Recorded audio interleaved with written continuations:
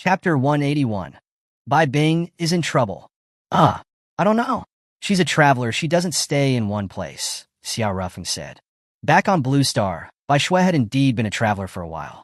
Oh, I was hoping to meet her, Yi Wei said with a hint of regret. There will be a chance, Xiao Ruffing replied with a smile. All right then. Yi Wei didn't press the matter. She had developed a certain fondness for Xiao Ruffing. His outstanding performance in the battle against Tianlei had stirred her heart. Come to think of it, this seemed to be the first time she had felt this way about a man. So, that's my situation, Xiao Ruffing said, concluding his explanation. He paused, looked at Yi Bingyang, and added, Sure, Shu, I'll take my leave now. As he was about to leave, Yi Wei suddenly spoke again. The marriage laws of the Tianqi Empire allow for 3 wives. I wouldn't mind if you had other wives. Bai Shui's lips twitched slightly. Are Earth girls this direct a millennium from now? A millennium ago, everyone was so much more reserved. Xiao Ruffing also felt a bead of sweat trickle down his temple. He composed himself and chuckled. Wei, you don't really like me. You're just momentarily swayed by your emotions. This feeling is like a tornado. It comes and goes quickly. Perhaps, when you wake up tomorrow, you won't feel this way anymore. Yi Wei remained silent. Truth be told, she wasn't sure what this feeling in her heart was. Perhaps Xiao Ruffing was right. It was just a fleeting infatuation.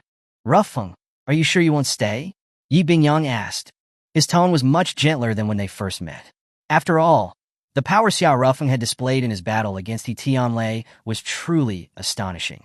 Although his cultivation talent seemed limited, the spells he cast were clearly of a very high order. This guy definitely has a background, Yi Bingyang thought, his eyes gleaming. Could he be from one of those powerful factions, but was cast out because of his poor cultivation talent? He wanted to learn more about Xiao Ruffing. Collecting his thoughts, Yi Bingyang continued, The city isn't safe right now. Don't worry about accommodation. We have plenty of guest rooms. Xiao Ruffing considered the offer, but ultimately declined. No, thank you. I apologize, but I have other matters to attend to. Rest assured, I know that all Heavenly Palace disciples will gather at headquarters in 7 days, and I won't be late. Yi Bingyang smiled. In that case, I won't press you further. Without another word, Xiao Ruffing departed. Yi Bingyang turned to Bai Shui. Saintess Bai Shui, will you be staying the night? No, the headquarters guards are on their way to Kuan City. I'll be leaving once they arrive, Bai Shui replied with a gentle smile. Very well. Yi Bingyang felt a pang of regret. This had been a good opportunity to build a relationship with Bai Shui. Although she was an ordinary person, her selection into the angel's court elevated her to the esteemed position of holy saintess, granting her significant influence. However, he couldn't force her to stay. Half an hour later, a woman in Shadow Sect uniform, appearing to be in her mid-20s, arrived. She exuded an alluring fragrance, her movements graceful and ethereal, her presence captivating. With long, flowing hair, delicate features, and a cool demeanor, her simple makeup couldn't conceal her striking beauty. Her form-fitting attire accentuated her enviable figure, drawing admiring glances, yet the icy aura she projected kept others at a distance. Such a beautiful woman, Yi Wei murmured, acknowledging the woman's stunning appearance despite her own usual self-assuredness. Yi Bingyang furrowed his brow, lost in thought. After a moment, his eyes lit up as if a realization had struck him. Could it be that woman? Father, do you know her? Yi Wei whispered. Her name is Qing Qi, Yi Bingyang replied. It couldn't be that Qing Qi, could it? Yi Wei exclaimed, her face etched with astonishment. Indeed, Yi Bingyang confirmed, a hint of Gankar in his voice. I thought the Shadow Sect had dealt with her, but I never expected her to be released. What are you talking about? Yi Qing inquired, joining them. Second sister, have you heard of Qing Qi? Yi Wei asked. Yi Qing shook her head. Seriously? You haven't even heard of Qing Qi? Second sister, you shouldn't just focus on cultivation. You should pay attention to current events too. Yi Wei paused before continuing. About 5 years ago, there was a case of a saintess being murdered in the 8th District Church. The killer was Qing Qi. Yi Qing gasped. No way. She killed a saintess. How can she be out working as a guard? That's unclear. Regardless, we can't afford to offend this woman. It's said that 5 years ago, she was already at the peak of the nascent soul realm. Now she's probably already in the deity transformation realm. Yi Bingyang paused, adding, Moreover, this woman, like Xiao Ruffing, is a prodigy capable of fighting above her realm. 5 years ago, She was at the peak of the nascent soul realm, but the church saintess she killed was already at the peak of the deity transformation realm, yet she still managed to kill her. Meanwhile, Saintess Bai Shui, let's go, Qing Chi said flatly. Bai Shui nodded. After bidding farewell to the Yi family, she and Qing Chi departed. The other attendants, including He Tianlei, had been dismissed by Qing Chi, who claimed she disliked having too many people around. Qing Chi, you're as aloof as ever, Bai Shui remarked, then added, you remind me of my younger sister, naturally expressionless and cold as ice.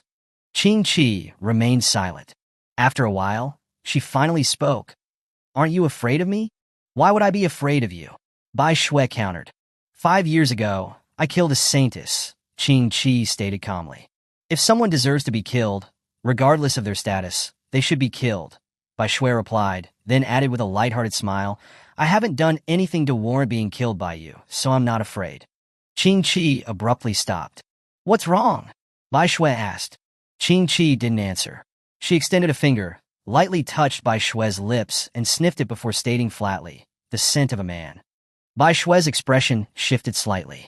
Back on Blue Star, she knew someone whose sense of smell in this regard was exceptionally acute, Dugu Shuexian. She could even detect scents lingering from 7 days prior. Qing Chi's sense of smell wasn't quite that exaggerated, but it was still remarkably keen. I was careless. Bai Shui's mind raced, searching for an excuse. Don't leave such evidence behind next time, Qing Chi warned. It's a capital offense. Bai Shui remained silent. After a moment, she asked, aren't you going to report me? No. Why? This is a serious violation of the church's rules, isn't it? Bai Shui pressed. After all, I don't abide by the church rules myself. So what right do I have to demand that you do? Qing Chi replied calmly. Throughout the conversation, she hadn't asked about the man who kissed Bai Shui, which brought Bai Shui a sense of relief. Their car cruised through the streets of Kuan City. Although Earth's cultivation civilization was highly advanced, cars, like the societal structure, from the time of the spiritual awakening, still existed. The streets, much like the old world, were lined with tea houses, coffee shops, and bars. As they passed a coffee shop, Bai Shui's pupils suddenly constricted. Through the glass wall, she could see Xiao Rufeng sitting at a window table with 2 women, one cute, the other with a cold beauty. Xiao Rufeng was chatting and laughing with the cute girl. It was the My Sisters, My He, and My Meow. Xiao Rufeng hadn't expected to encounter the My Sisters in Kuan City. However, Bai Bing wasn't with them. They had already escorted her to Mount Tai several days prior. Inside the car, Qing Chi suddenly spoke. Is that the man? Ah, Bai Shui quickly averted her gaze, but it was too late. After a moment of hesitation, she admitted, yes. Qing Chi pulled the car over to the side of the road and said, I'll go have a look. Bai Shui tensed up. Don't be so nervous. I won't kill him, Qing Chi assured her, then added, and he's not my target. Then, I'm going to see the woman across from him. Qing Chi explained, her gaze fixed on Mai He. What about her? Bai Shui asked, curious. Her name is Mai He. She was originally a candidate for imperial concubine, just like you, Qing Chi revealed. The Tianqi Empire's emperor selected his concubines through 2 main channels, commoner candidates and saintesses from the angel's court. Did she commit a crime? Bai Shui inquired further. After registering as a candidate, she ran away before the emperor could choose his concubines. Why did she run away? Perhaps, like you, she had someone she liked, Qing Chi suggested. Bai Shui's heart skipped a beat. Could it be Xiao Rufeng? By the time Bai Shui snapped back to reality, Qing Chi had already exited the car and was walking towards the coffee shop. Inside the coffee shop, what did you say? Xiao Rufeng's voice rose slightly in agitation. Yuan Ling was kidnapped? Don't get excited, she wasn't kidnapped by bandits. To be precise, she was taken in by an elder from the Taiji sect who insisted on making her last disciple. My Meow clarified, adding, oh, don't worry, it's a female elder. Xiao Rufeng's lips twitched. It was clear that the My Sisters believed Yuan Ling was his woman. Explaining the situation would be complicated, and they might not believe him anyway, so Xiao Rufeng chose not to elaborate. Suddenly, something clicked in Xiao Rufeng's mind. You said she was taken in by an elder from which sect? He asked again. The Taiji sect. It's an 8-star sect, one of the top 10 transcendent forces in our 8th district, My Meow replied, her voice laced with envy. Yuan Ling has truly risen to prominence. Xiao Rufeng was momentarily speechless. Yi Ming's husband, Lu Si, seemed to be from the Taiji sect as well. A wave of complex emotions washed over him. He had given Yuan Ling a recommendation letter for the Heavenly Palace, hoping she would join, but she had been intercepted along the way. But this should be a good thing for Yuan Ling. An elder from an 8-star sect is at least at the Tribulation Transcendence realm. Becoming the last disciple of a Tribulation Transcendence realm expert is a rare opportunity for most people. As he pondered this, a woman approached their table. It was Qing Chi. "Excuse me, can I help you?" Xia Ruffing asked. He didn't recognize her. He had already left the Yi residence when Qing Chi arrived earlier. "May I sit next to you?" Qing Chi inquired. "Ah." Xia Ruffing hesitated for a moment, then nodded. Due to his high soul level, despite his relatively low cultivation base, he could discern that Qing Chi was already in the deity transformation realm. He couldn't afford to offend someone like her. Qing Chi sat down next to Xia Ruffing, her gaze fixed on Mai He across the table. Mai He seemed to recognize Qing Chi, her expression becoming strained. "Mai He, you're quite bold to be strolling around the city so openly. Do you look down on the Black Butterfly Unit?" Qing Chi asked coolly. The Black Butterfly Unit was Emperor Tianqi's personal enforcement squad, responsible for capturing and assassinating those who opposed the royal family. Mai Miao shrugged. "You'll have to ask my sister about that. She's stubborn.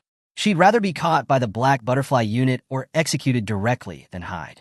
She then turned to Qing Chi and asked, "Sister, are you from the Black Butterfly Unit?" "I used to be, but I was discharged." "Why?" "Because I protected a runaway candidate," Qing Chi replied calmly. Mai Miao blinked, then looked at Mai He. "Sister, the benefactor you mentioned, couldn't it be this sister?" "Yes," Mai He confirmed. Xia Ruffeng breathed a sigh of relief. He had assumed this deity transformation realm woman was here to arrest Mai He. Mai He turned to Qing Chi. "Sister Qing Chi, I'm sorry, I've implicated you. It doesn't matter, I didn't want to work for the Black Butterfly Unit anymore anyway." "What are you doing now?" "I'm working for the Shadow Sect now, as a guard for a church saintess," Qing Chi replied. Xia Rufing's heart skipped a beat. "Speaking of which, I heard that Saintess Bai Shui was attacked?" "Yes.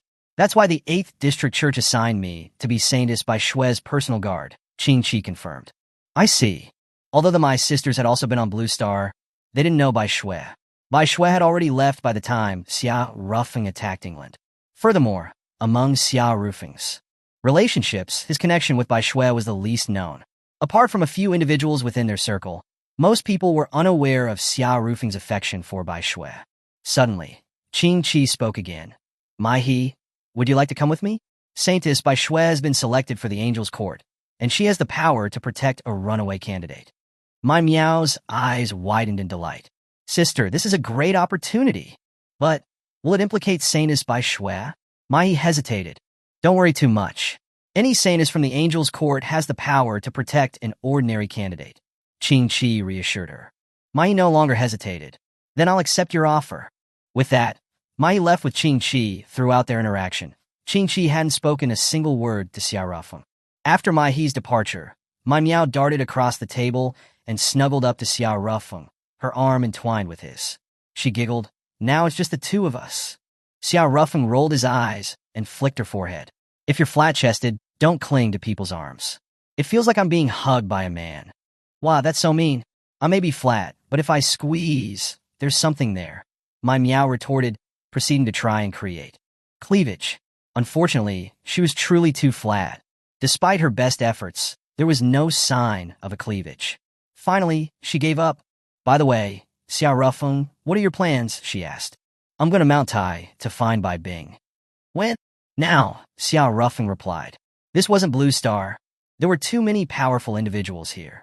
Although Bai Bing could nullify spells, and he possessed the physical strength of the Golden Core realm, that didn't guarantee her safety. "I'll go with you," Mai Miao offered. Xia Rufeng nodded. She had escorted Bai Bing to Mount Tai, so she knew the situation better. That evening, Xia Rufeng and Mai Miao left Kuan City and traveled throughout the night, finally arriving at Mount Tai before dawn. Many place names on Earth had changed over the past million years, but Mount Tai remained the same. A name unchanged for 1,000,000 years was a legend in itself. However, they couldn't find Bai Bing. Instead, they learned news that made Xia Rufeng furious. A few days ago, the inn where Bai Bing was staying had been robbed. Several women, including Bai Bing, had been taken. These were real bandits. A robbery incident didn't cause much of a stir in the Tianqi Empire, where conflicts and wars were frequent. It didn't even attract media attention, as no important figures had been abducted. To Xiao Rufeng, Bai Bing might be more important than a planet, but to others, she was insignificant. Several days had passed since the robbery. The local government had launched an investigation, but there were still no leads, only vague statements suggesting that it might be related to human trafficking. For the next few days, Xiao Rufeng frantically searched for Bai Bing, but to no avail. The bandits were clearly experienced, leaving no trace behind. In a hotel room on Mount Tai, Xiao Rufeng was completely drunk. "I'm sorry, we shouldn't have left Bai Bing alone here," Ma Miao said, equally distraught. "It's not your fault, it's mine. I shouldn't have stayed in the Spirit Beast Forest. But you were doing it for Blue Star's safety." "Blue Star's safety isn't as important as Bai Bing's." Xiao Rufeng burst out, his emotions raw. Startled, Ma Miao quickly apologized. Xiao Rufeng opened another bottle of alcohol. "Leave me alone."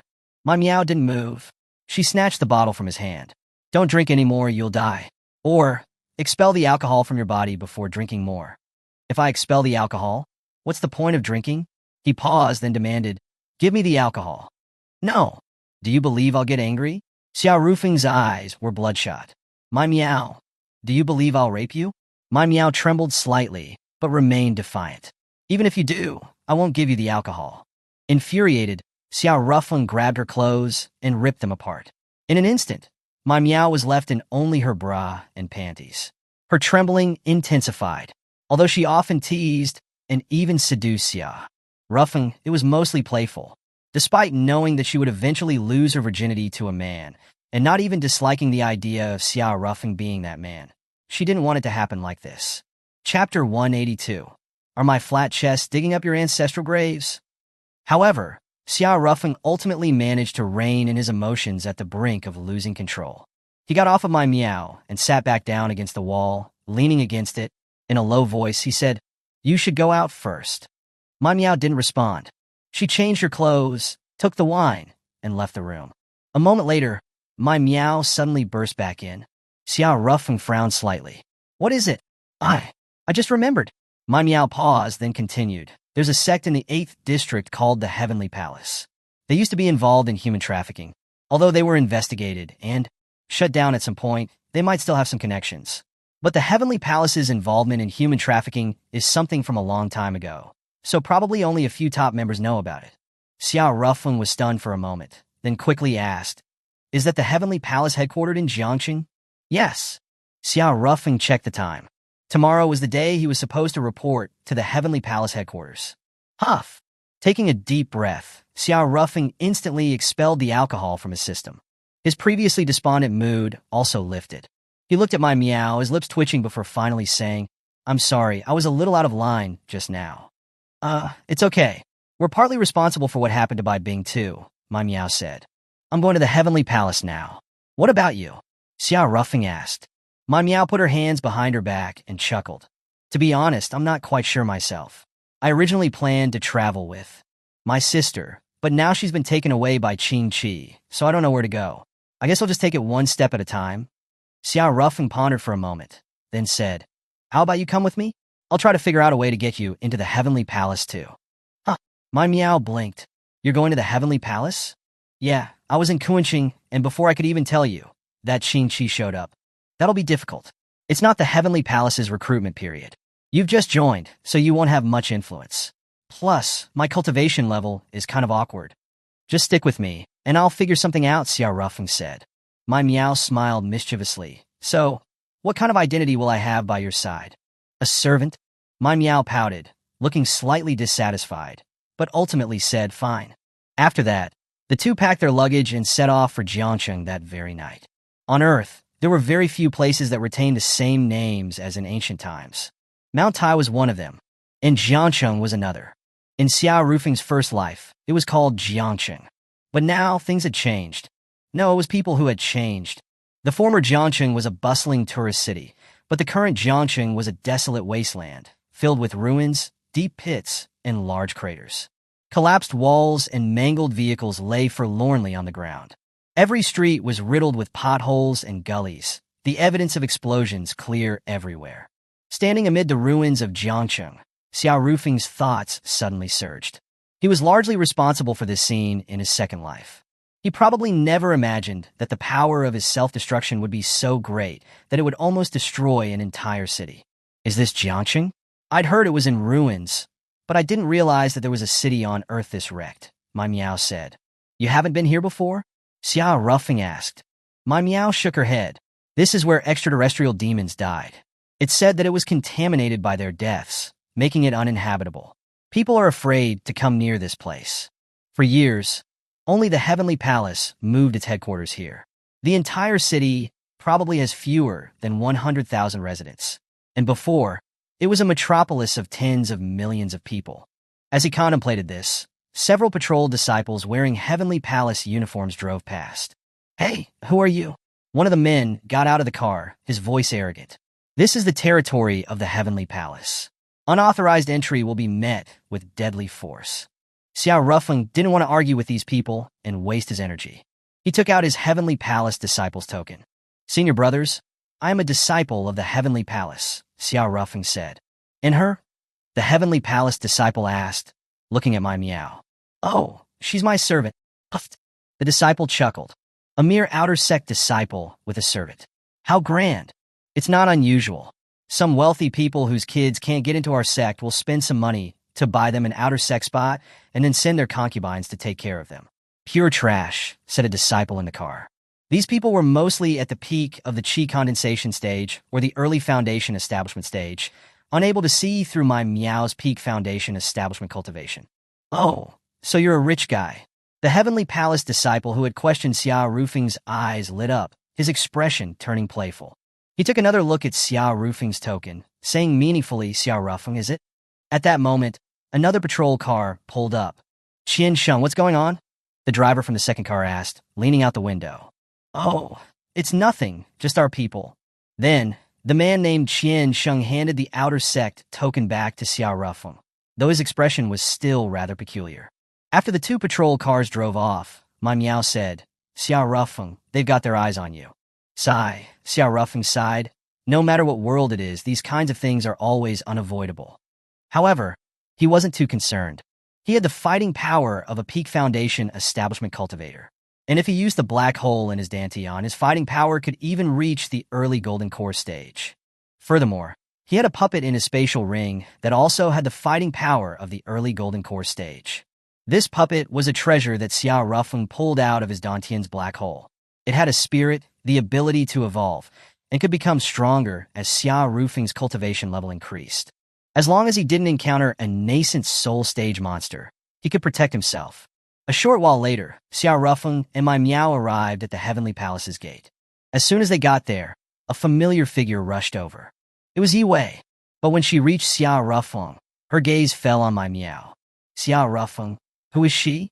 Yi Wei paused, her face resentful. So you like flat-chested women? Hey, my Miao said, looking annoyed. What's wrong with flat chests? Are my flat chests digging up your ancestral graves? My Miao actually didn't mind having a flat chest. On Blue Star, she had always disguised herself as a man. She had even made fun of her sister for being so concerned about her small chest. But now, she was also starting to worry about her breast size. The two women's argument instantly attracted the attention of those nearby. Today was the day for disciples from all the Heavenly Palace's branches to gather at headquarters, so there were many of them. Wow, it's Yi Wei from the Kuanqing branch, my goddess, said one male disciple, looking love-struck. I actually like the one she's facing. But she's flat-chested? So, what if she's flat-chested? I like cherries, okay. At that moment, a woman beside them suddenly said, It looks like Yi Wei and that flat-chested woman are fighting over a man. Her words instantly turned everyone's attention to Xiao Rufeng. No way. That guy looks like he's not young, but he seems to only be at the Qi condensation peak stage. Totally useless. On Earth, the Qi condensation stage was the easiest to cultivate. Beyond that, the difficulty of cultivating increased exponentially. Within the Heavenly Palace, the three sisters from the Yi family in Kuanqing were very popular. Later, when the eldest, Yi Ming, got married, her popularity dropped quickly. But the popularity of the second and third sisters, Yi Qing and Yi Wei, actually increased. Off to one side of the crowd, That chi condensation guy is quite arrogant, said a man with a feminine face. Not really, he didn't do anything, said a chubby man while eating something. The feminine man's eyes flashed with a sharp, cold light. But he didn't say anything, then left. The chubby man shook his head. Then, the chubby man went directly to Xiao Rufeng and said, Bro, you look new around here. There were only a few thousand Heavenly Palace disciples, and even if you couldn't remember everyone, you would at least recognize some faces. Xiao Rufeng smiled. I'm a new Outer Sect disciple. Oh, I get it, the chubby man said. Outer Sect disciples who joined the sect at this time were mostly the ones whose wealthy parents bought their way in. The chubby man didn't say anything more, and instead turned to Yue and said, Yue, if you really like this young man, you should stay away from him and not draw any hatred his way. As a chi condensation Outer Sect disciple, if he has too much hatred, he'll die without even knowing why. Only then did Yue realize what was going on. She quickly distanced herself from Xiao Rufeng. Xiao Rufeng looked at the chubby man before him. Although he was unremarkable, round in shape, and had a comedic face, he gave off a really good feeling. Then the chubby man gave Xiao Rufeng a phone number and said, This is my phone number. If you run into trouble, give me a call. I might be able to help. After that, the chubby man waved and left. After the chubby man left, Yue said, That chubby man is called Yuan Yi. He's considered a second-generation official in the Heavenly Palace. His father, Yuan Liang, is the head of the Heavenly Palace's Anqing branch and is an elder in the headquarters, just like my father. She paused, then patted Xiao Rufeng on the shoulder and said, Xiao Rufeng, I think you're pretty lucky. You just got to the Heavenly Palace and already found yourself a backer. At this moment, my meow suddenly said, Miss Yue, you should stay away from Xiao Rufeng. A second-generation official might not be able to protect him. Although Yue was a little annoyed, she still left in the end. After that, Xiao Rufeng entered the headquarters. After reporting to the logistics department, Xiao Rufeng was led to the entrance of a private courtyard. This is where I'll be living? Xiao Rufeng asked in surprise. Yes. Are the Outer Sect disciple benefits this good? A private courtyard. What are you thinking? Only a select few get this treatment. The disciple who had shown Xiao Rufeng the place was also an Outer Sect disciple, and he looked envious. A moment later, he couldn't help but ask, Hey Xiao Rufeng, how much money did your family donate for you to get a private courtyard? Xiao Rufeng paused, then laughed and said, I'm not sure. Fine then. The disciple didn't say anything else, and then left. Xiao Rufeng then opened the gate to the courtyard. After settling in, the first thing Xiao Rufeng did was set up a barrier around the courtyard. Small, mobile barriers could use one's own spiritual power as energy, but large, fixed barriers usually needed spirit stones. Luckily, Xiao Rufeng had received some spirit stones when he reported to the logistics department earlier. Xiao Rufeng, if you use up all the spirit stones on a barrier, how are you going to cultivate? My meow asked. I will figure it out. Safety is the most important right now, Xiao Rufeng said with a laugh. Just as he finished setting up the barrier, someone came knocking. It was Qian Sheng, the Heavenly Palace Patrol disciple they had met outside Jiangcheng, along with a few of his lackeys. Qian Sheng was an Inner Sect disciple, and the other lackeys, like Xiao Rufeng, were Outer Sect disciples. Oh, dear, look at the barrier. It seems our brother Xiao Rufeng is really loaded. Qian Sheng smiled even more broadly. He wasn't worried that Xiao Rufeng's family had any big background. If they really had a background, they wouldn't have sent him to a third-rate sect like the Heavenly Palace. At this time, Xiao Rufeng was sitting cross-legged in the courtyard, seemingly cultivating. But in reality, he was sinking his consciousness into the black hole in his dantian, fishing. This black hole had once devoured half of the star systems of the old universe, and countless experts and their weapons had been swallowed inside. Now, this black hole was like Xiao Rufeng's mobile treasure vault. If he was lucky, and he pulled out an artifact, even at the chi condensation stage, Xiao Rufeng would be able to kill someone at the nascent soul stage. That was mainly because his cultivation level was too low to unleash the full power of the artifact. If he could unleash its full power, even cultivators at the Great Ascension stage would be in trouble. Xiao Rufeng had never possessed an artifact before. The best weapon he had ever used was the immortal sword named Soul Taker that his father had given him before he achieved enlightenment. It was a mid-grade immortal artifact. However, his immortal empress wife from his first life did have an artifact named Blizzard. Xiao Rufeng was immersed in fishing, completely unaware of the commotion outside. My Meow heard the knocking and saw Qian Sheng and the others outside. She hesitated but didn't open the door. Seeing that no one was opening the door, Qian Sheng angrily kicked it a few times before leaving. It wasn't until the evening that Xiao Rufeng finished his daily fishing operation. Compared to most times when he didn't catch anything, his fishing efforts this time were quite fruitful. He caught a spiritual weapon, a frozen arrow, and 2 bottles of pills. One bottle contained high-grade disguise pills. Disguise pills were divided into grades. Low-grade disguise pills only changed one's appearance, but high-grade ones could even change one's aura. Of course, the effects would only last as long as the medicine was effective. The other bottle contained pure yang pills. The name of this pill sounded very righteous, but it was actually an aphrodisiac, only effective on men. It was like Viagra, but much, much more potent. After opening the lids of both pill bottles, the pills were still crystal clear and well-preserved. This greatly surprised Xiao Rufeng. The anti-aging pills he had caught before seemed to also be well-preserved. Is time in the black hole frozen? Logically, the old universe collapsed millions of years ago, and pills like these should have spoiled a long time ago. Xiao Rufeng's eyes flickered. He knew too little about the black hole. Even in Earth of a million years later, people still knew very little about black holes. No one knew what kind of world was inside a black hole. After all, no one had ever come out of a black hole. Well, in a sense, I came out of a black hole, but my memories of it are blank. I probably fainted or even died before being sucked into it. After all, the black hole's gravity is terrifying. Even light can't escape it. Being dragged in at that speed, even an immortal emperor wouldn't be able to withstand it. Xiao Rufeng then tried using the gravity of the black hole in his dantian, but unfortunately he couldn't. Whether it was because he was limited by his low cultivation level, the gravity in his dantian black hole couldn't affect things outside his body at the moment. Xiao Rufeng's eyes flickered. I need to find a way to improve my cultivation. However, Xiao Rufeng didn't have many spirit stones left. He was severely lacking in cultivation resources, and his black hole cultivation required more resources than others. How can I get spirit stones quickly? Xiao Rufeng fell into deep thought. A moment later, Xiao Rufeng's gaze inadvertently landed on the bottle of pure yang pills, and his eyes lit up. I've got it. Chapter 183, A Man's Might. If I were to sell this bottle of pure yang pills on the black market, I could probably fetch a good number of spirit stones. Sex, regardless of civilization, is a fundamental human need. The same holds true in the cultivation world. Moreover, Xiao Rufeng envisioned his primary consumer base not to be men, but women. The Earth, in its current state, possesses relatively advanced technological and cultivation civilizations. For men, there are just too many avenues for entertainment. The pleasures once found in women can now be replaced by countless things.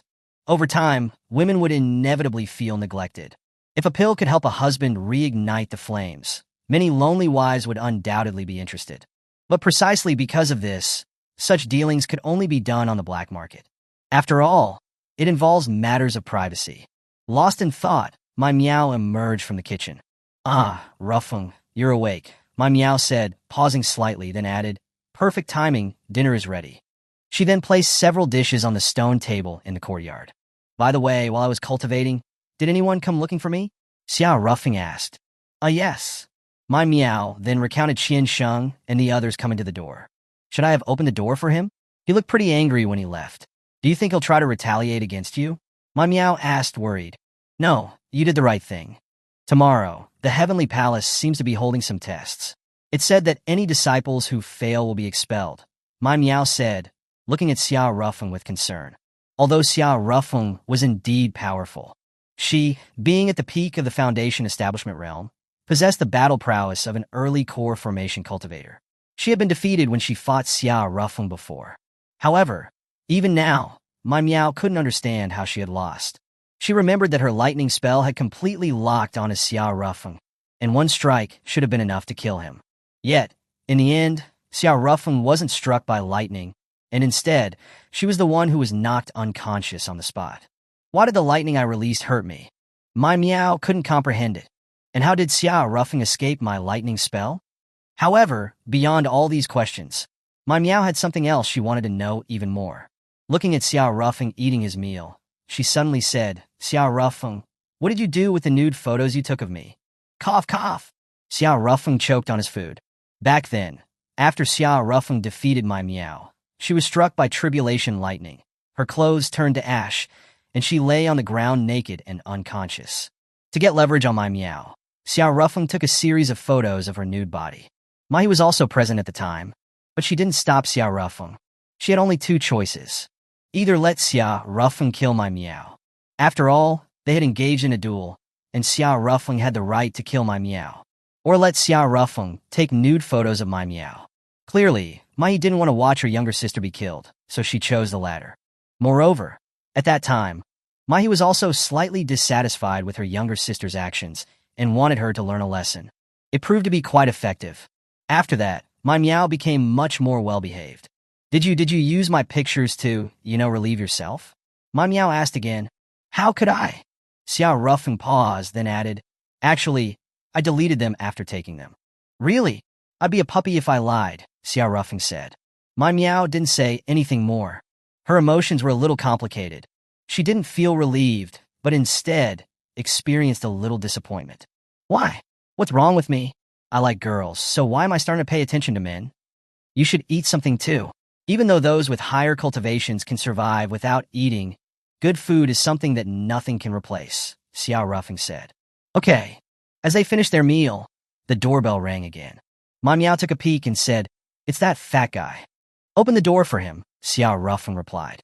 Xia Rufeng had developed a positive impression of the chubby guy, Yuan Yi, he had met earlier that day. After opening the door, Yuan Yi rushed to the now-clean dining table and took a deep breath. It smells so good. Is there any more? Is there any more food? Yuan Yi asked, his face full of anticipation. You're too late. We've finished everything, my Meow said. There were actually some leftovers, but my Meow didn't want Yuan Yi to eat them. She had a bit of a cleanliness obsession and didn't want men eating her leftovers since they would be contaminated with her saliva. But Xia Rufeng seemed to be an exception. My Meow didn't mind sharing a dish with Xia Rufeng. Hearing there was no food left, Yuan Yi looked disappointed. Senior brother Yuan Yi, is there something you need? Xia Rufeng asked. Oh, Yi Wei asked me to check if anyone was bullying you, Yuan Yi replied. I've been at home, and no one has broken down my door, Xia Rufeng said with a light chuckle. That's good. But don't let your guard down. Especially be wary of Ensure. He's been secretly in love with Yi Wei. He was very angry today when he saw Yi Wei arguing on your behalf. That guy's personality is pretty twisted, so you need to be careful. All right. Yuan Yi paused, then added, I have a Beast Soul talisman I got from the black market. It has the battle power of a Peak Foundation establishment cultivator. Take it. If you're in danger, just ignite it. Beast Soul talismans seal the essences of demon beasts. When used, the essence is released to help the user in battle. Unlike tamed war beasts, these Beast Souls have a short lifespan since they lack physical bodies and are only essences. Beast Soul talismans were very precious, and even someone like Yuan Yi probably didn't have many. Yet, he was willing to give one to Xia Rufeng. This fat guy is really a good person. Xia Rufeng didn't act too coy and accepted the Beast Soul talisman. A moment later, as Yuan Yi was getting ready to leave, Xia Rufeng secretly gave him a pure yang pill. There were around 100 of those pills in the bottle. What's this?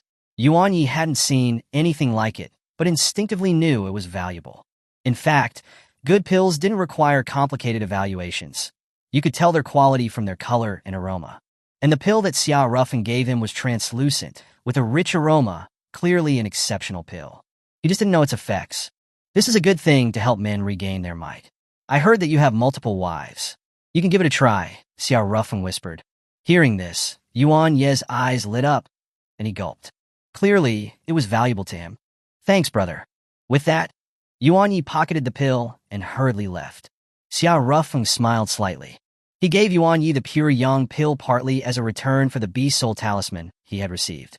On another hand, he also wanted to sell these pills through Yuan Yi on the black market. The next day, before dawn, Yuan Yi came overexcitedly. Brother Rufeng, do you have more? Do you have more? What are you talking about? The pill you gave me yesterday. Yuan Yi paused, then said excitedly. That pill is just too powerful. It truly gives one an unyielding power, and it doesn't cause any fatigue at all. I've never seen such an effective aphrodisiac. I do have some, but, Xia Rufeng said, feigning reluctance. Actually, those pills are not mine. I'm just selling them on behalf of someone else. It doesn't matter. I'll buy them. Just name your price. Yuan Yi said. I need to clarify. It's not me setting the price. Rather, the owner of the pills has already set it. Xiao Rufeng paused, then said, 1 pure yang pill is 1 standard high-grade spirit stone. That's expensive. The price shocked Yuan Yi. At the market price, 1 standard high-grade spirit stone was worth at least 100,000 imperial coins. And the most expensive aphrodisiac on the market was only 1,000 coins per pill. The price difference was 100 times. However, Yuan Yi admitted that the pure yang pill in Xiao Rufeng's possession had the strongest effects by far. He hesitated a little. Although he was the son of an official, he didn't have a lot of disposable spirit stones or money. At that moment, Xiao Rufeng said, Senior brother Yuan Yi, I have an idea. He paused, then added, You can help me sell these pure yang pills on the black market. For every 10 sold, I'll give you 1 for free. How does that sound? Yuan Yi was overjoyed, immediately grasping Xiao Rufeng's hand. Deal. Then, the two engaged in a secret discussion until the bell of the Heavenly Palace headquarters rang. Speaking of which, today is the year-end assessment period. Yuan Yi paused, then said to Xiao Rufeng, Our Heavenly Palace's rules are Qi Condensation Realm. Has an assessment every year. If you're over 24 years old and still haven't reached the Foundation Establishment Realm, you will be expelled. How old are you? Almost 25. Then what are we going to do? Your bone age can't be faked. Yuan Yi paused, then added, If your age is over the limit, the only way you can stay in the Heavenly Palace is through a challenge match. He paused, then shook his head, his expression serious. But according to the Heavenly Palace's rules, challenge matches can only be chosen from inner disciples. If you defeat them, you will take their place and advance. To be an inner disciple. But this mode is more like a duel. The mortality rate is high. According to previous success rates, the chance for older Qi condensation cultivators to win challenge matches is basically 0. That's it then, Xiao Rufeng said. Yuan Yi looked suspicious. Brother Rufeng, you don't know, do you? All of the inner disciples in our Heavenly Palace are basically in the Foundation Establishment Realm. You'd be practically fighting against a higher realm. We'll just give it a shot, Xiao Rufeng said, then asked, How do we confirm our opponents? By drawing lots. Okay.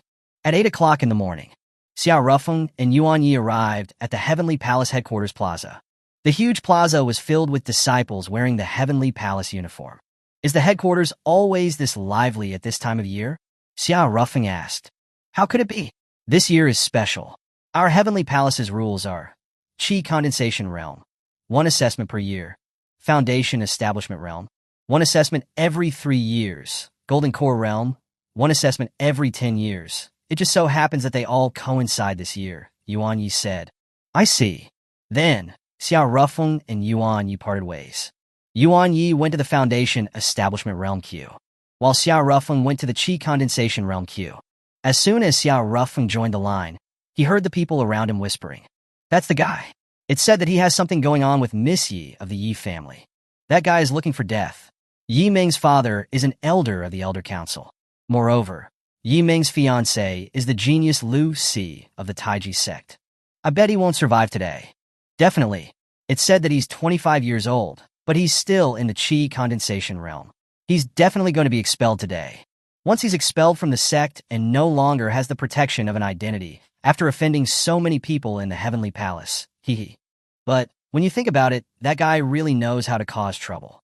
He just joined the sect, and he's already offended so many people. He's a genius in his own way. Xiao Rufeng was also annoyed to hear that. I have something going on with Yi Ming? Damn it. Who the hell is spreading these rumors? At that moment, Xiao Rufeng heard someone near him say, About Xiao Rufeng and Yi Ming, I heard that someone is spreading rumors. It is said that after hearing these rumors, Yi Ming was so angry that she cried, and even complained to Elder Yi. Then who is spreading the rumors? I think it's Xiao Rufeng. He must have failed to court Yi Ming, and in anger, he started to slander and defame her. Now that you mention it, that does seem logical.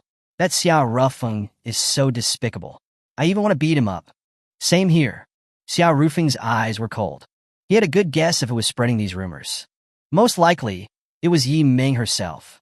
This woman is vicious, willing to destroy her own reputation in order to get revenge on me.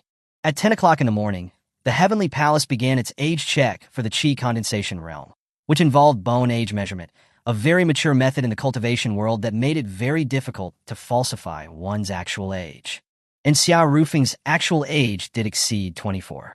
He was directly tagged with a yellow card. A yellow card was a sign of impending expulsion. Unless one proactively requested to participate in a challenge match, they would be automatically expelled. Seeing Xiao Rufeng get tagged with a yellow card, some people were gloating. They could already envision the scene of Xiao Rufeng being expelled from the sect and the scene of a swarm of his enemies coming to his door. This time, there were more than 100 chi condensation cultivators in the Heavenly Palace who were over the age limit. Only 3 of them requested to participate in a challenge match, including Xiao Rufeng. Many people who had completed their tests were planning to leave, but seeing that Xiao Rufeng wanted to participate in a challenge match, they all stayed behind. Everyone knew that the challenge matches were very bloody. That Xiao Rufeng is crazy. Is he so eager to seek death? Maybe he wants to take a gamble. After all, there are many inner disciples in the early Foundation Establishment realm. Early Foundation Establishment realm is not something that the Chi Condensation realm can even touch. An early Foundation Establishment cultivator can easily crush 10 peak Chi Condensation cultivators. The gap between major realms cannot be bridged with combat skills. Soon after, the 3 people who volunteered for the challenge matches began to draw lots. The first 2 were lucky enough to draw inner disciples in the early Foundation Establishment realm. However, Xiao Rufeng drew a familiar face. That's Qiansheng, a late Foundation Establishment cultivator. When the result came out, Qiansheng smiled. He stuck out his tongue and licked his lips.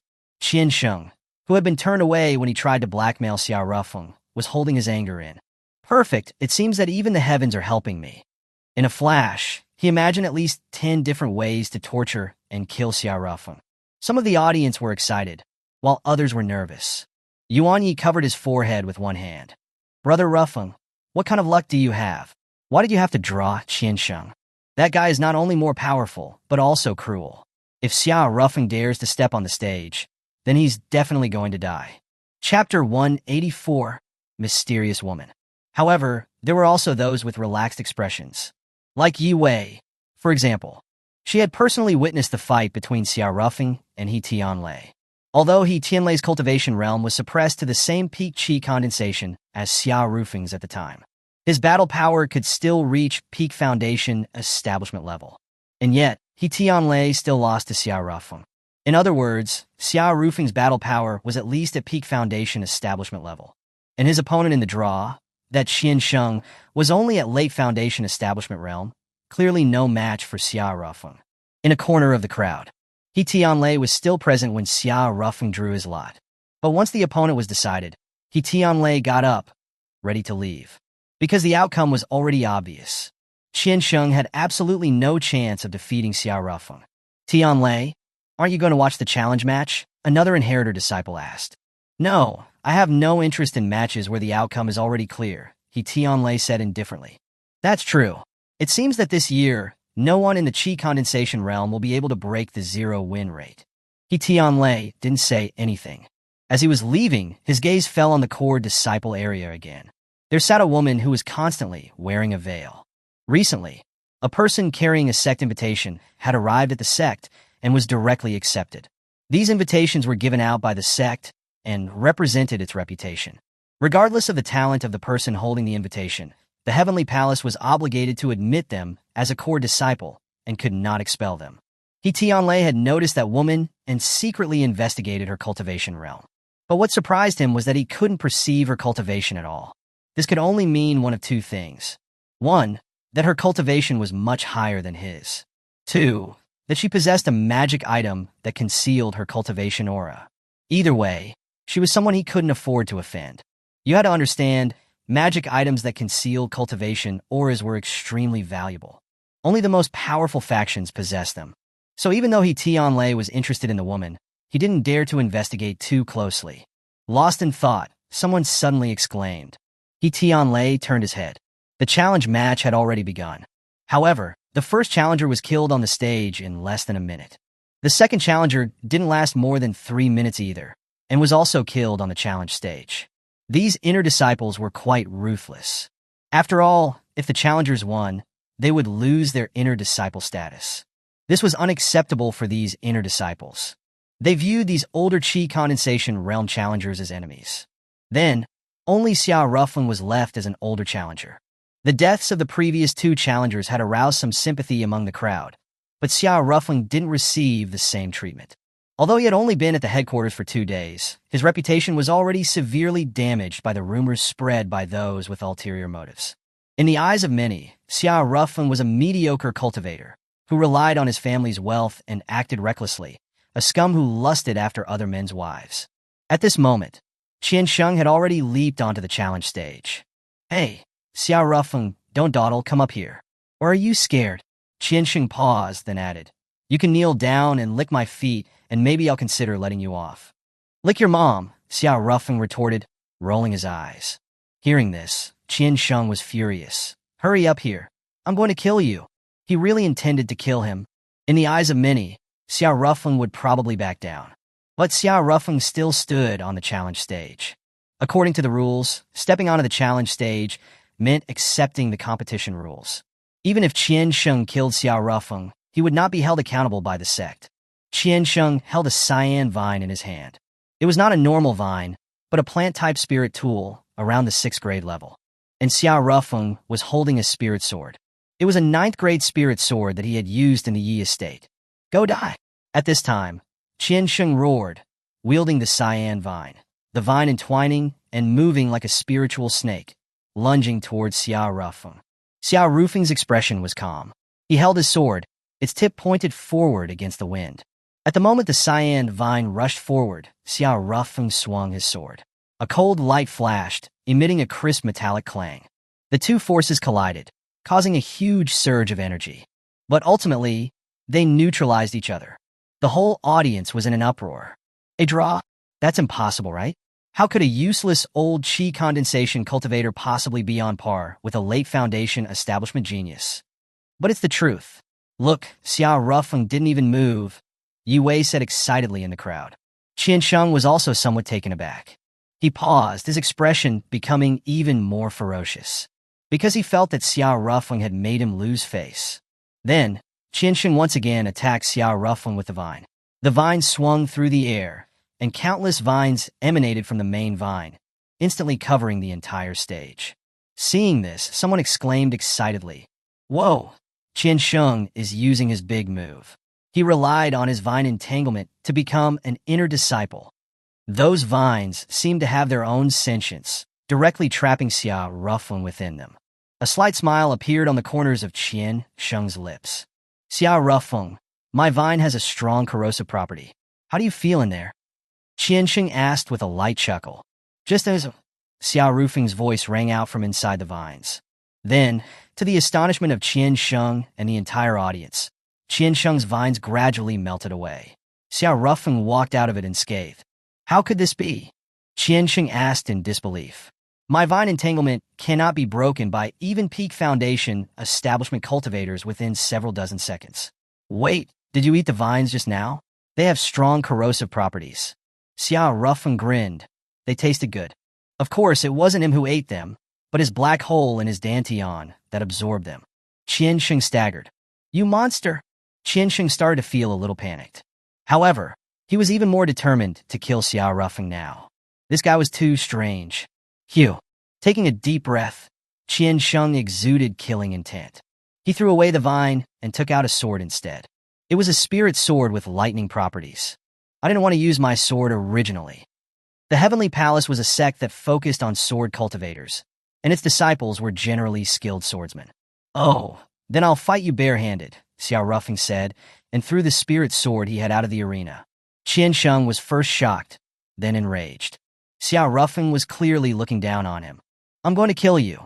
Qian Sheng then swung his sword, the blade flashing coldly. It whistled as it slashed through the air towards Xiao Ruffling. The sword intent was powerful, lightning crackling on the blade, making it a terrifying display. And Xiao Ruffling took a deep breath and then suddenly threw a punch. The punch seemed to compress the surrounding air to the limit, and then suddenly released it. This move was taught to him by his father and was called Singularity Flash. It compressed the surrounding air to a point and then released it. It was a bit like the principle of a pressure cooker. Anyway, its power was terrifying. Boom! As Xiao Ruffling threw his punch, terrifying energy waves rippled through the surrounding space, and a hurricane-like force swept across the entire stage. Not only did it completely shatter and destroy the sword intent that Qiansheng had released, but it continued to charge towards Qiansheng. Faced with this terrifying energy attack, Qiansheng was completely dumbfounded. What the hell is this? Is this the power that a qi condensation cultivator can unleash? By the time he realized the danger and wanted to run, it was too late. Accompanied by a huge sonic boom, the stage completely collapsed, smoke billowed, and dust filled the air. Everyone stared in shock. Was that freaking qi condensation level power? Almost everyone's mind was filled with question marks. When the smoke dissipated, Xiao Rufeng was still standing there. But Qiansheng was a bloody mess, dead on the spot. The entire arena was silent. Since ancient times, those who possessed battle power beyond their cultivation realm were all considered monstrous geniuses. It had never been heard of an older waste who had no high-level spirit tool could have such terrifying power. An older waste at the peak of qi condensation had actually beaten a late foundation establishment genius to death. And he won in a dominating way. Some of the elders of the Heavenly Palace, apart from the calm-faced Yi Bingyang, were shocked. After a long while, the crowd came to their senses. It's such a pity. If his cultivation talent was stronger, our Heavenly Palace would have gained another super genius, an elder said, shaking his head, his face full of regret. Speaking of which, this guy should have had a complete checkup yesterday. What are his static talents? How many spiritual roots? What is the quality of his spiritual roots? Someone asked. Regarding that, the elder paused, then said, although we sensed spirit energy in his body, we didn't detect any spiritual roots. Why is that? It might be that the quality of his spiritual roots is too poor, the aura is too weak, making it difficult to form quantitative data. No wonder. He's so strong in battle, but his cultivation realm is so low. What a pity. Then, how should we deal with this Xiao Rufeng? Yi Bingyang asked suddenly. Speaking of which, this person seems to have registered at the Koan City branch. The elder said, looking at Yi Bingyang. Elder Yi, do you have any opinions? Just follow the rules. If he died on the stage today, I would not have pleaded on his behalf. But now that he has won, let him replace Qiansheng as an inner disciple, Yi Bingyang said. That's not very good, the elder said hesitantly. In the history of the Heavenly Palace, there have never been disciples in the qi condensation realm. We'll be a laughingstock to others. Yi Bingyang's eyebrows furrowed slightly. Then, what's the meaning of setting up this challenge match? Is it just to see those older cultivators who refuse to give in to fate be killed? The harsh questioning made the elders feel somewhat guilty. Then, Yi Bingyang said coldly, moreover, did you just say in the history? We have always maintained that our Heavenly Palace inherited from the ancient spiritual qi revival era. But in the spiritual qi revival era, how many people could reach the foundation establishment realm? When our Heavenly Palace's founder Li Tian founded the Heavenly Palace, did he have a foundation establishment cultivation? The series of questions rendered the elders of the Heavenly Palace speechless. Bingyang, don't be angry, I was just saying. Since we set up the challenge match, we have to follow its rules. We agree to make Xiao Rufeng an inner disciple. However, the elder paused, then gave Yi Bingyang a meaningful look. I know that you may have some expectations for Xiao Rufeng. His performance today was indeed extraordinary. However, the higher the hope, the greater the disappointment. At this age, he hasn't broken through to the foundation establishment realm. His limit in this life might be the foundation establishment realm. The possibility of breaking through to the golden core realm is almost zero. If his cultivation realm can't be improved, even if his battle power is strong, it's limited. To put it bluntly, for the sect, he is just an insignificant disciple. Compared to Xiao Rufeng, Nangong He, who recently joined the sect, is our Heavenly Palace's hope. Nangong He was the masked woman who recently joined the sect with the Heavenly Palace invitation. After Xiao Rufeng won against Qiansheng, Nangong He had left her seat. Yi Bingyang did not speak. Nangong He was a mysterious woman who had suddenly appeared at the Heavenly Palace. Not to mention him, even the sect leader in the deity transformation realm could not see through her cultivation. But one thing was certain, the woman was very strong. At this moment, the audience finally recovered from their shock and cheered loudly. Although many people disliked Xiao Rufeng, the underdog's victory was very inspiring. In the crowd, a man with feminine features had a somewhat distorted expression. It was Yin Shi. He was once described by the chubby Yuan Yi as a pervert with an extremely twisted mentality. He had originally wanted to see Xiao Rufeng stained with blood on the stage, But what he saw was Xiao Rufeng's domineering victory. Although he was stronger than Qian Sheng, he was not confident that he could defeat Xiao Rufeng. So, he had no choice but to leave in anger. That night, Mai Miao held a celebration party for Xiao Rufeng in his courtyard. Apart from Xiao Rufeng and Mai Miao, those who attended included the chubby Yuan Yi and Yi Qing. Honestly, Xiao Rufeng had not expected Yi Qing to come. "I'm here on behalf of Yi Wei," Yi Qing said indifferently. "She's afraid that getting too close to you will bring you trouble." "What about you?" "Most people in the sect already know that I'm engaged to Mu Yin, the heir of the Mu family of Kuan City. Even if they feel resentment, they should direct it at Mu Yin, not at you," Yi Qing said indifferently. Xiao Rufeng rubbed his chin. "That makes sense. If you don't welcome me, then I'll leave," Yi Qing said. "Oh, no," Xiao Rufeng composed himself, then chuckled. "Please come in." At this moment, Mai Miao moved closer to Xiao Rufeng and whispered, "You really do like aloof girls, don't you? Both Bai Bing and this Yi Qing are this type." Xiao Rufeng was a little embarrassed. "Don't be silly. This Yi Qing is basically a married woman." "Have you been with fewer married women and nearly married women?" Mai Miao retorted. Xiao Rufeng was speechless. It was true that he had been with quite a few. He'd been with married women like Lei, Su Ji, and Jiang Lu. He'd been with nearly married women too. The two women he loved the most, Jiang Li and Bai Shui, were technically nearly married, since they both had fiancés. Jiang Li's fiancé was actually his twin brother, and it went without saying for Bai Shui. When he met Bai Shui, she was already engaged to Ning Tao. A moment later, Xiao Rufeng glanced at Yi Qing. His expression was subtle. Speaking of which, this woman's aura is indeed quite similar to Bai Bing's. They both give the feeling of being as cold as snow, able to be admired from afar, but not touched. As if sensing Xiao Rufeng's gaze, Yi Qing looked up at Xiao Rufeng. "What is it?" "It might just be my imagination," Xiao Rufeng paused, then added. "You don't seem to like your marriage with Mu Yin?" "I don't," Yi Qing said calmly. "Why?" After a moment of silence, Yi Qing replied, "I have someone I like." "Ah!" Xiao Rufeng's eyes lit up. Although he was curious, he ultimately did not ask further. Asking any more would be an invasion of Yi Qing's privacy. Then, everyone started to have a barbecue in the courtyard. Halfway through, someone knocked on the door. "I'll go check." Xiao Rufeng went to the door and peeked through the peephole. A woman with a veil was standing at the door. It was none other than Nan Gonghe. Chapter 185. The Woman I Hate Most Deeply. Xiao Rufeng had heard about the new disciple who had recently joined the Heavenly Palace with an invitation. She was easy to recognize since she always wore a veil. Why would this woman come to me? Xiao Rufeng pondered for a moment, then decided to open the door anyway. "Hello. Who are you looking for?" Xiao Rufeng asked. "Where did you learn the move you used to kill Qian Sheng during the challenge match today?" Nan Gonghe asked calmly.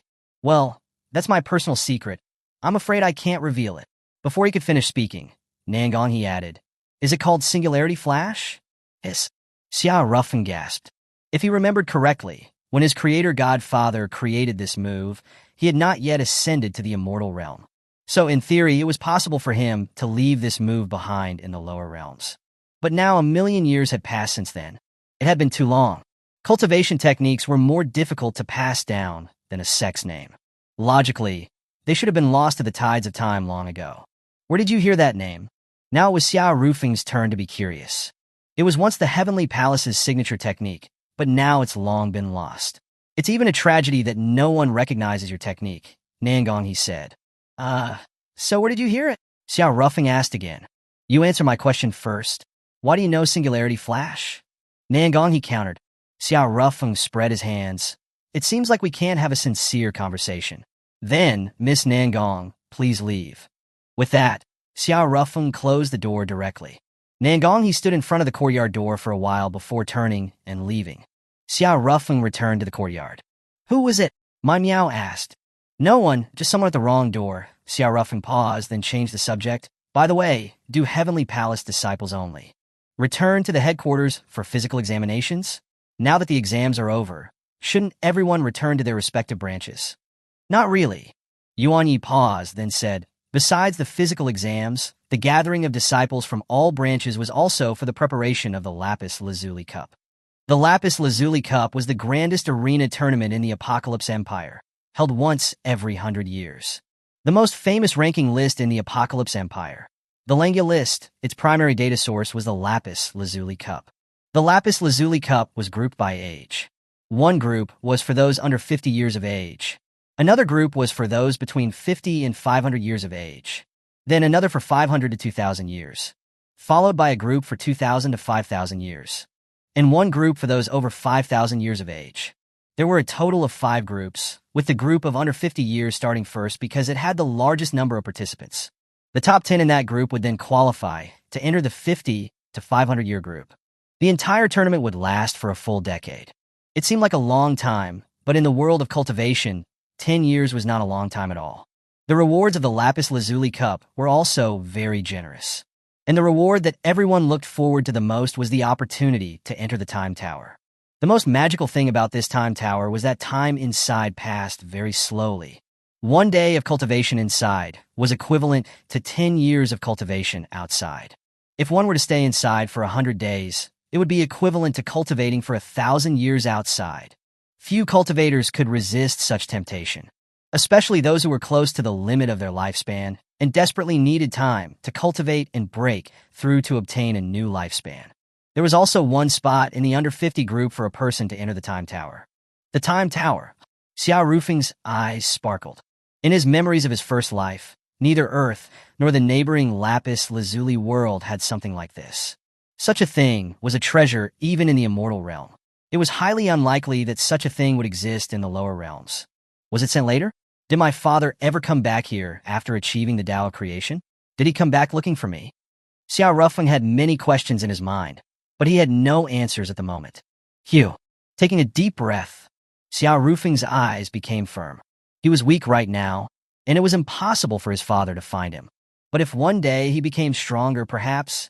Thinking about this, Xiao Rufeng's gaze suddenly became cold and stern. If I become stronger, the first thing I'll do is kill my way back to the Demon Island and personally kill that woman. Xiao Rufeng was not a person who hated evil. But throughout his 3 lives, there was only one person he hated to the core, and that was the woman who had betrayed him in his second life. Situ Anrin. This woman had used him to seize control of the Demon Island, become the Demon Island Empress, and then mobilized her army to surround and destroy him. The reason why he had ended up on Earth during his second life was because Situ Anrin had forced him to jump into the spatial turbulence. That was something that could even obliterate immortals. Fortunately, he was lucky enough not to be obliterated by the spatial turbulence. Instead, through some strange twist of fate, he came to Earth. Although they were both lower plane dimensions, the cultivation civilization of the Demon Island was far stronger than that of Earth. On the Demon Island, he had been forced to jump into the spatial turbulence, but on Earth, he could contend against the entire planet by himself. If I had focused on conquering the world, the whole Earth, including the neighboring Lapis Lazuli world, would probably already be mine. Unfortunately, I gave it all up for a woman. He shook his head. The past was not worth dwelling on. At this time, my Meow asked, when does the qualifying round for the Lapis Lazuli Cup start? In about a month. Yuan Yi took a bite of the grilled chicken leg and said, before that, various sects and family factions have to choose their representatives. How do they determine the spots? They register themselves and then fight in the arena. What else? Draw lots. The Lapis Lazuli Cup is very important. If the results are too poor, the sect star rating may be reduced. In that case, the resources obtained from the royal family would decrease. Within the Apocalypse Empire, although each faction had a certain degree of economic autonomy, most of the resources within the empire were controlled by the royal family. Every year, the royal family would distribute different amounts of resources according to each sect's star rating. This was also the main source of income for many sects. Are you going to register? Xiao Rufeng asked, looking at Yuan Yi. I'll pass. Our Heavenly Palace is a 5-star sect. We have 5 spots to participate in the qualifiers. But the competition is too fierce. Among the disciples under the age of 50, our Heavenly Palace has at least 10 who have reached the Golden Core realm. I have no chance, Yuan Yi said. Xiao Rufeng's eyes flickered. At this moment, Yuan Yi looked at Xiao Rufeng, blinked, suddenly thought of something, and was startled. Hey, Brother Rufeng, you wouldn't want to register, would you? Calm down. Although you can beat Qian Sheng, you absolutely cannot beat those 10 people. Those 10 people all have at least early Golden Core cultivation, and their battle power is at least at the mid-Golden Core realm. that is beyond anything you could defeat. Xiao Rufeng didn't say anything. He didn't want to participate, because he wanted to see that time tower. If it was left behind by his father, perhaps he would have a way to contact his father. However, Xiao Rufeng also knew that it would be too difficult to obtain the chance to enter the time tower. He couldn't even secure a spot within the Heavenly Palace, let alone compete with the geniuses of other factions. According to the Langya list, the most monstrous genius under the age of 50 had already broken through to the deity transformation realm, and no one knew how many unknown monstrous geniuses existed. However, this time in the Lapis Lazuli Cup, those reclusive monstrous geniuses would definitely participate. No one would be indifferent to the temptation of the Time Tower. At 9 o'clock in the evening, Yi Qing and Yuan Yi bid farewell one after another. And before leaving, Yuan Yi gave Xia Rufeng a spatial ring. "Brother, I sold 10 pure yang pills today. The spirit stones inside are the earnings." "All right." After Yuan Yi left, Xia Rufeng sat cross-legged in the courtyard and began to cultivate. During this time, he had been focusing on retrieving treasures from the black hole in his dantian. Although he had made some gains, he had neglected his own cultivation. Holding a spirit stone, Xiao Rufeng began to absorb the spirit energy within it. However, as soon as his pores opened, the gravity of the black hole in his dantian rapidly captured the spirit energy in the spirit stone. Almost in an instant, the once crystal-clear spirit stone had turned into a gray rock. The spirit energy inside had been sucked dry. Xiao Rufeng wiped his cold sweat. How overbearing! A standard high-grade spirit stone like that could be used by an average person for a week, or even a month. And Xiao Rufeng had used it up in just one breath. Then, the spirit stones that Xiao Rufeng had received from Yuan Yi were used up in less than 10 minutes. The remaining 2 spirit stones were left for Mai Miao. What frustrated Xiao Rufeng was that despite using so many spirit stones, his realm was still stuck at the peak of the Qi condensation realm. How much resources will it take to break through? Just thinking about it made Xiao Rufeng's head ache. With the spirit stones depleted, Xiao Rufeng could not continue to cultivate, and could only continue to dredge things from the black hole in his dantian. His luck didn't seem to be very good today. After dredging continuously for several hours, his mental energy was exhausted, yet he had come up with nothing. Just as Xiao Rufeng's consciousness was preparing to withdraw from the black hole in his dantian, he suddenly captured something. After pulling it out of the black hole, Xiao Rufeng was overjoyed. It was actually a breakthrough pill. Moreover, judging by the color and aroma of the pill, it was at least a high-grade pill. Breakthrough pills were probably one of the most sought-after pills in the world of cultivation. Some people were trapped in a certain realm for many years and unable to break through, but they only needed one breakthrough pill to break through successfully. Without hesitation, Xiao Rufeng swallowed it directly. He didn't plan to sell it, because he needed it urgently right now. If his realm remained unable to break through, he had no chance of winning against the Heavenly Palace's top 10 geniuses. After all, even with his dantian black hole, his strongest battle power was only at the early Golden Core realm. And the battle power of those top 10 geniuses was at least at the mid-Golden Core realm. With such a high-grade breakthrough pill, I should be able to reach the peak of Foundation Establishment realm, right? Xiao Rufeng thought. However, the reality proved that he was too optimistic. After the breakthrough pill dissolved in his body, its powerful effects helped Xiao Rufeng break through the shackles of the Qi condensation realm and reach the Foundation Establishment realm. But it was only at the early Foundation Establishment realm. He was somewhat disappointed. However, soon after, Xiao Rufeng became excited, because he discovered that after breaking through to the Foundation Establishment realm, the gravity of his dantian black hole could extend outside his body. Although the range was only about a meter around him, it was enough to greatly increase his fighting power. He tried going to a large stone in the courtyard and activating the black hole's gravity. That stone, which weighed at least 2 to 3 tons, was easily pulled towards Xiao Rufeng. The strength of the gravity was obvious. Wow, this is much stronger than ordinary gravity spells. As expected of a black hole, the source of all gravity in the universe. Xiao Rufeng was very excited. With this strength of gravity, even ordinary Golden Core cultivators would find it difficult to escape if they were captured by it. The only drawback was that the gravity range was too small. However, with the way things look in the future, as my cultivation realm increases, the gravity range will also expand. Xiao Rufeng's mind suddenly conjured the image of a singularity black hole in the Alpha star system from his first life. that swallowed up an entire star system. It was shocking. Speaking of which, the black hole in my Danteon once swallowed half of the old universe. If my father is the god of creation, then I am the god of destruction. Thinking about this, Xiao Rufeng's scalp went numb. If my father finds out later that I'm carrying such a terrifying thing, would he still acknowledge me as his son? Although he felt somewhat uneasy and worried, Xiao Rufeng still wanted to contact his father. He had not seen his mother in many years. Compared to his father, Li Tian, Xiao Rufeng had a better relationship with his mother, Xia Qinxue. After all, for his father, he had many wives and many children. But for his mother, he was her only child. When he was swallowed by the black hole and disappeared, his mother must have been very upset. I wonder how my mother is doing now. At this moment, the eastern sky was turning light and dawn was approaching. My Meow also woke up. My Meow looked at Xiao Rufeng, blinked first, and then said with joy, "Rufeng, you broke through?"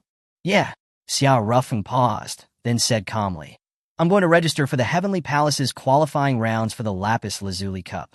My Meow's expression changed slightly, but even if you are in the Foundation establishment realm, it's still very difficult to get into the top 5. I heard that the Heavenly Palace's top 10 geniuses are already in the Golden Core realm, and their fighting power is even higher than their cultivation realm. She paused, took a deep breath, and then chuckled. "But if you've made up your mind, then go for it. I'll be cheering for you." "Thank you. I'm going to change my clothes." Then, Xiao Rufeng entered the house. My Meow sighed softly. Xiao Rufeng was always polite to her. It felt so distant. My Meow sat down in the courtyard, staring blankly at the sky, not knowing what she was thinking. A moment later, Xiao Rufeng came out of the house, and then he and my Meow left the residence together, preparing to register. When they arrived at the plaza, they heard the roar of demonic beasts in the sky. Many of the Heavenly Palace disciples' faces changed drastically. "Is it an enemy attack?"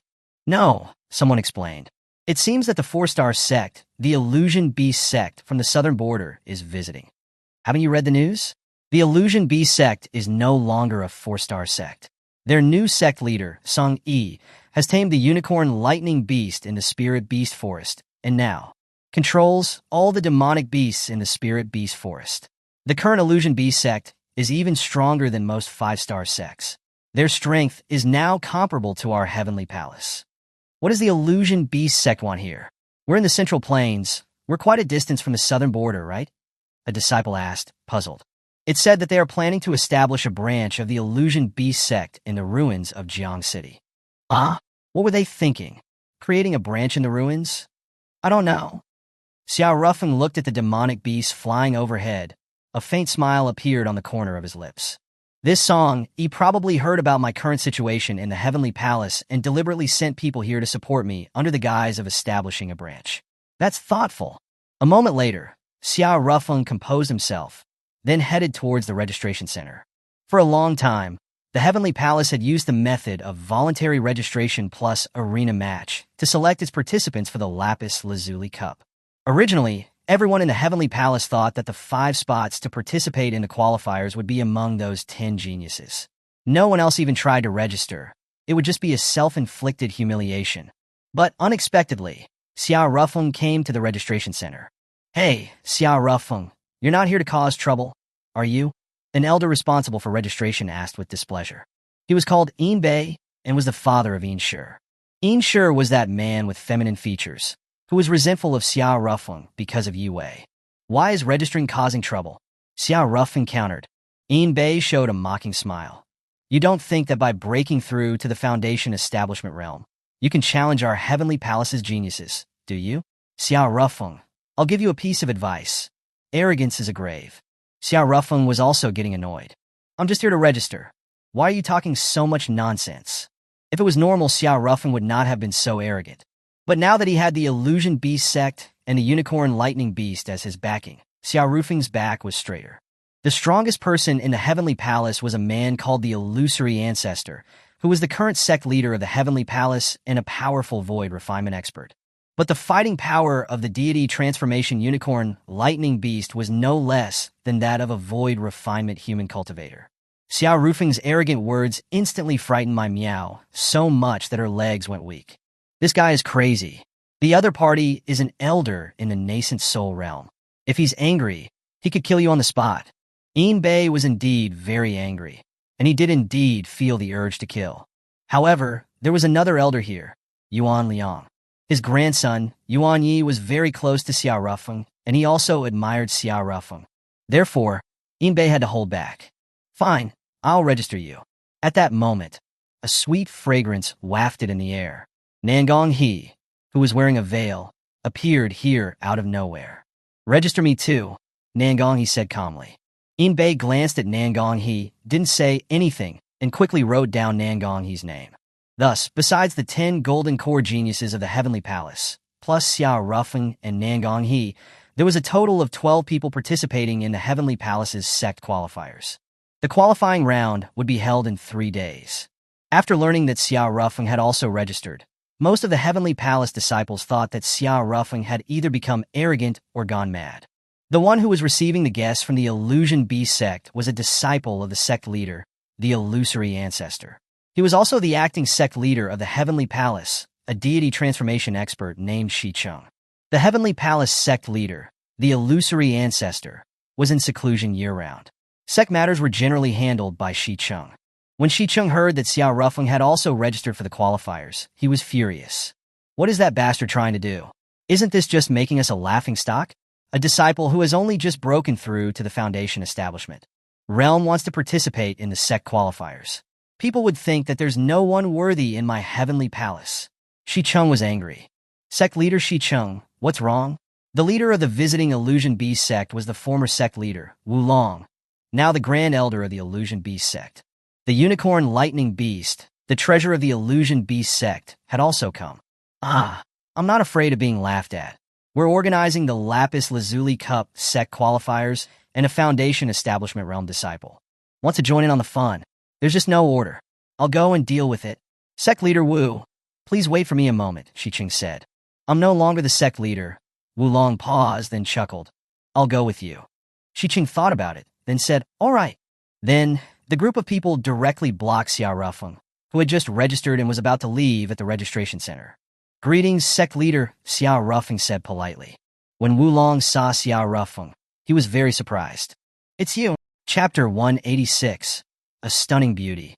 Wulong was somewhat surprised. He didn't know that Xiao Rufeng was the hidden boss of the Illusion Beast sect, but he knew that this guy had killed several disciples of the Illusion Beast sect, including Sun Sa, the grandson of the sect elder, Sun Li. Originally, according to sect rules, Xiao Rufeng should have been executed. But Song Yi had said that Xiao Rufeng had acted in self-defense. They had only imprisoned him, and later, merely expelled him. He had not been tortured.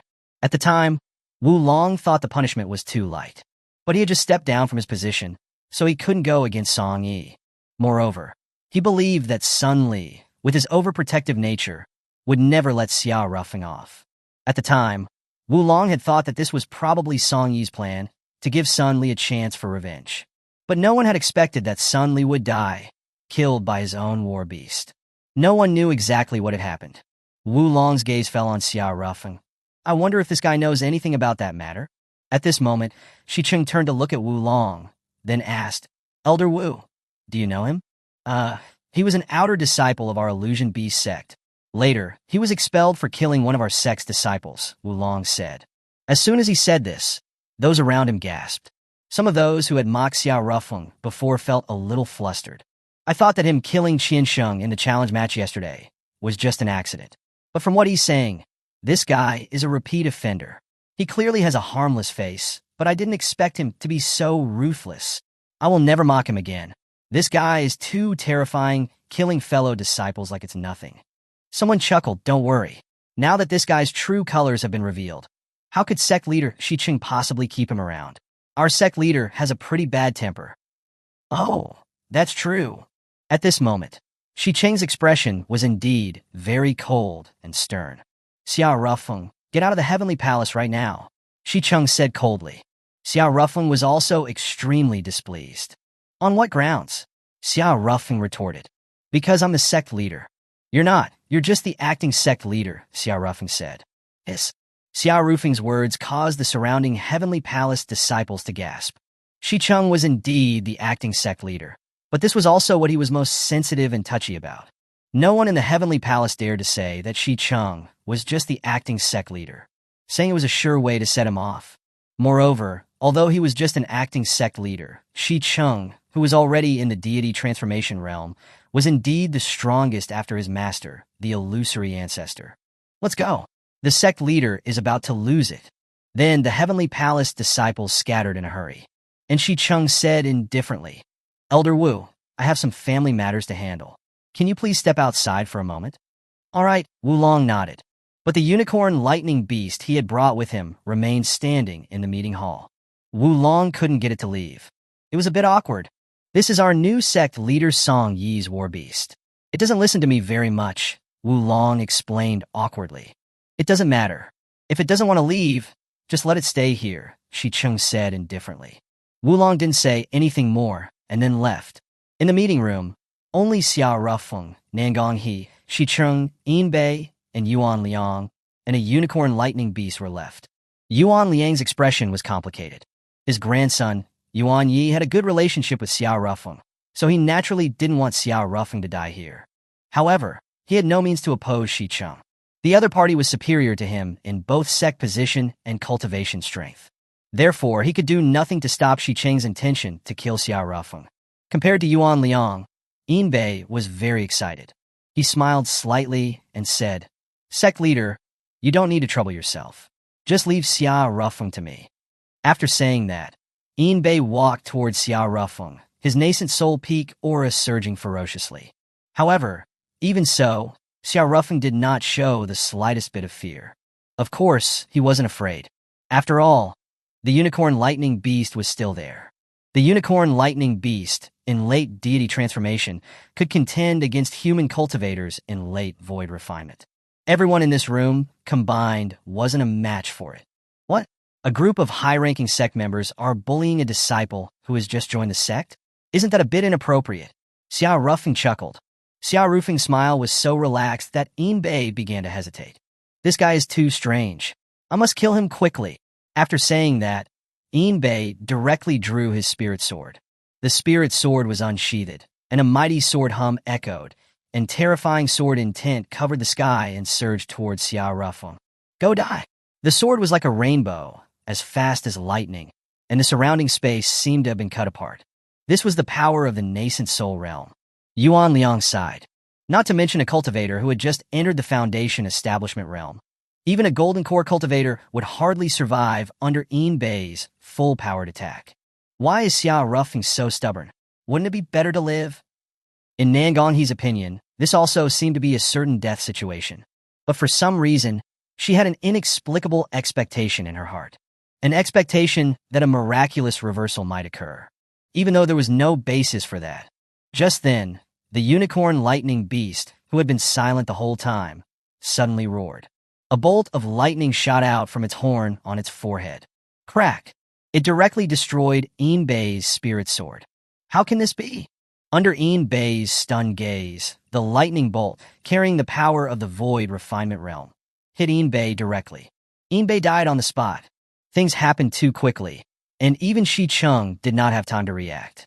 At this moment, Xia Rufeng moved. He didn't look at Yin Bei's corpse. Instead, he came to a stone statue enshrined in the meeting room. It was a human-shaped stone statue, and it was in the image of his father. Before ascending, the Heavenly Palace's founder, Li Tian, left behind two signature techniques, one called Singularity Flash and one called Nine Lotus. Swordplay. You claim to be the descendants of the Heavenly Palace. Which of you know these two techniques?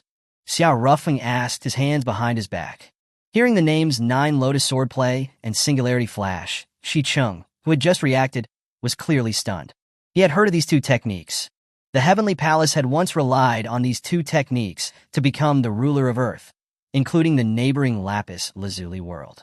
But later, as time went by, due to various reasons, the Heavenly Palace gradually declined, even vanishing for a time in the river of history, and those two signature techniques of the sect had gradually been lost.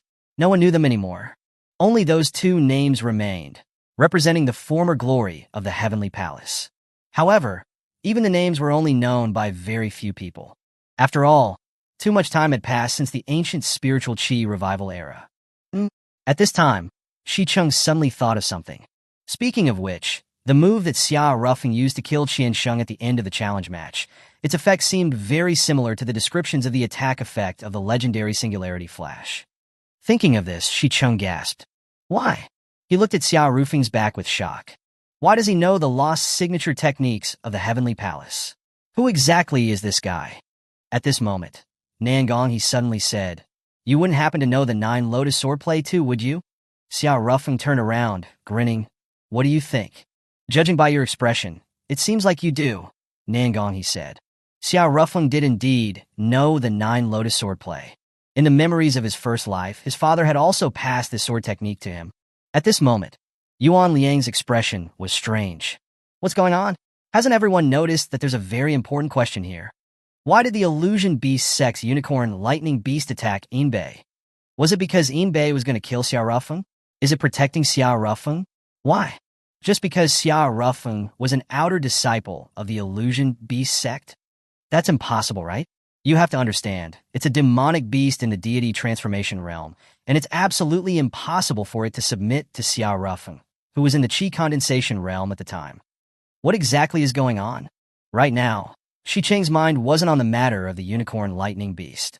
His mind was full of the Heavenly Palace's 2 signature techniques. Even his eyes were burning. Nangong, he looked at Shi Cheng, and then suddenly said, Xia Rufeng, could you possibly be a reincarnation of the ancestrally Tian?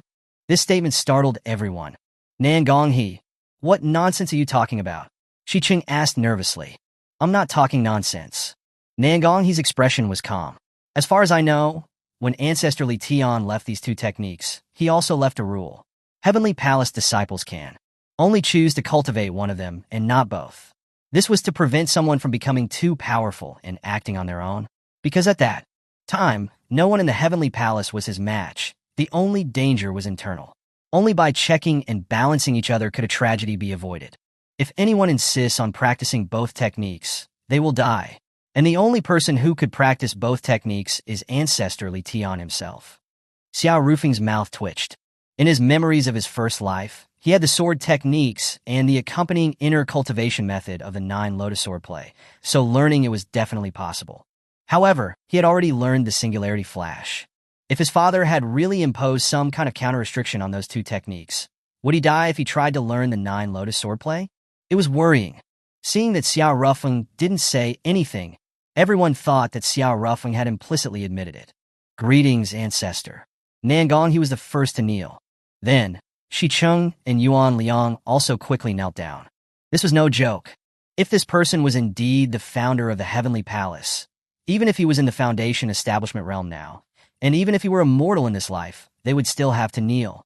At this moment, Xia Rufeng's eyes flickered, and he finally made a decisive choice. I'll temporarily pretend to be my father. After composing himself, Xia Rufeng's gaze fell on Nangong He, and he said, Nangong He, now you can tell me, what is your identity? Yes. Nangong He then removed her veil, revealing a stunningly beautiful face.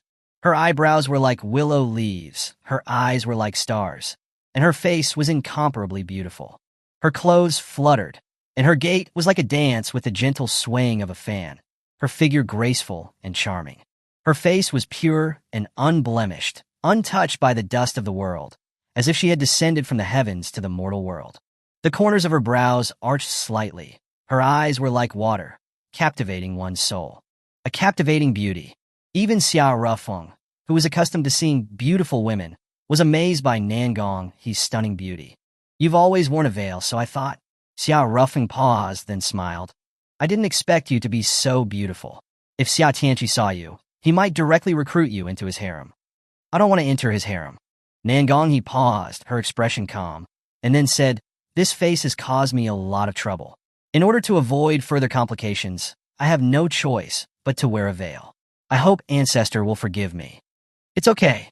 Just continue to wear it, Xia Rufeng said. Yes. Then, Nangong, he put on her veil again. I am from the Lapis Lazuli world. My ancestors were once disciples of the Heavenly Palace. Joining the Heavenly Palace has always been my dream, Nangong, he said. Which faction is your family now part of? Xia Rufeng asked again. Clearly, Nangong, he was wearing a magic item that concealed her cultivation aura, which was not something an ordinary faction could possess. Nangong he hesitated but finally said, the North Star. What? Hearing this name, Shi-chung and Yuan Liang both had a drastic change in their expression. Ancestor, we can't let Nangong he join our heavenly palace. Shi-chung quickly said. Why not? Because about 100 years ago, the Apocalypse Emperor had just awakened, began his reforms, and prepared to nationalize the spiritual minds in various places, which would undoubtedly damage the interests of many large factions. The North Star rebelled, but they were decisively suppressed by the Apocalypse Emperor. The royal family is still pursuing the remnants of the North Star. Xiao Rufeng suddenly remembered. When he had just arrived in Koan City, he had heard that a super 9-star sect faction had tried to challenge royal authority, but they were decisively suppressed by Xia Tianqi and annihilated overnight. The factions that had originally planned to support the North Star changed their minds instantly and chose to submit. Since then, no one had dared to challenge royal authority. Ancestor, if we keep Nangong he here, it will bring ruin to our heavenly palace, Shi-chung added. Nangong he remained silent throughout, ignoring what those who were present know, who would know Nangong he's identity. Putting it another way, if Nangong he hadn't said it herself, would you have known about her background?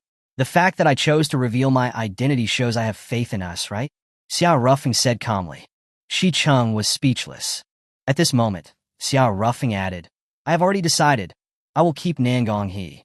He paused, looked at Shi-chung, then added, if you disagree, you can call your master over. No, Shi-chung quickly said, whatever the ancestor says is the rule. Only then did Xiao Rufeng say, Shi-chung, you have a lot of talent in swordsmanship. If you were to combine it with the 9 Lotus swordplay, your fighting power would surely increase. Hearing this, Shi-chung was stunned at first. Then he was overjoyed.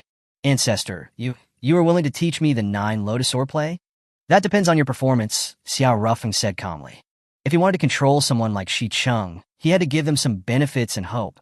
Moreover, the 9 Lotus swordplay and the Singularity Flash were originally left behind by his father for the Heavenly Palace.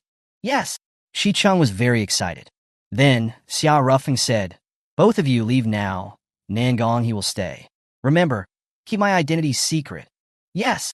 Then, Shi-chung and Yuan Liang left. After the two left, Nangong he suddenly smiled slightly. You were pretending well, your acting skills are good.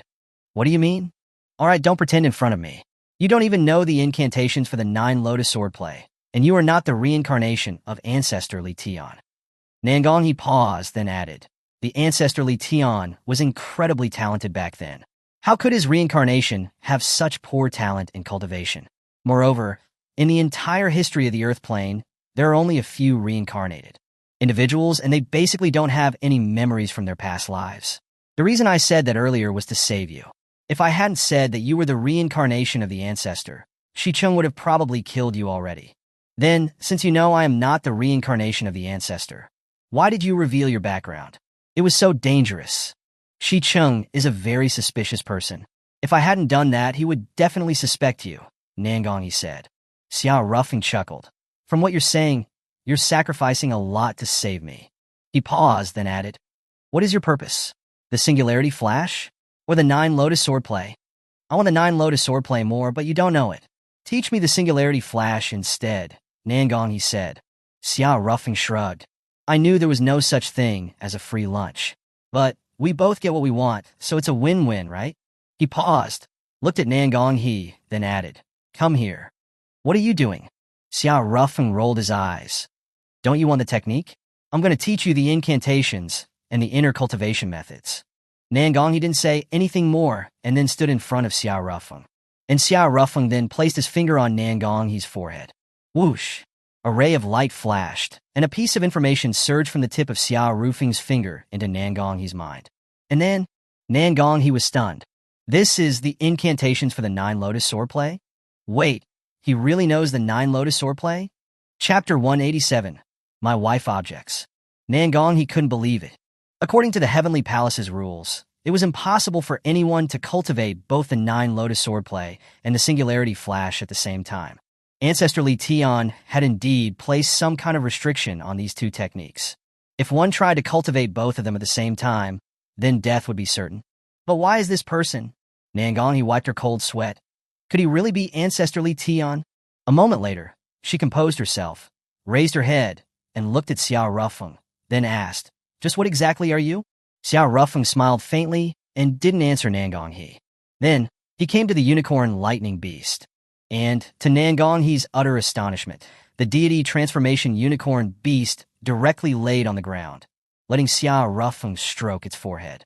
This scene completely baffled Nangonghe. It was at this time that she finally came to her senses.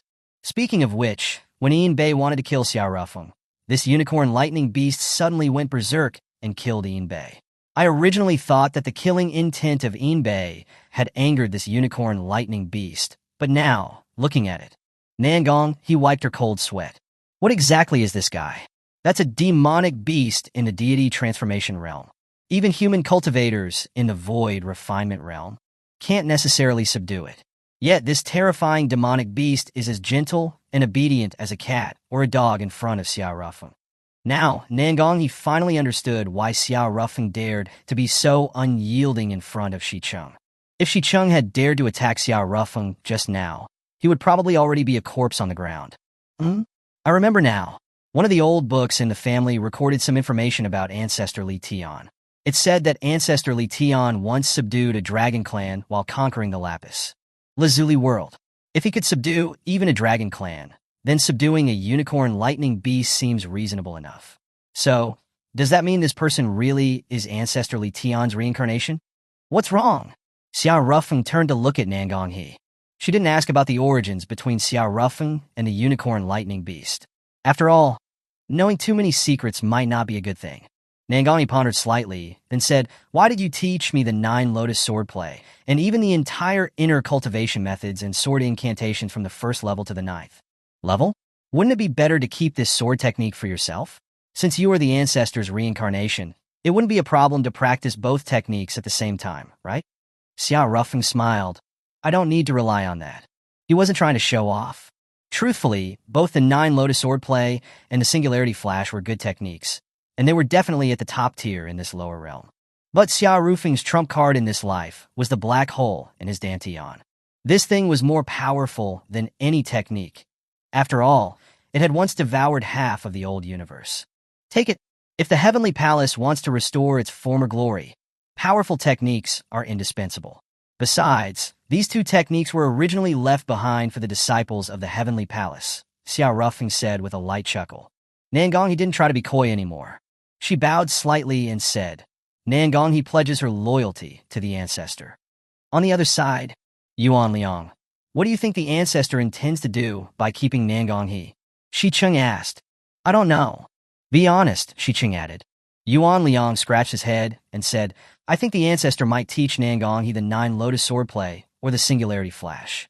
After all, Nangonghe revealed her identity to show her loyalty. He would have to reward her." "That's what I think as well." Xicheng paused and then sighed. "We missed our chance." Yuan Liang chuckled and said, "It's all right. Now that the ancestor is back, there will be plenty of opportunities to be filial to him." That's right. At this time, Wu Long came over. About the war beast of our illusion beast sect." Only then did Xicheng realize his heart skipped a beat. Speaking of which, that unicorn lightning beast also knows the ancestor's secret. What should we do? Xicheng was a little worried. After all, he couldn't beat that unicorn lightning beast. Except for his master, who was in seclusion, no one in the Heavenly Palace, top to bottom, could beat a demonic beast in the deity transformation realm. At this moment, the door to the meeting room opened. The unicorn lightning beast came out of the meeting room first. Xicheng and Yuan Liang exchanged a look and quickly ran back into the meeting room. They were afraid that the unicorn lightning beast would kill Xiao Rufeng. After all, although Xiao Rufeng was the ancestor's reincarnation, his realm in this life was too low, and he had no chance of winning against a demonic beast in the deity transformation realm. If he died just like that, then who knows how many years would pass before the Heavenly Palace would welcome the return of their ancestor again. It was even possible that he wouldn't be able to reincarnate again. However, thankfully Xiao Rufeng was fine. He had even cleaned up Yin Bei's corpse.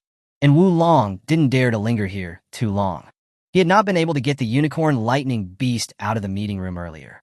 If he accidentally lost this unicorn lightning beast, then the illusion beast sect would probably lose control over the demonic beasts in the spirit beast forest again. He couldn't take that responsibility. After Wu Long left with the unicorn lightning beast, Shi Cheng's gaze turned to Nangonghi again. Nangonghi didn't try to hide it. She directly chanted the incantation, and a sword slash with a lotus flower pattern roared out, directly destroying a huge rock in the center of the meeting room plaza. The power was remarkable. Lotus flower sword intent. Shi Cheng was very excited. It really is the legendary 9 lotus swordplay. I just learned it, but even so, the power is so amazing. Nangonghi paused, then looked at Xiao Ruffing and said, the ancestor who created this technique was truly too powerful. She paused and looked at Shi Cheng, then said, Sect leader, you don't need to be in a hurry. The ancestor said, as long as you perform well, you'll also have a chance to learn the 9 lotus swordplay. Yes, Shi Cheng quickly replied. Then, I'll take my leave. I need to go back and practice diligently. After saying that, Nangonghi left. Xiao Ruffling then came to the huge rock that had been destroyed by Nangonghi's sword slash and sighed. That woman is indeed a monster. She's only 30 years old, yet she's already in the mid-nascent soul realm. When Nangonghi had unleashed her attack just now, she hadn't been able to hide her cultivation aura. After all, an attack had to use spirit energy. Once spirit energy was used, her cultivation realm was naturally revealed. At this moment, Yuan Liang also said with emotion, I didn't expect Nangonghi to be in the mid-nascent soul realm. I'm only in the late nascent soul realm. Xiao Ruffing chuckled and said, don't think that your realm is higher than hers by just a small realm. If you were to fight her, you might not be her match. Yuan Liang chuckled awkwardly, unable to refute. By the way, ancestor, are you really going to participate in this lapis lazuli cup? Shi Cheng asked at this moment. Yes. Our heavenly palace has 5 spots. I'll reserve one for you, Shi Cheng said. Don't. Xiao Ruffing paused, then added. That's too obvious. Remember, my identity must not be revealed. Yes, Shi Cheng and Yuan Liang quickly said. Ancestor, there's one more thing, Shi Cheng said again at this moment. What is it? It's about the Illusion Beast sect in the southern border. They want to apply to establish a branch in Jiang City. What do you think about this? Shi Cheng asked. That's fine. I was also from the Illusion Beast sect in this life. It's good, Xiao Ruffing said. But weren't you expelled by them? Shi Cheng said. Xiao Ruffing chuckled. That's the lightest punishment that the new sect leader of the Illusion Beast sect could do.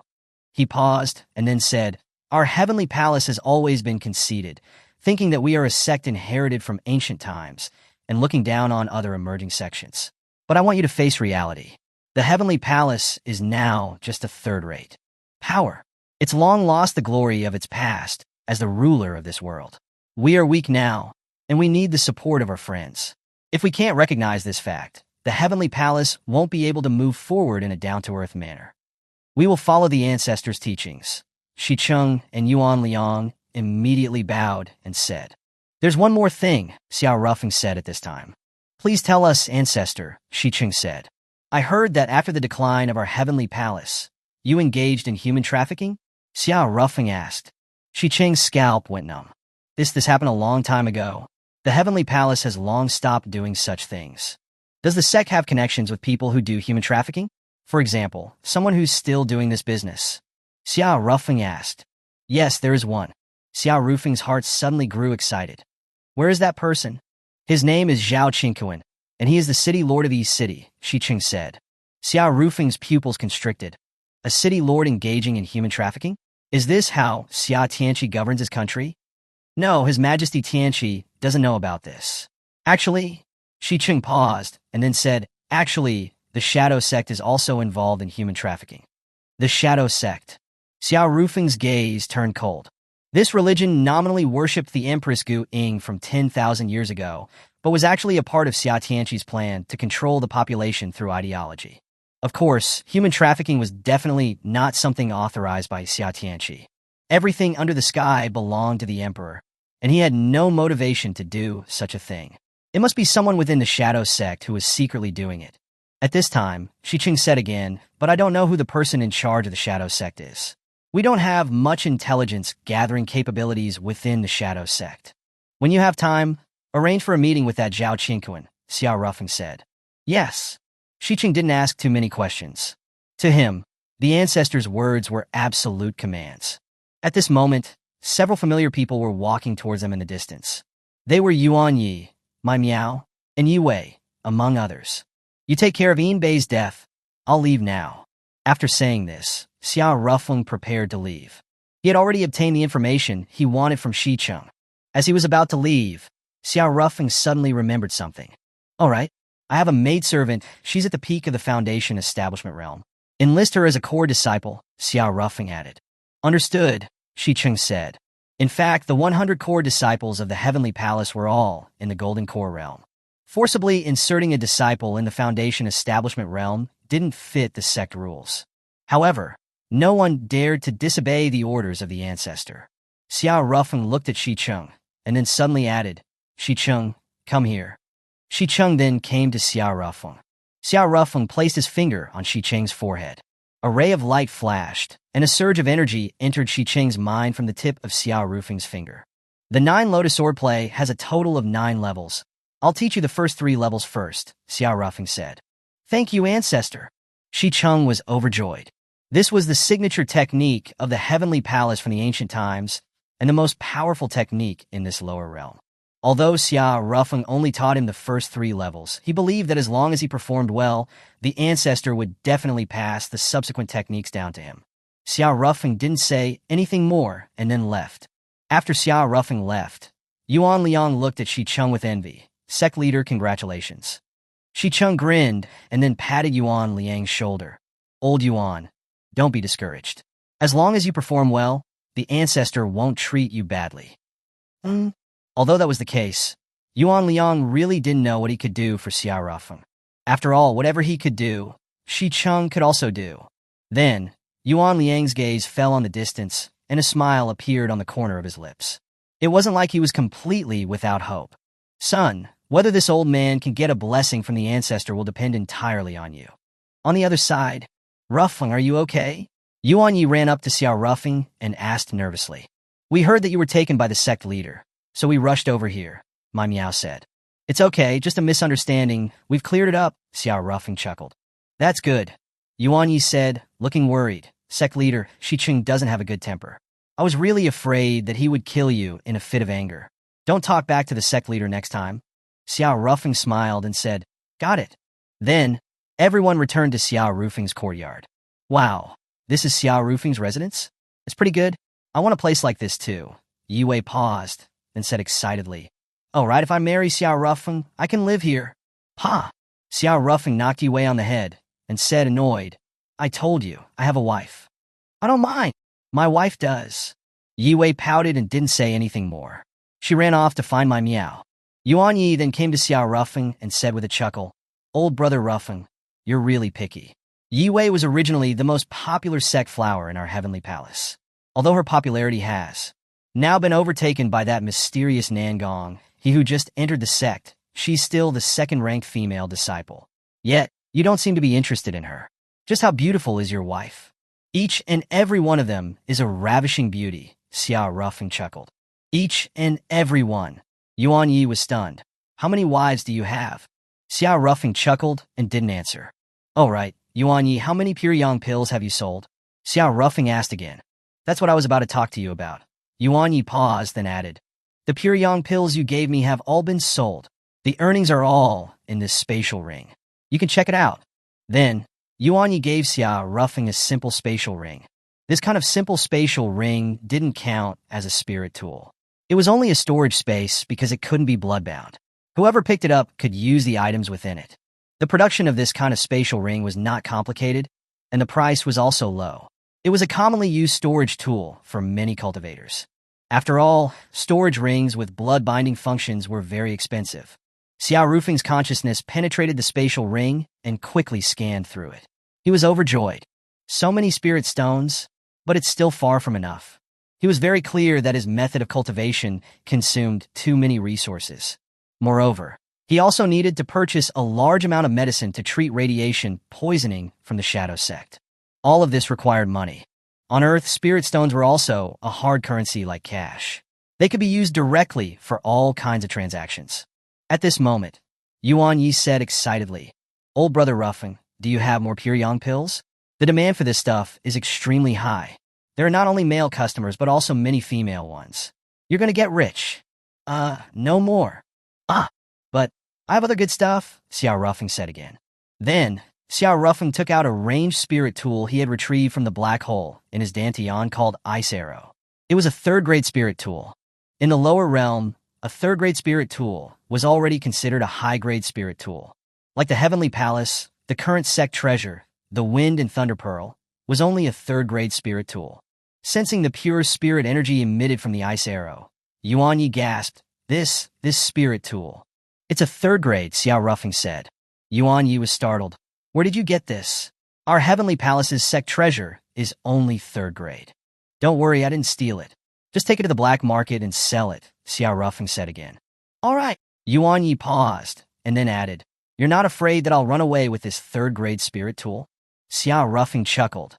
If that's all you're capable of, then I must have misjudged you. Yuan Yi didn't say anything more. He didn't know what kind of person Xiao Rufeng was, but if a person could randomly take out a third-grade spirit tool to sell, then they were definitely not ordinary people. Understood. Yuan Yi accepted the Ice Arrow. There's one more thing, Xiao Rufeng said at this moment. I need a recipe that can treat radiation sickness. See if you can buy one for me on the black market. Yuan Yi was stunned. Radiation sickness? There's still radiation sickness now? Earth destroyed nuclear weapons and nuclear power plants many years ago. There shouldn't be radiation sickness, right? I need it, Xiao Rufeng said. Yuan Yi didn't continue to pursue the matter. Understood. Then, Yuan Yi left. A moment later, Yi Wei and Yi Qing also left. Finally, it's quiet. My Miao stretched in front of Xiao Rufeng. Xiao Rufeng glanced at my Miao's chest, and then said, Take off the breast padding. There's no need to pretend. Just be your authentic self. PFT. My Miao almost coughed up blood. A moment later, she said with resentment, Hey, Xiao Rufeng, your wives are all on Blue Star, and now, Bai Bing isn't here either. Aren't you lonely? Don't you have physiological needs? No. A single word shut my Miao up completely. I don't want to talk to you anymore. Oh, right, Xiao Rufeng said at this moment, and threw a simple storage ring to my Miao. There are some spirit stones here. Use them for cultivation. Also, I've already recommended you to be a core disciple. No way, my Miao asked with a suspicious expression. Did you, give someone the old wink and a smile? As far as I know, the lowest. Core disciples in the Heavenly Palace are in the Golden Core realm. Why would they take me, someone in the Foundation Establishment realm? Just pretend that I did, Xiao Rufeng said with a light chuckle. My Miao didn't know what to say. She accepted the spatial ring that Xiao Rufeng gave her, casually checked it, and was stunned. There were a full 100 extreme-grade spirit stones inside, and an unknown number of first-grade spirit stones. You had to know that Heavenly Palace Core disciples could only receive one extreme-grade spirit stone per month. Xiao Rufeng, where did you get so many spirit stones? My Miao asked with an even more suspicious expression. Did you steal the Heavenly Palace's warehouse? Do you want it or not? If you don't want it, I'll give it to someone else. Of course I want it. My Miao quickly shoved the storage ring inside her bra, and then said, If you got the guts, come and take it. Xiao Rufeng's mouth twitched. All right, don't be so cheeky. Go and cultivate. I'm going to take a bath first. Then, my Miao went to the bathroom. Chapter 188. I think I'm starting to like this man. After taking off her clothes and lying in the bathtub in the bathroom, my Miao looked at the simple storage ring in her hand, silently. Then, she suddenly sighed. If I wasn't so flat-chested, would Xiao Rufeng look at me as a woman? During the days she had spent with Xiao Rufeng, my Miao gradually realized that she seemed to be falling for this man. But she was also very clear that Xiao Rufeng had no interest in her. Speaking of which, of all of Xiao Rufeng's women, whether it's Jiang Li, and Lei, Jiang Lu, or Su Ji, including Bai Bing, without exception, they're all C-cup or bigger. He really does like big-breasted women. My Miao felt a little depressed. We all have roughly the same shortcomings. And yet just because my breasts are a little smaller, I'm losing all my appeal? That's not fair. Xiao Rufeng didn't have mind-reading skills, so he had no idea about my Miao's inner monologue. He was currently cultivating under a tree in the courtyard. This time, Yuan Yi had brought him a lot of spirit stones from the sales of the pure yang pills. After one night, the once full storage ring was empty again. And yet he was still in the early Foundation Establishment realm. He hadn't been able to break through. Xiao Rufeng scratched his head. So many spirit stones. It's enough for 10 people to break through from the early Foundation Establishment realm to the mid-Foundation Establishment realm. My Dantian black hole is like a bottomless pit. At that moment, the mountain gate bell rang. Today was the opening day of the Heavenly Palace's internal selection matches for the Lapis Lazuli Cup. According to tradition, all cultivators below the nascent soul realm were to watch. This was a battle between the geniuses of the Heavenly Palace, which was a boon for the lower realm disciples. By watching the battles of the geniuses, they could have many insights and greatly benefit from it. However, this year was a little different. A waste had been mixed in with the group of geniuses. Many Heavenly Palace disciples were confused about Xia Rufing's registration for the internal selection matches. They were even more confused about why the elder responsible for the qualification review had accepted Xia Rufing's registration. Speaking of which, that guy seemed to have talked back to Elder Inbei and wasn't polite. Everyone thought he was going to be secretly executed by the sect, but who knew he was still alive and was even going to participate in the internal selection matches. Maybe the higher-ups think that directly executing a disciple would be bad for their image, so they want to kill him using someone else. Are you saying that the higher-ups want to use this internal selection match to get rid of Xia Rufing? Most likely. Xia Rufing's courtyard. At this time, my meow came out of the house. Xia Rufing looked at my meow and smiled. You took off the breast pads? Didn't you tell me to take them off? My meow asked with resentment. Xia Rufing didn't say anything and only said, let's go. When Xia Rufing arrived at the plaza, a man and a woman blocked his path. Are you Xia Rufing? The young man asked indifferently. His gaze was sharp, and his aura was extremely oppressive. That person is called Sun Wu. He is the most talented person under the age of 50 in the Heavenly Palace, second only to He Tianlei. He's only 27 and already in the Golden Core realm. Although he's only in the early Golden Core realm, he possesses the battle power of the late Golden Core realm. My meow whispered at this moment. So your senior brother Sun Wu? Hello, Xia Rufing said. I heard that you spoke disrespectfully to Elder Inbei and even sect leader Shi Cheng? Sun Wu asked indifferently. Did I? Xia Rufing paused and chuckled. Senior brother, seeing is believing, and hearing isn't. If I really offended the sect leader and the others, how could I have not received any punishment? There's also the saying that no smoke without fire. Sun Wu paused and then said coldly, be careful on the stage. After saying that, Sun Wu left. The female disciple who was with Sun Wu glanced at Xia Rufing, then left without a word. After Sun Wu and the woman left, He Tianlei also walked over. He also had to participate in the selection matches. But basically, everyone had already conceded a spot to He Tianlei.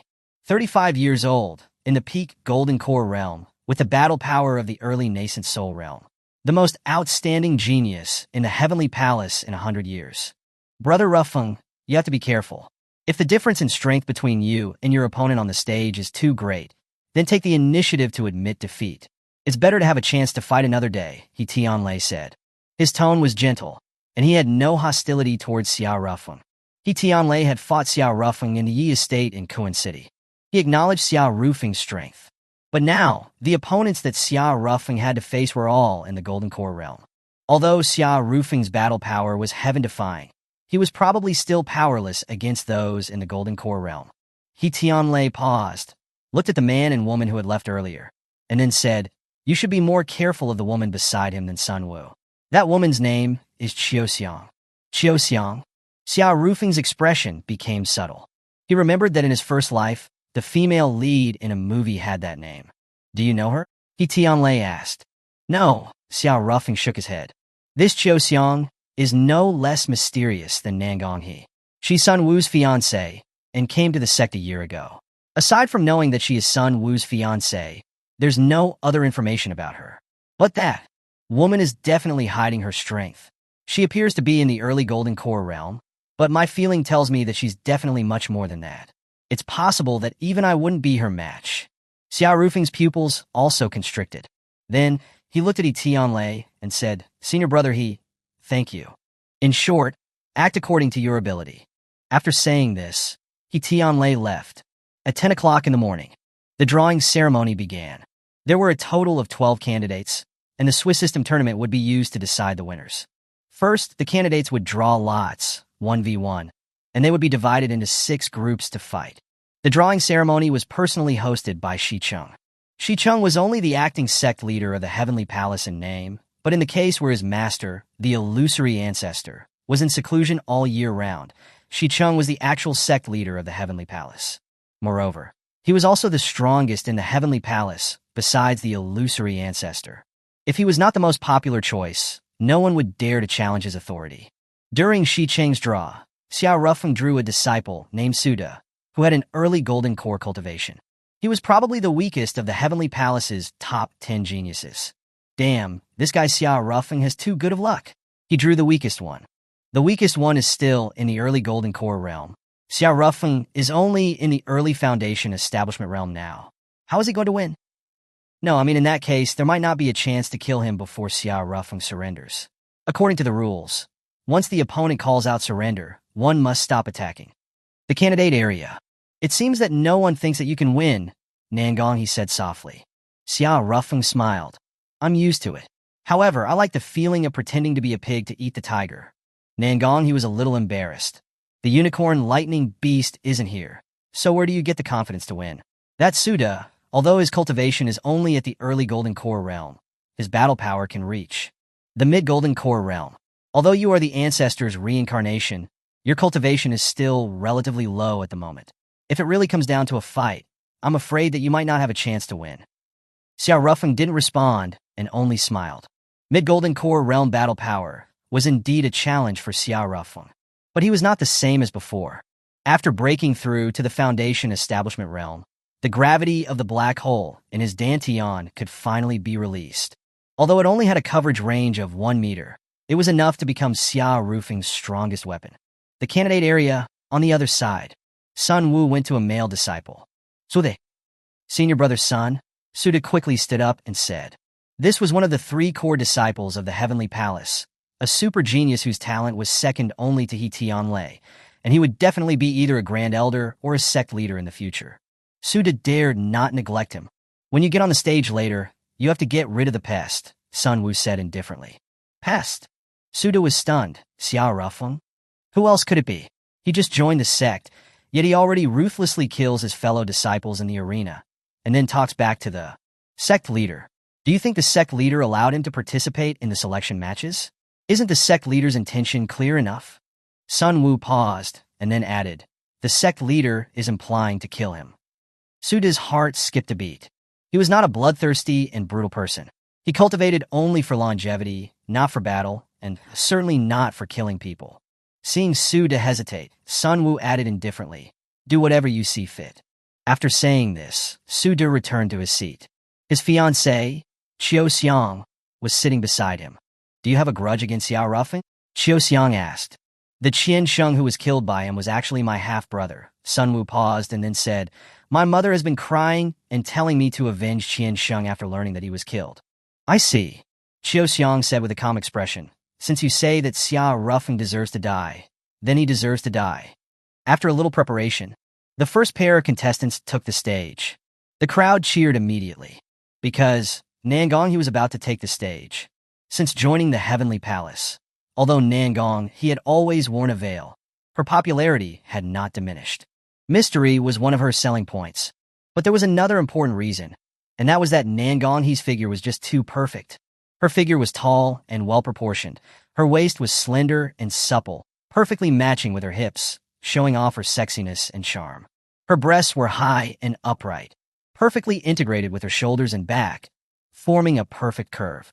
She could be called the #1 beauty in the Heavenly Palace. Even the Yi sisters paled in comparison to Nangong he when it came to figure. The only person who could rival Nangong he in terms of figure was Qiu Xiang. But Qiu Xiang was Sun Wu's fiancé. She already had an owner. So, everyone could only fantasize about Nangong he. Compared to the male disciples, the female disciples of the Heavenly Palace had completely different opinions about Nangong he. A vixen, a slut, a vase. Some female disciples even directly shouted for the opponent to beat Nangong he to a pulp. Amid the chaos of the audience, Nangong he's match began. She held her long sword, and a golden light burst forth from the sword's body, instantly illuminating the entire arena. The Lotus Sword intent swept across the arena and rushed straight for her opponent. This was a move from the 9 Lotus Sword play. Faced with Nangong, he using a big move right off the bat. Her opponent was clearly unable to parry it. Boom! Under Nangong he's terrifying sword intent, the opponent's defenses were destroyed, and he fell unconscious on the spot. One strike, guaranteed victory. He Tianlei's mouth twitched slightly. Although he had guessed that this Nangong he might be a little strong, he didn't expect her to be this strong. Also, what is her swordplay? I've never seen it before. He Tianlei was still pondering when the audience began to stir again. Xiao Rufeng and Suda, as the second pair of contestants, stepped onto the stage. The stage on Earth was not a small arena. It was a competition arena twice the size of a football field.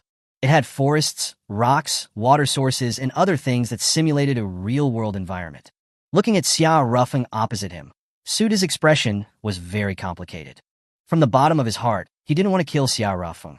But if he didn't kill Xiao Rufeng, Sun Wu would definitely cause trouble for him. He had no background. He only had a mother to rely on. If something happened to his mother... Thinking about this, Suda's expression gradually became stern. Xiao Rufeng also felt a hint of killing intent from Suda, but it wasn't strong. At this moment, accompanied by a whistle, the match began. The arena match had a basic rule. That is, the weapons used were all 9th grade spirit tools issued by the sect. This was to prevent someone from winning because they had a powerful magical tool, which would be unfair. Because the Heavenly Palace was a sect that focused on sword cultivation, Suda had also chosen a spirit sword. At this moment, Suda, holding his long sword, directly swept across at Xiao Rufeng with a sword attack. In that instant, the sword light flashed like a venomous snake that had just been unsheathed and instantly pierced the air, the sword light illuminating the entire arena. Xiao Rufeng didn't use a sword, but chose a staff instead. When the sword light swept over, Xiao Rufeng raised his staff. With a casual wave, a pillar of fire erupted violently into the sky, and a bolt of lightning streaked across the sky, violently colliding with the sword aura in front of him. Boom! The two forces collided.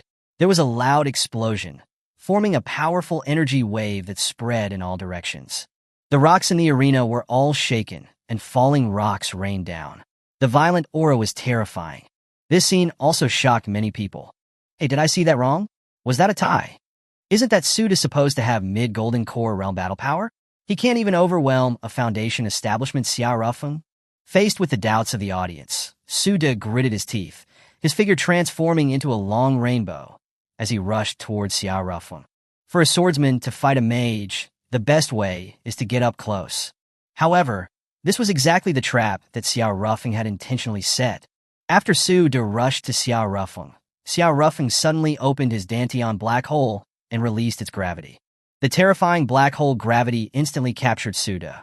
At this stage, limited by Xiao Rufeng's low cultivation realm, the Dantian black hole could not directly drag external physical substances into the black hole, but it could forcibly devour intangible energy, such as spirit energy and mental power. At the moment he was captured by the black hole's gravity, Suda discovered that he seemed to have been captured by a powerful gravity spell. He instinctively wanted to break free. But soon, something that terrified him happened. His spirit energy and mental power were being frantically devoured by Xiao Rufeng. What the hell is happening? After struggling to break free from the shackles of the black hole's gravity, Suda's spirit energy was almost depleted. What the hell is that?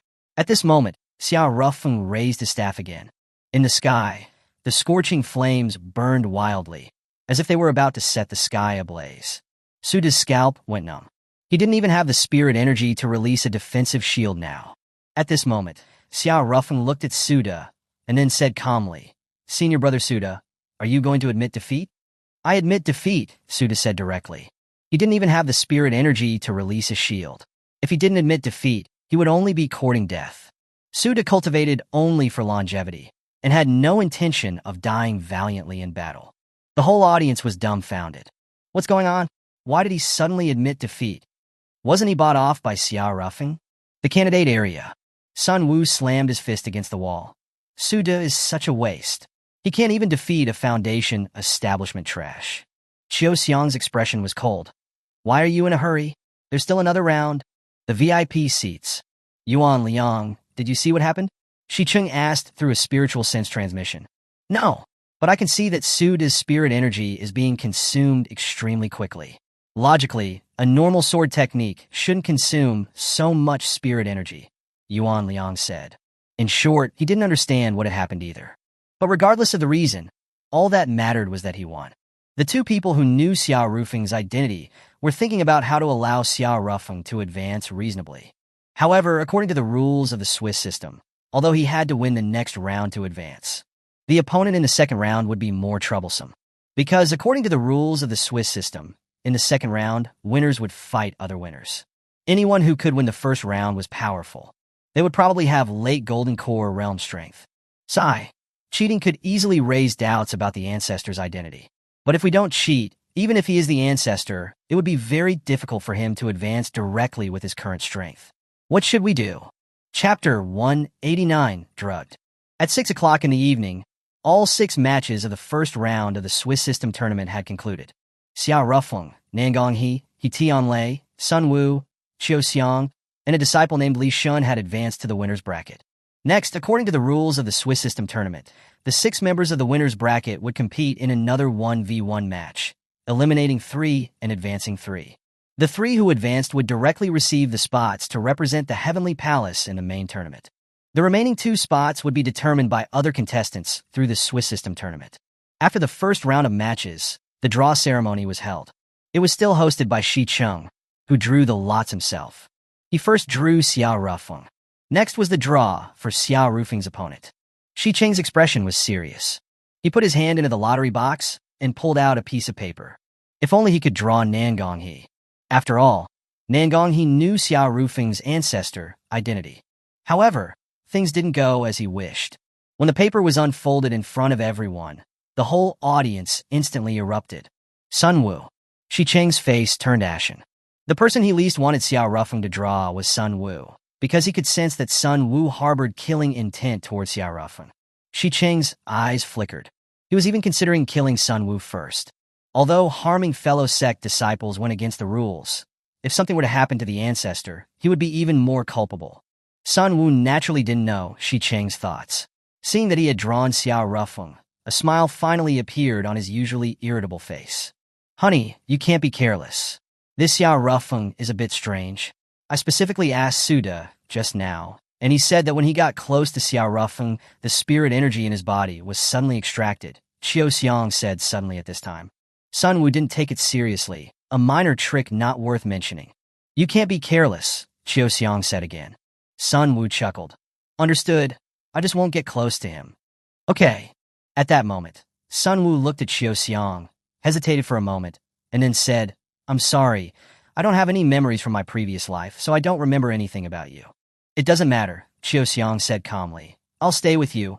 I believe that one day, you'll remember our story. On the other side, Xiao Rufeng was also pondering with his brow furrowed.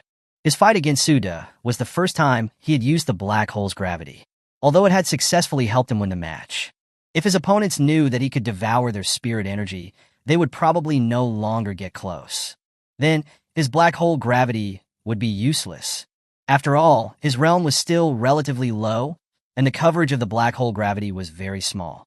However, there were gains too, because Xiao Rufeng had discovered another important use for black hole gravity. That was, it could be used to absorb cultivation resources. Originally, Xiao Rufeng's rate of absorbing resources was already fast enough. But, if he used the black hole gravity, his resource absorption rate would increase tenfold. For cultivators, the speed at which they absorb cultivation resources like spirit stones largely determined the speed at which they improved their cultivation. Of course, there were also problems. The resources required for Xiao Rufeng's black hole cultivation were practically astronomical, and he lacked resources. After pondering for a moment, Xiao Rufeng's eyes lit up.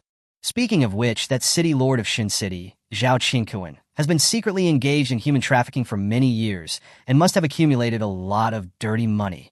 Then, as if thinking of something, the corners of Xiao Rufeng's mouth curved up slightly. The second round of matches would begin a week later. Many people went back to cultivate and make the most of their time. After all, the Lapis Lazuli Cup was the grandest event in the Apocalypse Empire in 100 years. Even if one couldn't win the spot to enter the Time Tower, being able to compete with world-renowned geniuses was a valuable experience. Moreover, for small sects like the Heavenly Palace, if one could shine at the Lapis Lazuli Cup, there was a possibility of being favored by the big forces. Historically, at every Lapis Lazuli Cup, many people from mid to lower-level sects were noticed by those top forces and recruited into their ranks. Of course, the sects that those people belonged to would also receive generous compensation. Everyone got what they wanted.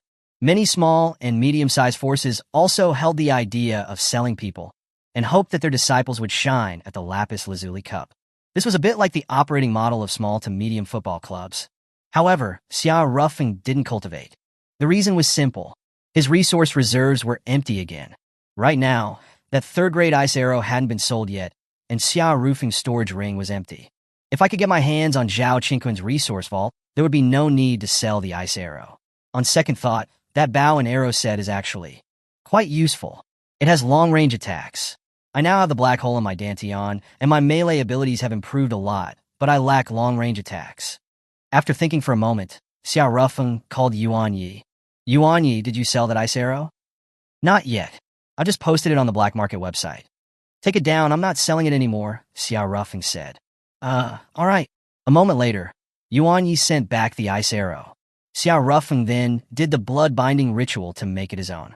But immediately, Xiao Rufeng was stunned, because he had actually discovered a spirit within it. A spirit was the soul of a spirit tool, but only a very few spirit tools had a spirit. Having a spirit meant having growth potential. Even if it was only a 9th grade spirit tool at the start, there was a chance for it to evolve into a higher grade spirit tool, or even an immortal artifact. The sword, Soul Reaver, that Xiao Rufeng used in his first life, was once an ordinary spirit tool, but later evolved into a mid-grade immortal artifact. Currently, adding this ice arrow, Xiao Rufeng already had 2 spirit tools with spirits. The other was that humanoid puppet. Luckily, I didn't sell it. A moment later, Xiao Rufeng composed himself and began to research the abilities of the ice arrow. The more he researched, the more pleasantly surprised he became. Besides being able to perform long-range piercing attacks and automatically track enemies, the ice arrow also had a freezing effect. Hence the name Ice Arrow. While he was researching, his phone rang. It was from Shicheng. Ancestor, Sun Wu is a danger to you. I want to find a chance to eliminate him, Shicheng said. Sigh. Xiao Rufeng sighed, then said calmly, Shicheng, I'll ask you. How much do you know about Sun Wu's fiancé? Xiaoxiang? Yes. Xiaoxiang doesn't have any background, right? Shicheng said. Xiao Rufeng sighed again, then added calmly, don't do anything rash. And don't investigate that Xiaoxiang. I will handle the matters with Sun Wu myself. Yes. Shicheng didn't dare to disobey Xiao Rufeng's orders. After hanging up, Xiao Rufeng's pupils also constricted. That day, when he first met Sun Wu, Xiaoxiang was also there. He had once made eye contact with Xiaoxiang. He had actually felt a sense of pressure. This was not normal. You had to know that his current soul was at the immortal level. Yet, despite this, he had actually felt pressure. What did that mean? That Xiaoxiang was also most likely a reincarnated immortal. As for whether she had any memories from her previous life, that was unclear. Xiao Rufeng didn't want to come into conflict with Xiaoxiang at this moment. At that moment, the phone rang again. It was Shicheng again. After pressing the answer key, Ancestor, we have a chance to meet Zhao Qingquan. Shicheng paused and then added, Zhao Qingquan called me just now, saying that his son is getting engaged tomorrow, and he wants me to attend the engagement banquet. Why is it so sudden? Won't it be a trap? No, that grandson of a Zhao Qingquan originally reserved many seats for powerful figures, but they are all busy with the internal selections for the Lapis Lazuli Cup and couldn't make it. So he had no choice but to find other people to fill the seats, Shicheng said. Shicheng paused and then added, Ancestor, you should come with me tomorrow. Okay, but if I go like this, it would be too eye-catching. I plan to disguise myself. That's good too. The next day, Xiao Rufeng took a disguise pill. Together with the pure yang pills, he had also retrieved a bottle of disguise pills. This was a high-level disguise pill, which could not only change one's appearance, but even one's aura. Of course, only during the duration of the pill's effect. After disguising himself, Xiao Rufeng found Shicheng. After verifying their identities, the two of them left Jiang City together, heading towards Yi City. In fact, Yi City was next to Jiang City. However, unlike the desolate and lonely Jiang City, Yi City was a very prosperous city. As soon as they entered the city, they saw a statue of Empress Gu Ying standing in front of a building in the city center. There's a branch of the Shadow sect here too. Xiao Rufeng also thought of Bai Shui again. On Earth, the two women he thought of the most were the Bai sisters. I wonder where that woman, Qing Qi, has taken my Bai Shui. Thinking about Bai Shui, Xiao Rufeng's expression also became complicated. He still didn't quite understand Bai Shui. In Koan City, when he had forcefully kissed by Shui, she hadn't rejected him. In fact, she had even been jealous of him. But she still refused to be his woman. Is it really because I'm too promiscuous? While pondering, the two of them had already arrived at the city lord's mansion of E-City. E-City was a city directly under the control of the royal family, which was slightly different from Koan City. Koan City was an autonomous city without a city lord and was jointly managed by multiple forces. The city lord's mansion in E-City was very grand, but besides its luxurious decor, what first caught Xiao Rufeng's eye was a woman. Qing-Chi. Xiao Rufeng paused. She's also in E-City? Does that mean that Bai Shui is also here? Earlier, when they had separated in Koan City, Qing-Chi had left with Bai Shui and Mai He. Xiao Rufeng looked around, but didn't see Bai Shui.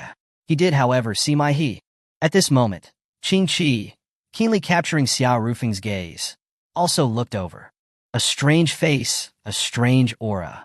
Xiao Rufeng quickly withdrew his gaze and breathed a sigh of relief. It's a good thing I disguised myself and changed my aura. Qing-Chi did indeed seem not to recognize Xiao Rufeng. At this moment, Mai came to Qing-Chi's side and said, "What's wrong?" "A man was looking at me earlier," Qing-Chi said calmly. Mai chuckled. "Sister Qing-Chi, you're so beautiful and valiant. Wouldn't it be strange if no men looked at you?" Qing-Chi didn't say anything. The look in that man's eyes was different from how other men looked at her. That man knows me. However, Qing-Chi tried hard to remember who he was but couldn't. He was with Shi Chung from the Heavenly Palace. Is he a disciple of the Heavenly Palace? Thinking of this, Qing-Chi directly stood up and said, "Mai He, I have something to do." Then, Qing-Chi went directly to Shi Chung. "Sect leader Shi Chung, it's been a while," Qing-Chi said calmly. It's Protector Qing-Chi. Indeed, it's been a while." Shi Chung paused and chuckled lightly. "If I remember correctly, Protector Qing-Chi is only 40-something this year. Are you participating in the Lapis Lazuli Cup?" "Yes," Qing-Chi said. Shi Cheng's heart skipped a beat. Damn, this woman is really participating. The competition just got tougher. In total, there were 10 major regions in the Apocalypse Empire, and each region had 10 spots to participate in the Lapis Lazuli Cup finals. And Qing-Chi was in her 40s and had already been in the peak nascent soul realm 5 years ago. Her cultivation had now reached the mid-deity transformation realm, and her combat power was probably directly approaching the early void refinement realm. Even compared to He Tianlei, the strongest genius in the Heavenly Palace in 100 years, she paled in comparison. The top 10 in the 8th region are probably all monstrous geniuses like her. While Shi Chung was thinking, Qing-Chi's gaze suddenly turned to the side, towards Xiao Rufeng. "Who is this?" "Oh, he's called Shura, and he's a disciple of our Heavenly Palace," Shi Chung said. Qing-Chi looked into Xiao Rufeng's eyes. "What is it?" Xiao Rufeng asked, forcing himself to remain calm. "Nothing." Qing-Chi then returned to Mai He. "Was it someone you know?" Mai He asked. "I'm not sure." Qing-Chi paused and then suddenly called out, "Bai Shui, over here." Xiao Rufeng was on guard, so he didn't follow her gaze. He continued to chat with Shi Chung. Qing-Chi looked at this scene, her eyes flashing. Am I overthinking it? Then, Qing-Chi moved her gaze away from Xiao Rufeng. Xiao Rufeng also secretly breathed a sigh of relief. This woman is really too sharp. After a moment, a pot-bellied middle-aged man walked over. He was the city lord of E-City, Zhao Qingquan. Sect leader Shi Chung, welcome, welcome. While exchanging pleasantries with Shi Chung, Zhao Qingquan was casting sidelong glances at Mai He and Qing-Chi. Xiao Rufeng's pupils constricted. Zhao Qingquan is thinking of targeting Qing-Chi and Mai He? This guy is out of his mind. Qing-Chi is a protector of the Shadow Sect, and Mai He is a registered Xiongnu, whose ownership belongs to Xia Tianqi according to the laws of the Apocalypse Empire. With Zhao Qingquan's information network, he shouldn't be unaware of this, right? After that, Xiao Rufeng, using the name Shura, mixed in with the guests of the city lord's mansion and probed for information about human trafficking. However, he didn't get much. During this time, Qing-Chi also tested Xiao Rufeng a few times, but all of them were resolved by Xiao Rufeng's perfect acting skills. Sister Qing-Chi, what exactly do you want? Mai He asked, perplexed at this time. I originally thought that the man called Shura was Xiao Rufeng, but it seems that I guessed wrong, Qing-Chi said. Mai He chuckled. That person's appearance and aura are different from Xiao Rufeng's. It's definitely not him. Maybe I was just being suspicious, Qing-Chi said calmly. After the banquet ended, Qing-Chi and Mai He left. At this time, it was already dark, and Xiao Rufeng secretly followed behind them, using the dark arts. He was afraid that Zhao Qingquan had laid an ambush for them. Not long after leaving the city lord's mansion, Mai He and Qingqi both felt that something was wrong with their bodies. Their faces changed drastically. Damn it, I was careless. Recently, she had received reports that Zhao Qingquan was secretly engaged in the human trafficking business with some members of the Shadow Sect. Coincidentally, Zhao Qingquan was hosting an engagement banquet for his son, and had sent an invitation to the East City branch of the Shadow Sect. Qingqi, who happened to be in East City, volunteered to represent the Shadow Sect at the engagement banquet. As a representative of the state religion, who would have thought that someone would drug her? And, to make things worse, the drug they'd been given wasn't a poison. If it was a poison, then it would have been easier to deal with. She had many detoxifying pills in her storage ring. But the drug they had taken was an aphrodisiac. This kind of drug was non-toxic. It just had an aphrodisiac effect, and detoxifying pills had no effect. The worst part was that the culprit hadn't appeared yet. Otherwise, she could have captured the culprit before losing her mind and forced them to hand over the antidote. As time passed, the two of them gradually found it impossible to control the desire that was growing wildly within them. Every man who passed by only increased their hormonal surges. Mai's face was pale. If things continued like this, she was probably going to end up on the streets, raping men. If I knew this would happen, it would have been better if I'd just given myself to Xiao Rufeng. Just at this moment. Chapter 190. Has my identity been exposed? At this moment, Mai suddenly thought of something and shook her head violently. No, anyone but definitely not Xiao Rufeng. Mai still couldn't forgive Xiao Rufeng for using her back then. Moreover, Xiao Rufeng, who had a harem of wives and concubines, was the type of man she hated most. Qingqi was also not doing well. Originally, she had always been dismissive of aphrodisiacs. Even if they had an aphrodisiac effect, with her willpower, it was impossible for them to have any effect on her. However, she was wrong. Admittedly, the vast majority of aphrodisiacs in the world did not work on people with strong wills. But the aphrodisiac that Qingqi and the others had been given was clearly not an ordinary aphrodisiac. The potency of this drug was so fierce that even she couldn't resist it. As time passed, it became increasingly difficult for Qingqi to control her senses. When her consciousness became blurry, she seemed to see a man walking towards her. I remember, that seemed to be the disciple of the Heavenly Palace, the one called Shura. After that, she lost her self-awareness. When Qingqi woke up again, she was lying in a room in a small inn. The clothes on her body had been changed into pajamas, and her body seemed to have been cleaned. There didn't seem to be any injuries on her body. But the strange sensations faintly emanating from her lower body instantly made Qingqi understand what had happened. Qingqi lowered her head, silent. As a woman, since she had understood the relationship between men and women, she had known that this day would come sooner or later. However, she had never imagined that her first time would be like this. A moment later, Qingqi got out of bed. It wasn't a big room. There was a note on the table in the room. Qingqi walked over and picked up the note. On it was written, "I'm sorry, I tried my best. The aphrodisiac you were given is called the Rapturous Union Powder. It can be said to be the most potent aphrodisiac in the world. As long as you take this drug, there is no option but to engage in a union with the opposite sex. No other medical methods will work. So, I'm very sorry." Qingqi looked at the note in her hand, and then burned it to ashes with a ball of fire. A moment later, Qingqi left the room. Just then, the door next door also opened, and Mai emerged. The two women exchanged a glance. They probably both understood what had happened to the other. They remained silent. That, Mai hesitated, seeming to want to ask something, but also seemed unable to speak. It was that Shura of the Heavenly Palace. I saw him before I lost my mind, Qingqi said calmly. That person, huh? Mai's strength was inferior to Qingqi's, so her resistance to the drug was also weaker. Last night, when the disguised Xiao Rufeng came over, Mai had already lost consciousness, and she hadn't seen Xiao Rufeng. Was it us who initiated it, or? Mai asked again. She really didn't know. All she remembered was that before she lost her mind, she felt a burning sensation all over her body and had a very strong urge to find a man. Qingqi said with a calm expression, "I'm not very clear either. Could he have drugged us?"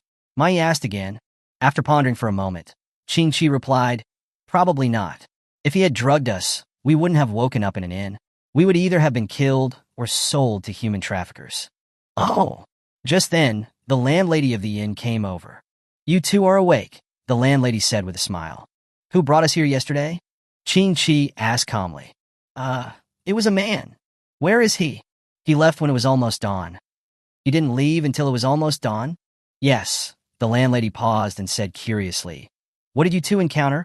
When he came here yesterday, he was covered in blood, and it felt like he had fought with someone. Qing Chi was slightly stunned.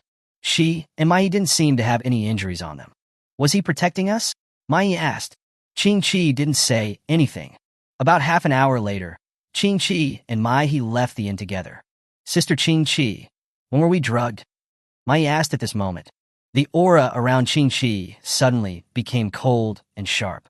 I don't know, but there's no doubt it was at the city lord's mansion. But we have no proof, and that Zhao Qingquan is quite strong. And there's also the fact that Mai hesitated for a moment and then said again, if Zhao Qingquan conspired with people inside the Shadow Sect.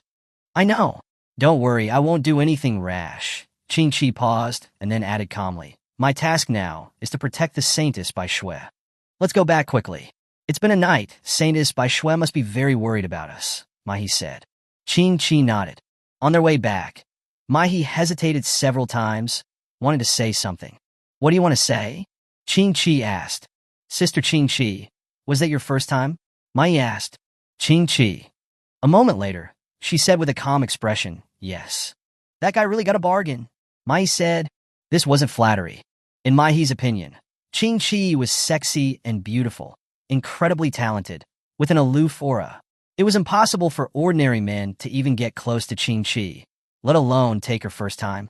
But that Shura, whom she had only met for the first time, had succeeded. What else was it if not good fortune? At this moment, Qing Chi glanced at Mai and then said, I'm fine. What about you? You're a registered Xionu.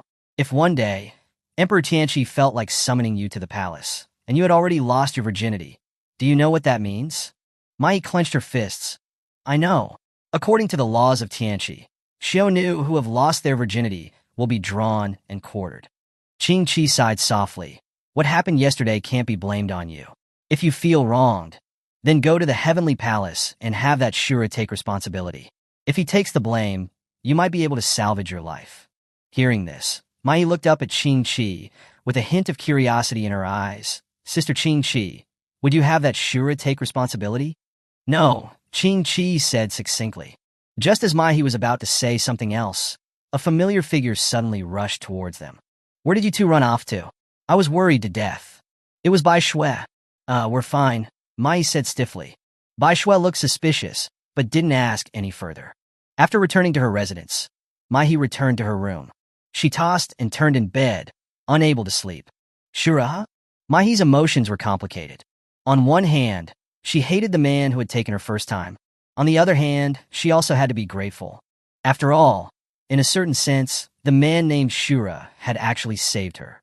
The other party left a note and quietly left, clearly not wanting to take responsibility. This made Mai a little annoyed. This irresponsible attitude is just like Xia Rufeng. After a while, Mai's emotions gradually calmed down. She was silent, as if she was thinking about something. Then, Mai made a call. After a few beeps, the call was connected. Hello, sis. A voice that sounded like my meow sounded from the phone. Why did you suddenly think of calling me?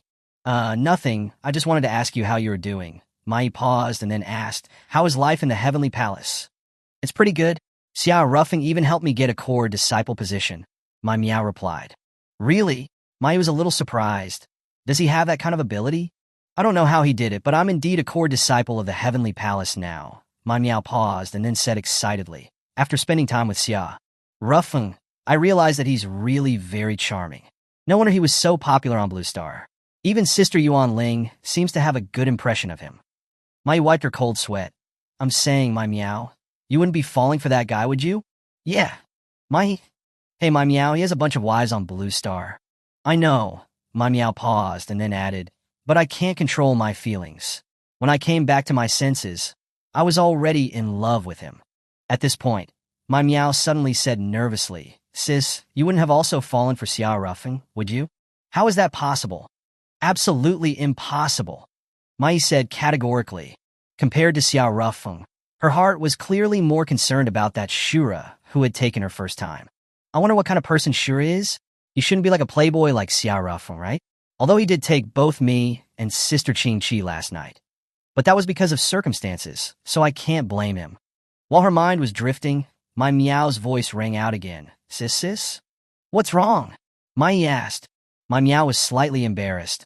I just said a bunch of good things about Xiao Rufeng, and it seems like you didn't hear any of it. Never mind. I know you resent Xiao Rufeng, but I can assure you, he is definitely not the despicable person that you think he is. If you like him, then just like him, Mai said. Yeah, I'll try hard. Although Xiao Rufeng has no interest in me right now, someday, I'll make him see me in a new light. Ma Meow said again. Mai was distracted. Sis, if you don't have anything else, I'll hang up. I need to cultivate, Ma Meow said again. There's nothing much, just... Mai hesitated for a moment, and then finally asked, do you have a disciple in your heavenly palace named Shura? Shura, Ma Meow thought for a moment, and then replied, I've never heard of him. Recently, she had been cramming on the information about the heavenly palace. She had even memorized the names of all 2,000 or so registered disciples of the heavenly palace. But there was no disciple named Shura. There's no one?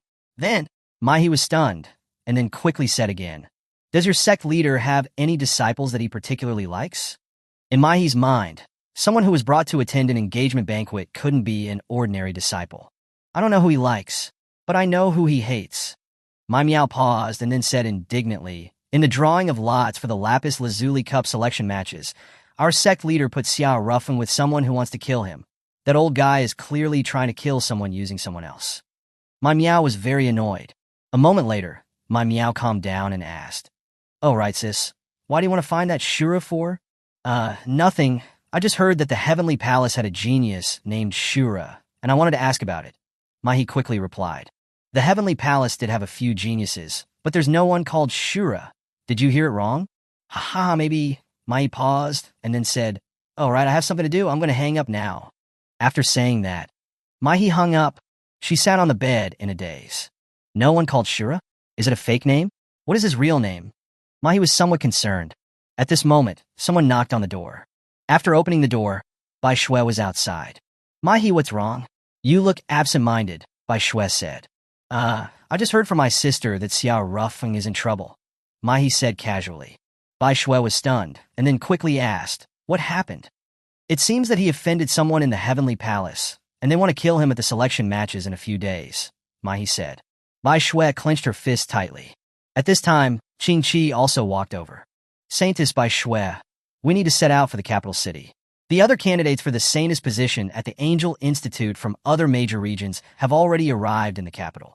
We should go too, Qingqi said. Bai Shui's lips trembled, and then said, I want to wait a few more days. Qingqi looked at Bai Shui and then said, let's talk inside. Then the two of them went into the room together. What's wrong? Did something happen? Qingqi asked. Xiao Rufeng. He might be in danger. Bai Shui, whose calm demeanor was well known, was showing rare signs of trepidation and unease. Previously, Qingqi had learned about Xiao Rufeng and Bai Shui kissing. So, she no longer hid her concern for Xiao Rufeng. What exactly happened? I'm not too sure about the specifics either. Bai Shui paused, looked at Qingqi, and then said, I need to take a trip to Jiang City. But we don't have much time left. If you are late to report to the Angel Institute, your Saintess candidacy might be revoked. It doesn't matter, Bai Shui paused and then added calmly. To me, Xiao Rufeng is more important. Qingqi looked at Bai Shui. Her gaze was unwavering. She sighed softly. All right, I'll go with you to Jiang City. Qingqi paused and then added, however, we need to find a suitable reason. And you must ensure that you will absolutely not let anyone suspect your relationship with Xiao Rufeng. Bai Shui knew what Qingqi meant. Don't worry, if I ever kiss Xiao Rufeng again, I will clean his saliva off properly, Bai Shui said. Qingqi's mouth twitched. Although she wanted to say, I would prefer that you maintain your integrity as a saintess and not kiss Xiao Rufeng again. But in the end, she didn't say anything. Jiang City, Heavenly Palace headquarters. After returning from East City, Xiao Rufeng had been in seclusion. In the trip to East City, he had failed to achieve any of the things he had wanted to. Instead, he had done things that he shouldn't have done. Thinking about what had happened that night, Xiao Rufeng had a headache. That night, after Qingqi and Mai had left Zhao Qingquan's City Lord's mansion, Xiao Rufeng had followed them secretly using the dark arts, because he had guessed that someone might be following or even attacking Qingqi and Mai He. However, he hadn't waited for those people. Instead, Qingqi and Mai He had begun to show unusual reactions.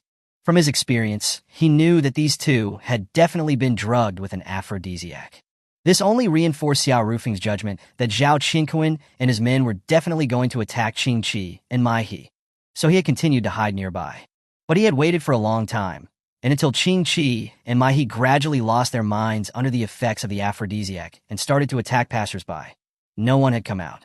Xiao Rufeng could only come out of the shadows. But as soon as he reached Qingqi and Mai He, several men in the Golden Core realm had surrounded them, trying to take Qingqi and Mai He away. There was no other way. Xiao Rufeng had had to fight with those people.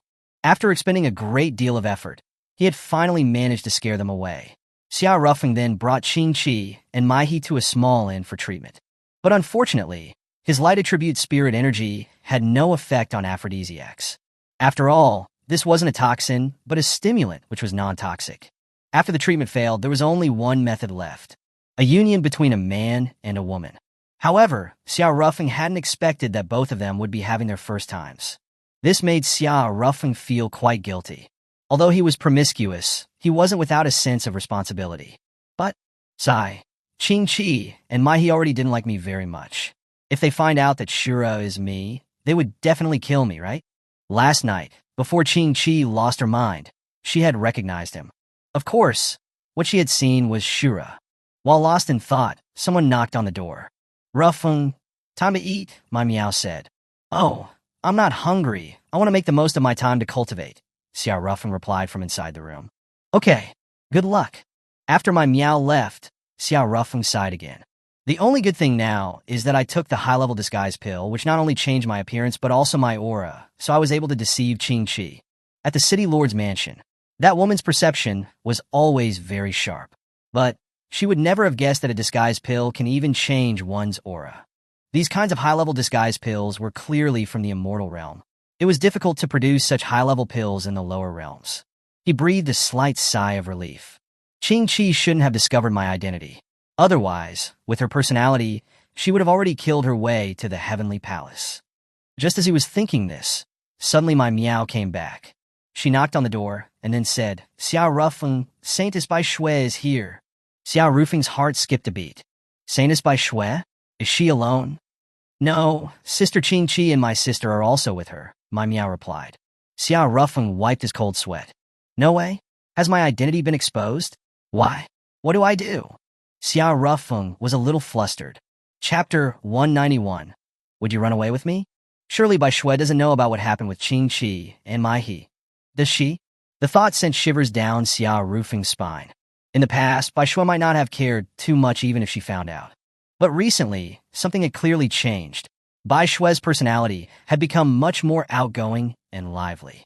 And with that, her jealousy had also intensified. Back at the Yi Manor, Bai Shui had gotten jealous just because Yi Wei hugged Xiao Rufeng's arm. If Bai Shui ever found out about me doing that with Qingqi and Mai He, he couldn't bear to think about it. What are Saintess Bai Shui and the others doing here? Xiao Rufeng asked weakly. It's said that Jiang City is where the great battle took place 10,000 years ago between the human alliance and the extraterrestrial demon, his demonic beast army, and his servant legions. The war was incredibly brutal. Although the extraterrestrial demon was killed, countless warriors from the human alliance also perished. Saintess Bai Shui wants to come here to perform a ritual to help those fallen souls find peace. My meow paused for a moment, then continued with a look of adoration. She really is the saintess, so incredibly kind. In the 10,000 years since the Shadow Sect was founded, no other saintess has ever thought about performing a ritual for the restless spirits who died here. Xiao Rufeng's lips twitched. Whether that's the real reason she came or not is still hard to say. The Heavenly Palace Reception Hall. Shiqing led a group of Heavenly Palace executives to receive Bai Shui and her two companions. The Shadow Sect was the national religion of the Apocalypse Empire. According to the Apocalypse laws, the Imperial Empress would also serve as the Grand Saintess of the Angelic Court, and the Empress could only be selected from the Saintesses of the Angelic Court. Although there was currently no Empress, only two consorts, this did not diminish the saintess's supreme status within the empire.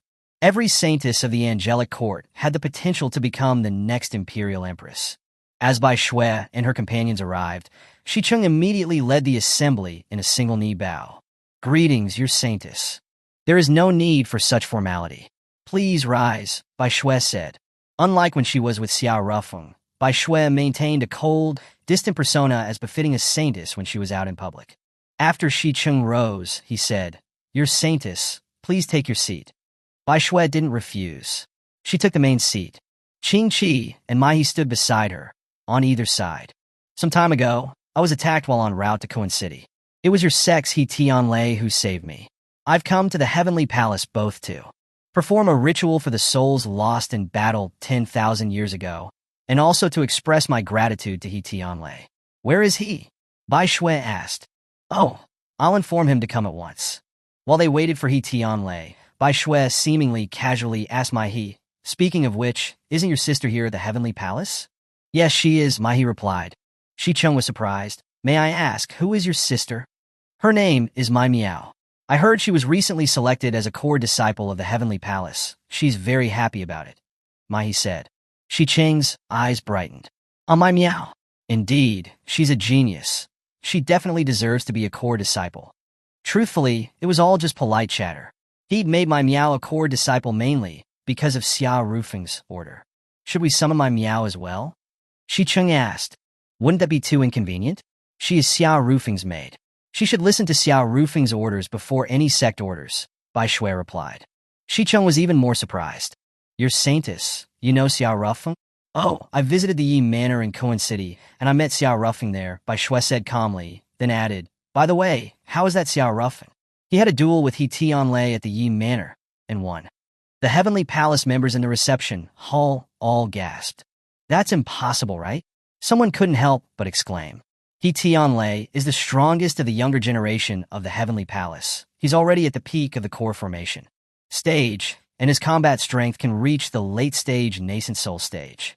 Xiao Rufeng only recently broke through to the foundation establishment stage. How could he possibly? "Oh, He Tianlei restricted his cultivation to be at the same level as Xiao Rufeng's at the time," Bai Shui explained. "I see.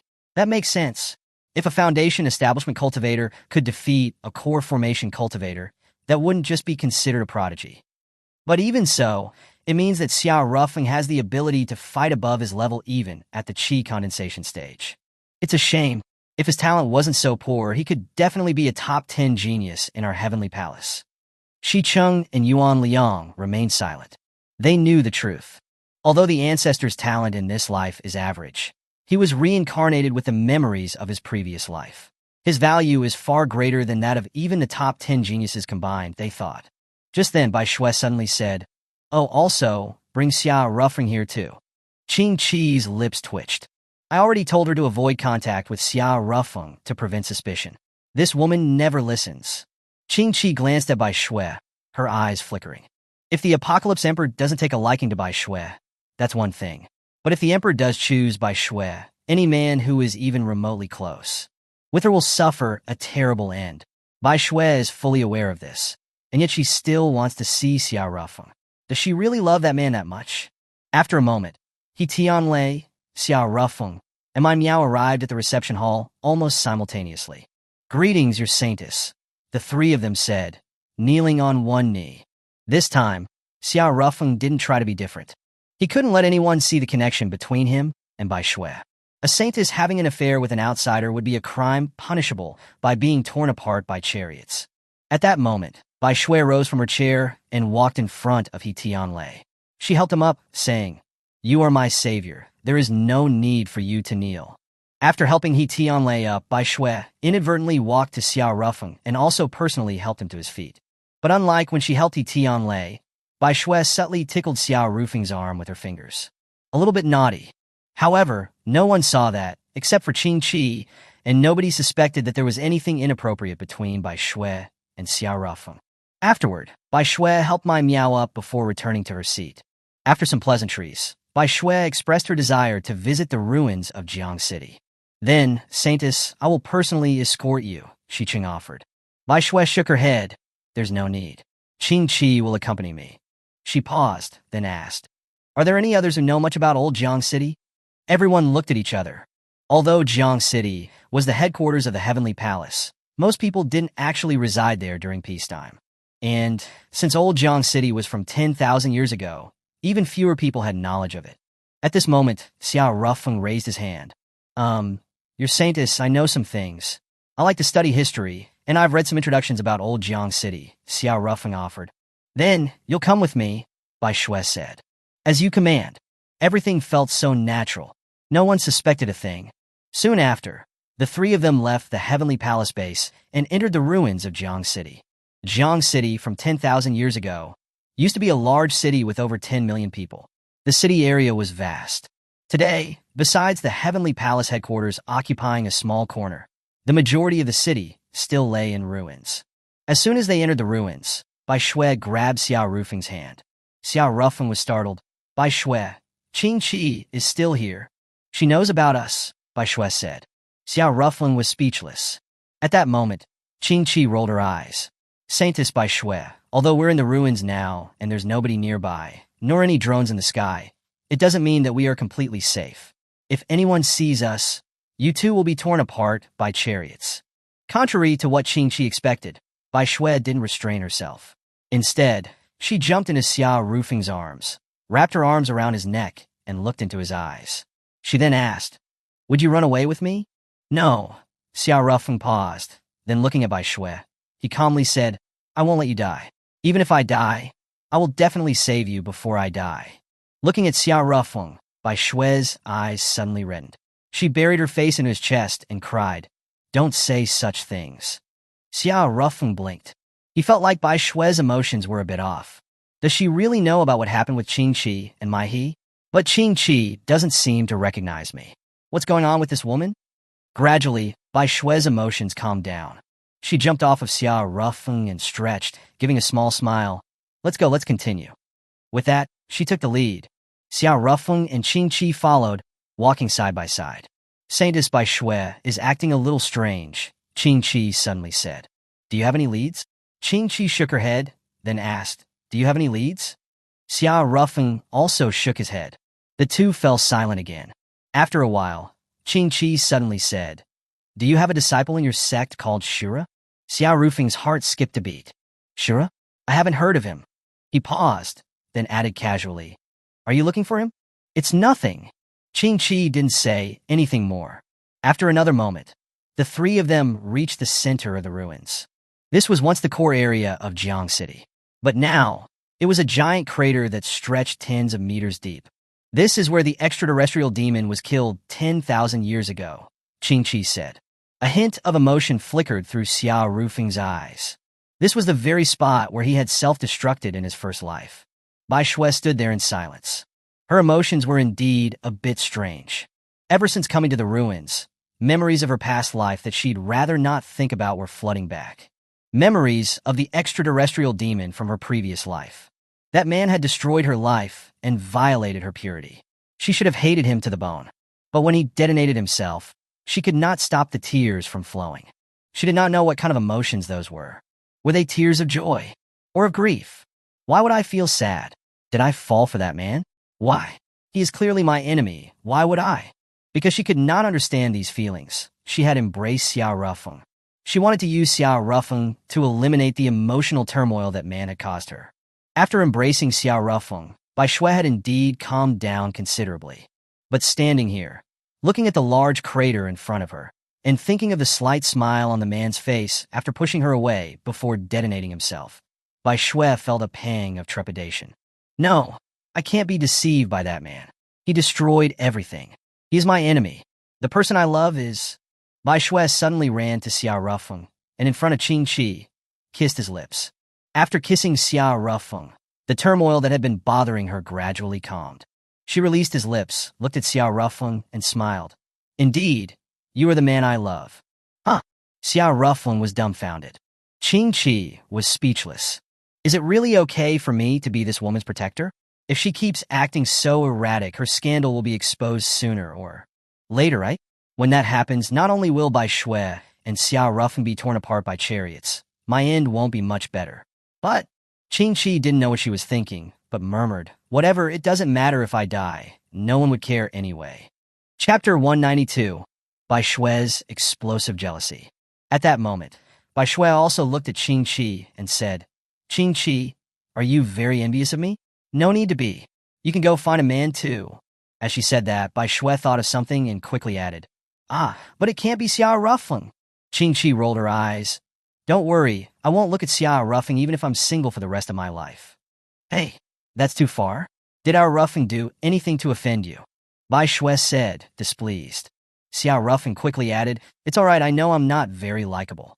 Just then, Qing Qi suddenly said, "Someone's coming." Immediately, the three of them hid. About 10 minutes later, several people cautiously arrived in front of the giant crater and took out a small altar from their storage rings. The altar, carved from white stone, had a smooth surface and intricate patterns, as if a god would descend upon it at any moment. At the center of the altar, a fire pit emitted wisps of smoke. The aroma of incense was overpowering, making it difficult to resist its allure. The dancing flames made the altar seem even more mysterious. Twisting shadows were cast on the surrounding walls, making the entire scene feel eerie and hazy. "What are they doing?" Bai Shui asked curiously. Qing Qi's pupils constricted. "They're trying to summon the spirit of the extraterrestrial demon who was killed here 10,000 years ago." Bai Shui was startled. "Summoning the extraterrestrial demon?" "Yes. They are a cult that worships the demon.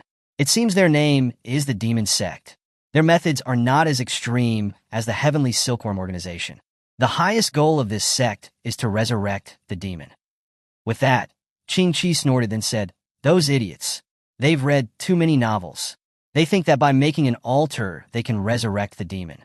It's like a joke." Before she could finish, her expression changed drastically. "That's bad. They found us." "No way. We're so far away, and we even set up a small barrier. How did they find us?" Bai Shui asked. "There's at least a Tribulation Realm expert among them." After saying that, Qing Qi grabbed Bai Shui and fled. "What about Xia Rufeng?" Bai Shui called out. It's too late to save him. Qing Qi didn't heed Bai Shui's protests and fled with her. Xia Rufeng also wanted to escape. But with his cultivation at the early Foundation establishment stage, how could he possibly escape a Tribulation Realm expert? He barely flew a short distance when he was caught by a powerful gravitational pull and pulled back in front of the altar.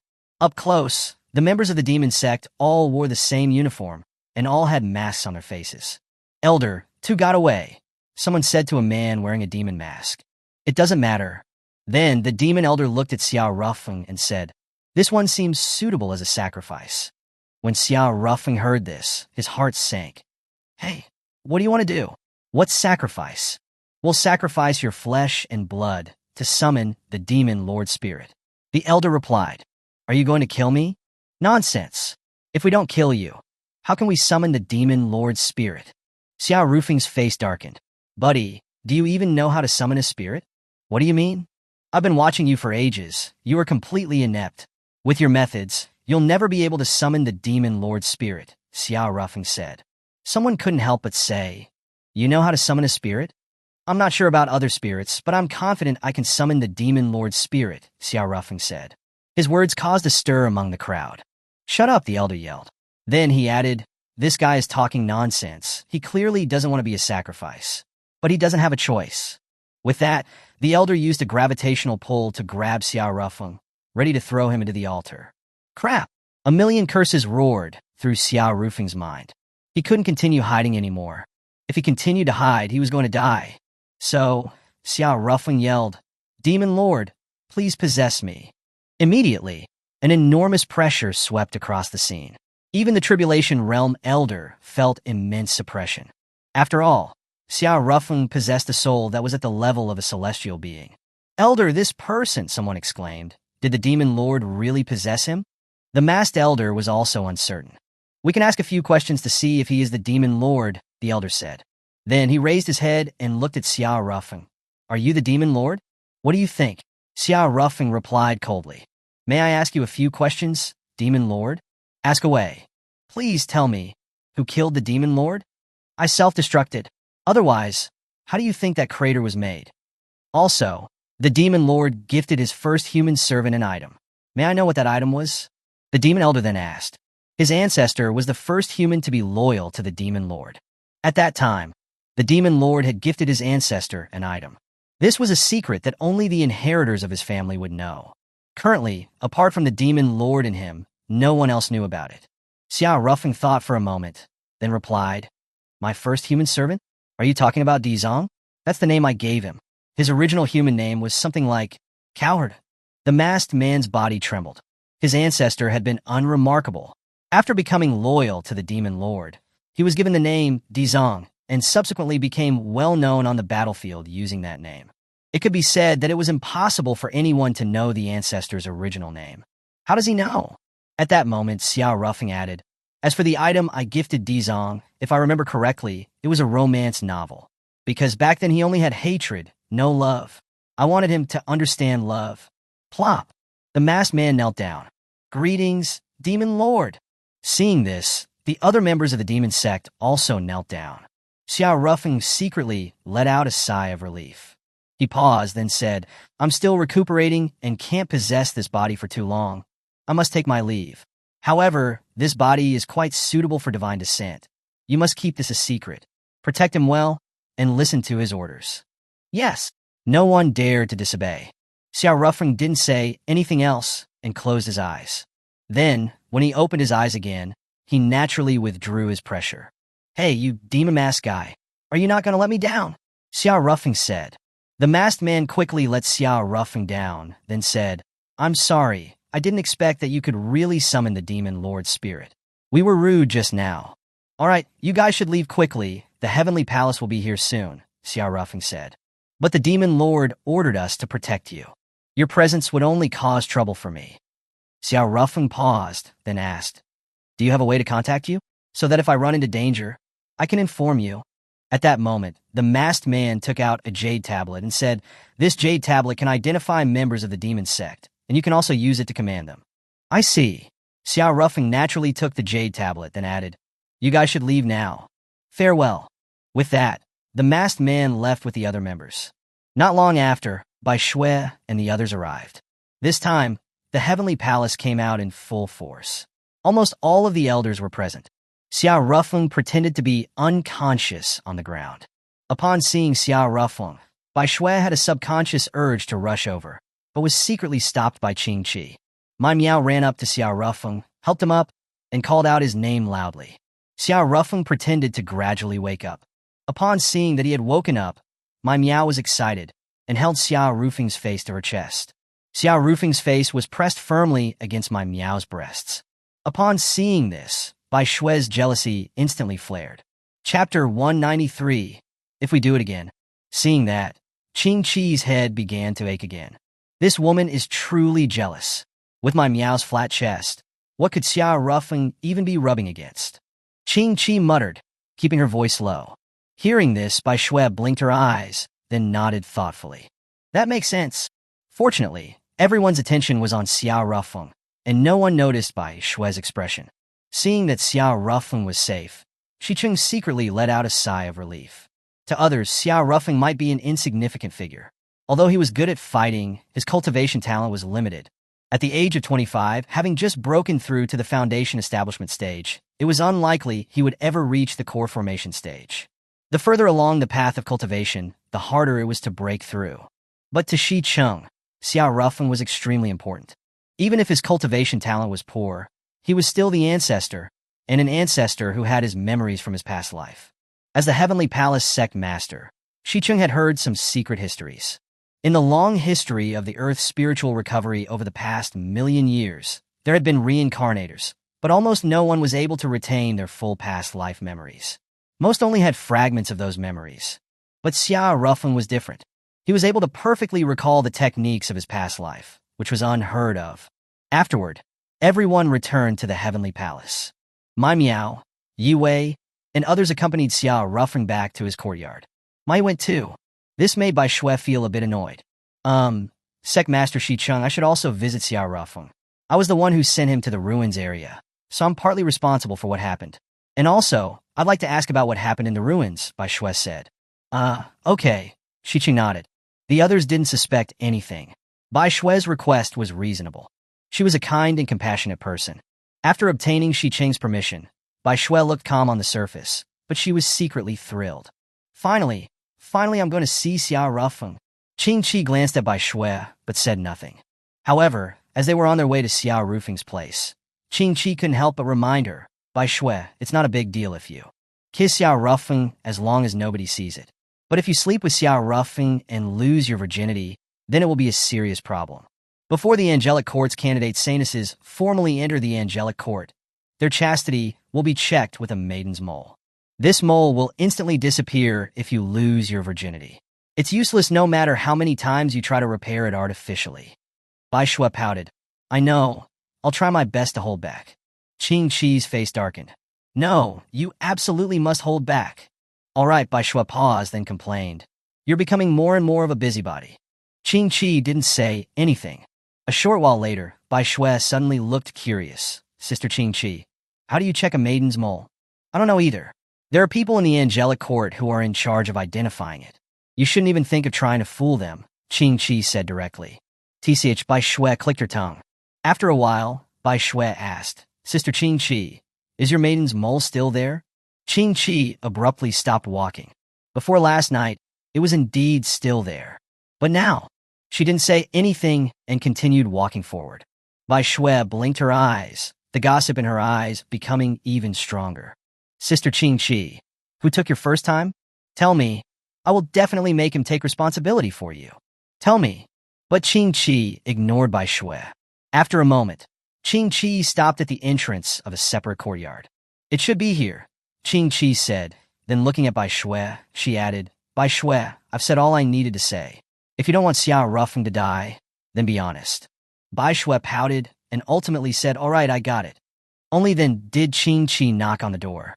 After a moment, the courtyard door opened. It was Mai He who opened the door. Inside the courtyard, Yi Wei and Mai Miao were staring at each other. What is going on? Qing Qi asked. Mai He shrugged and said helplessly, they're just jealous of each other. Sigh. Qing Qi sighed. I really don't understand. What's so good about a guy like Xiao Rufeng? Then, what's so good about the guy who took your first time? Bai Shui retorted. Cough, cough. Mai He choked. Bai Shui looked suspicious. Mai He, why are you so agitated? Mai He was extremely embarrassed. She couldn't possibly say that both she and Qing Qi had been taken by the same guy, and that they had now found the man. I'm just a little surprised that a cold beauty like Sister Qing Qi would, with a man, Mai He said, forcing herself to sound calm. Bai Shui rolled her eyes. What's with the thoughts in your head?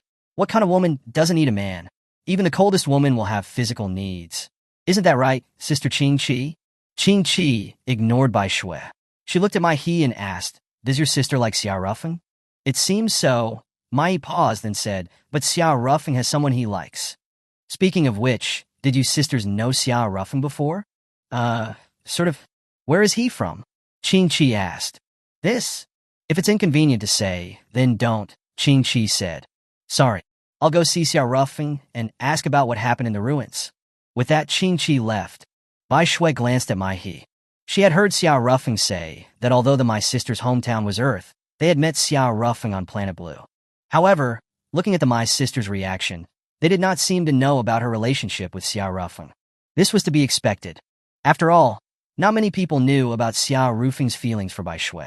Compared to Bai Shui, Bai Bing, who was always by Xiao Rufeng's side, had much higher visibility. On the other side, Qing Qi's arrival immediately alerted both Yi Wei and Mai Miao.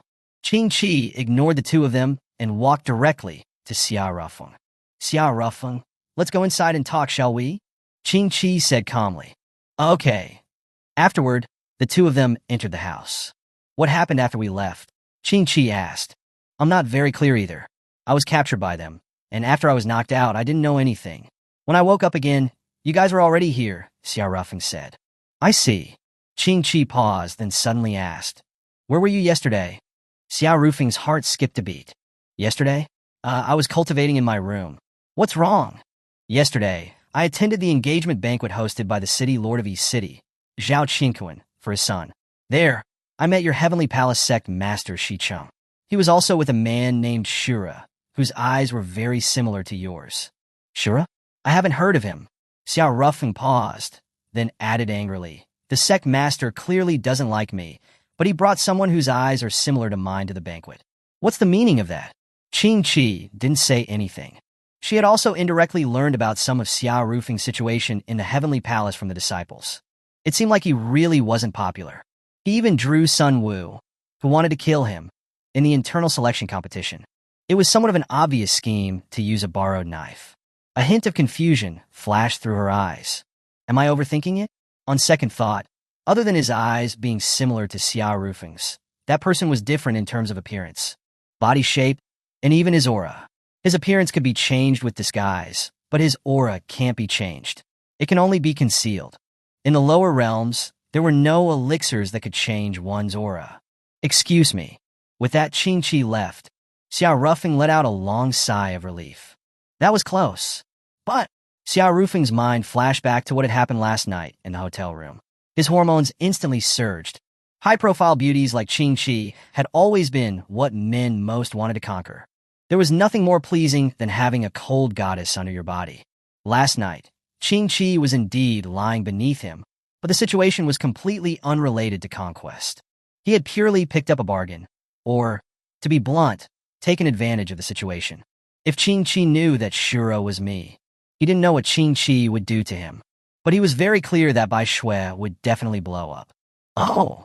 At that moment, Qing-Chi, who had reached the doorway, suddenly stopped. Xiao Rufeng's heart tightened again. "WF, what's wrong? Why are you so nervous?"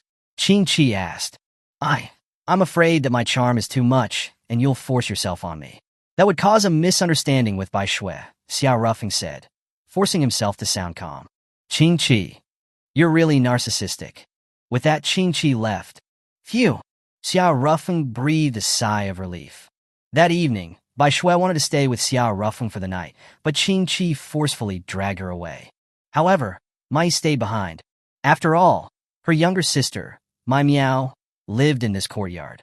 After everyone had left, only Xiao Rufeng and the Mai sisters remained in the courtyard.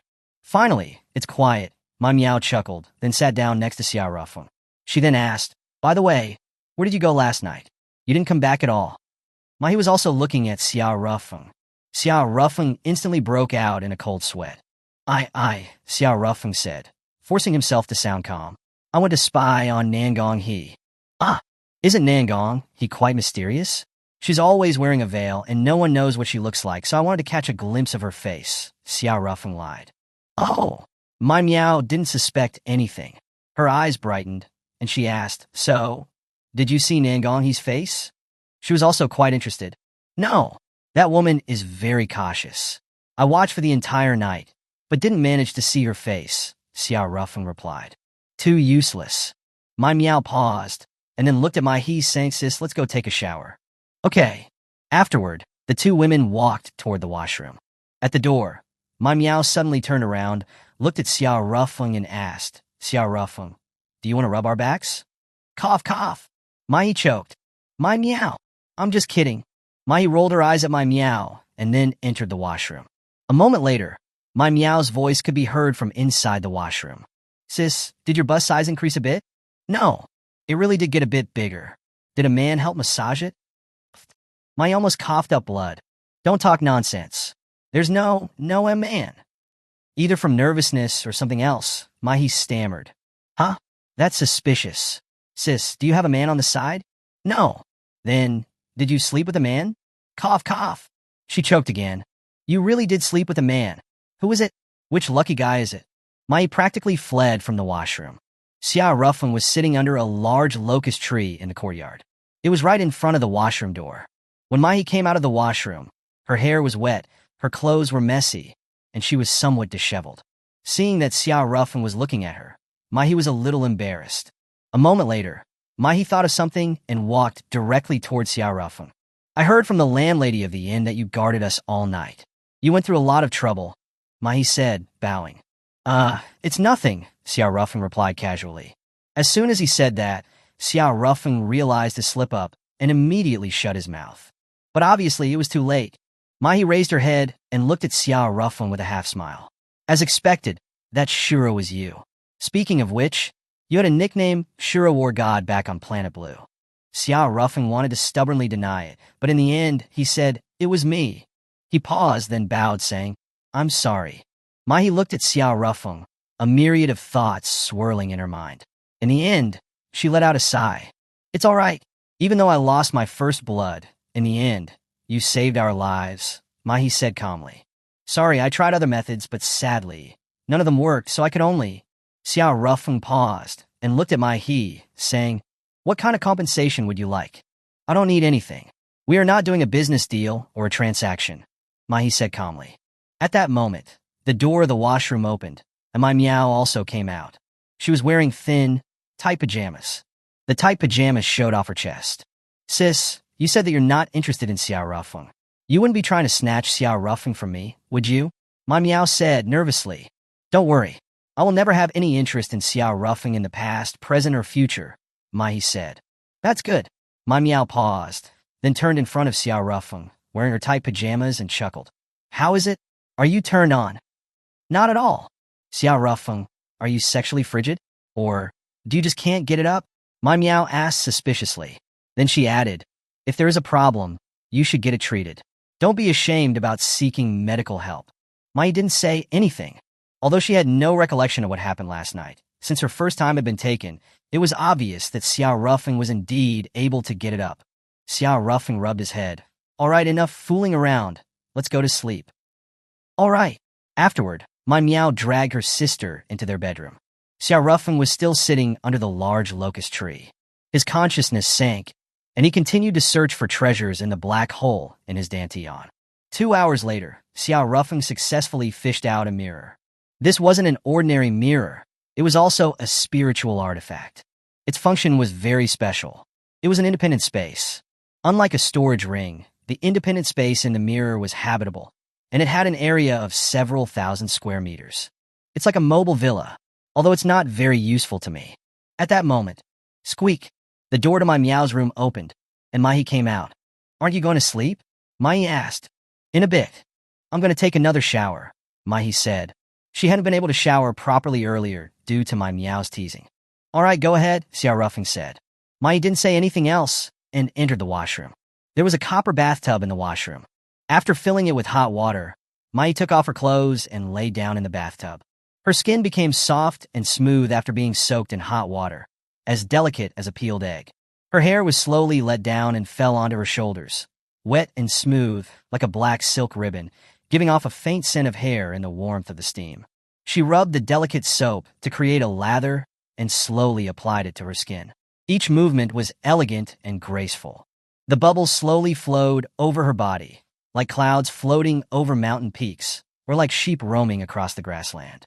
As she was showering, Mahi's gaze fell to the outside. Sigh, it was obviously my first time, but I don't have any recollection of it. Mahi's eyes flickered. I wonder if that guy found me undesirable? After all, Sister Qing-Chi is such a great figure, with curves in all the right places. I only have a butt. Her thoughts were in a jumble. Just then, Mahi suddenly heard footsteps approaching the washroom. They were getting closer and closer. Mahi's heart skipped a beat. He's back again. What is he going to do? At that moment, the footsteps stopped at the washroom door, and Xiao Rufeng's voice rang out. Mahi, I'm going to bed now. I'm giving you a gift. It's at the washroom door. After you drip blood on it, you'll be able to control it. After that, Xiao Rufeng left. A moment later, Mahi quietly opened the door and took the item from the doorway. A mirror? No, it has spiritual power. It's a spiritual mirror. I wonder what it does. Then, after dripping her blood onto it, she immediately understood the function of the mirror. A spatial mirror? It's a rare spiritual artifact. Mahi was very excited. She desperately needed a spiritual artifact with such a function. It could be used for accommodation and also for hiding. A moment later, Mahi gradually calmed down. She knew that this was Xiao Rufeng's way of compensating her. Her expression was a bit complicated. It had to be Xiao Rufeng. If my meow knew that I'd done it with Xiao Rufeng, she would definitely. She returned to the bathtub, her expression complex. After a while, Mahi came out of the washroom. She went to the door of Xiao Rufeng's room and knocked. After a moment, Xiao Rufeng opened the door. What's wrong? Xiao Rufeng asked. I'm returning this to you. I've removed my spiritual imprint. Mahi paused, then looked at Xiao Rufeng and added. I said before, I'm not a prostitute. We're not doing business. You don't need to give me any compensation. Xiao Rufeng knew that Mai did not want to continue to be involved with him, which was why she was refusing to accept the spiritual mirror. He didn't say anything and took back the spiritual mirror. Good night. Only then did Xiao Rufeng smile. How would you accept my meow? At this moment, Mai asked. Xiao Rufeng stuck his head out to look around, then said, let's talk inside. Mai hesitated for a moment, but eventually entered Xiao Rufeng's bedroom. Xiao Rufeng casually closed the door. He poured Mai a cup of tea, then chuckled. You don't have to be so nervous. I'm not going to eat you. Mai took the tea, but said cautiously, you didn't put any drugs in here, did you? Xiao Rufeng rolled his eyes. Big sis, I already succeeded last night. Why would I need to drug you again? Mai's face darkened. Oh, so you mean you have no interest after sleeping with me once? Is that it?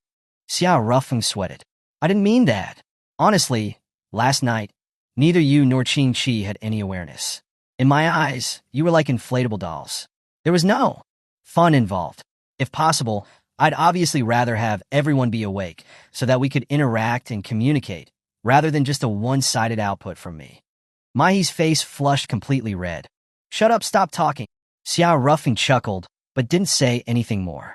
After a moment, his expression suddenly turned serious. He looked at Mai and said, I remember you told me that you were a court lady of Xia Tianqi. You were Xia Tianqi's woman. Is that correct? Yes. If Xia Tianqi discovers that you are no longer a virgin, what would be the consequences? Xia Rufeng asked. According to the apocalypse laws, if a court lady loses her virginity, she will be executed by being torn apart by chariots, Mai said calmly. Xiao Rufeng fell silent. After a moment, Xiao Rufeng finally said, last night it was to save you guys, that's why. I know. You don't have to keep repeating that, Mai said, speechless. I didn't ask you to take responsibility for me. What are you so scared about? No, Xiao Rufeng said calmly. What I want to say is that last night's incident was an accident. Both of us have no reason to take responsibility for each other. But if we were to do it again, now, I would have a reason to protect you. Mai. Chapter 194, The Wife Slayer. Protect me? Mai sighed and then said, Xiao Rufeng, are you confused? How could you possibly protect me from Xia Tianqi? Not to mention Xia Tianqi's current power. Just his own strength is unmatched. I've heard that he can even resist the summoning power of the immortal realm. There are always ways, Xiao Rufeng said. You truly are the boldest man I've ever met. You even dare to mess with Xia Tianqi's woman, Mai added. Xiao Rufeng remained silent. After all, this wasn't the first time he'd done something like this. In his second life, he had forcibly taken Xia Tianqi's fiancé, Gu Ying.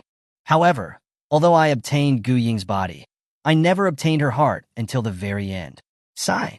Xiao Rufeng still felt a pang of sadness whenever he thought about this. He truly loved Gu Ying. In all 3 lives, there were only 2 women who had captured his heart at first sight. One was Gu Ying in his second life. The other was Bai Shui in his third life, this life. In his first life, although he had married an immortal emperor as his wife, he had been completely passive in that marriage. In the beginning, he was very resistant to his immortal emperor wife. She was too overbearing. Of course, he had ended up falling in love with her in the end. If the black hole had not devoured the star system, he and his immortal emperor wife from his first life would have probably lived happily ever after. Probably. Huff. Taking a deep breath and shaking his head, he stopped thinking about it. His gaze refocused on Mai. Honestly, aside from her somewhat flat chest, the other parts of Mai's body were flawless. She would be enough to make men scream in any world. Her being a court lady of Xia Tianqi was proof of this.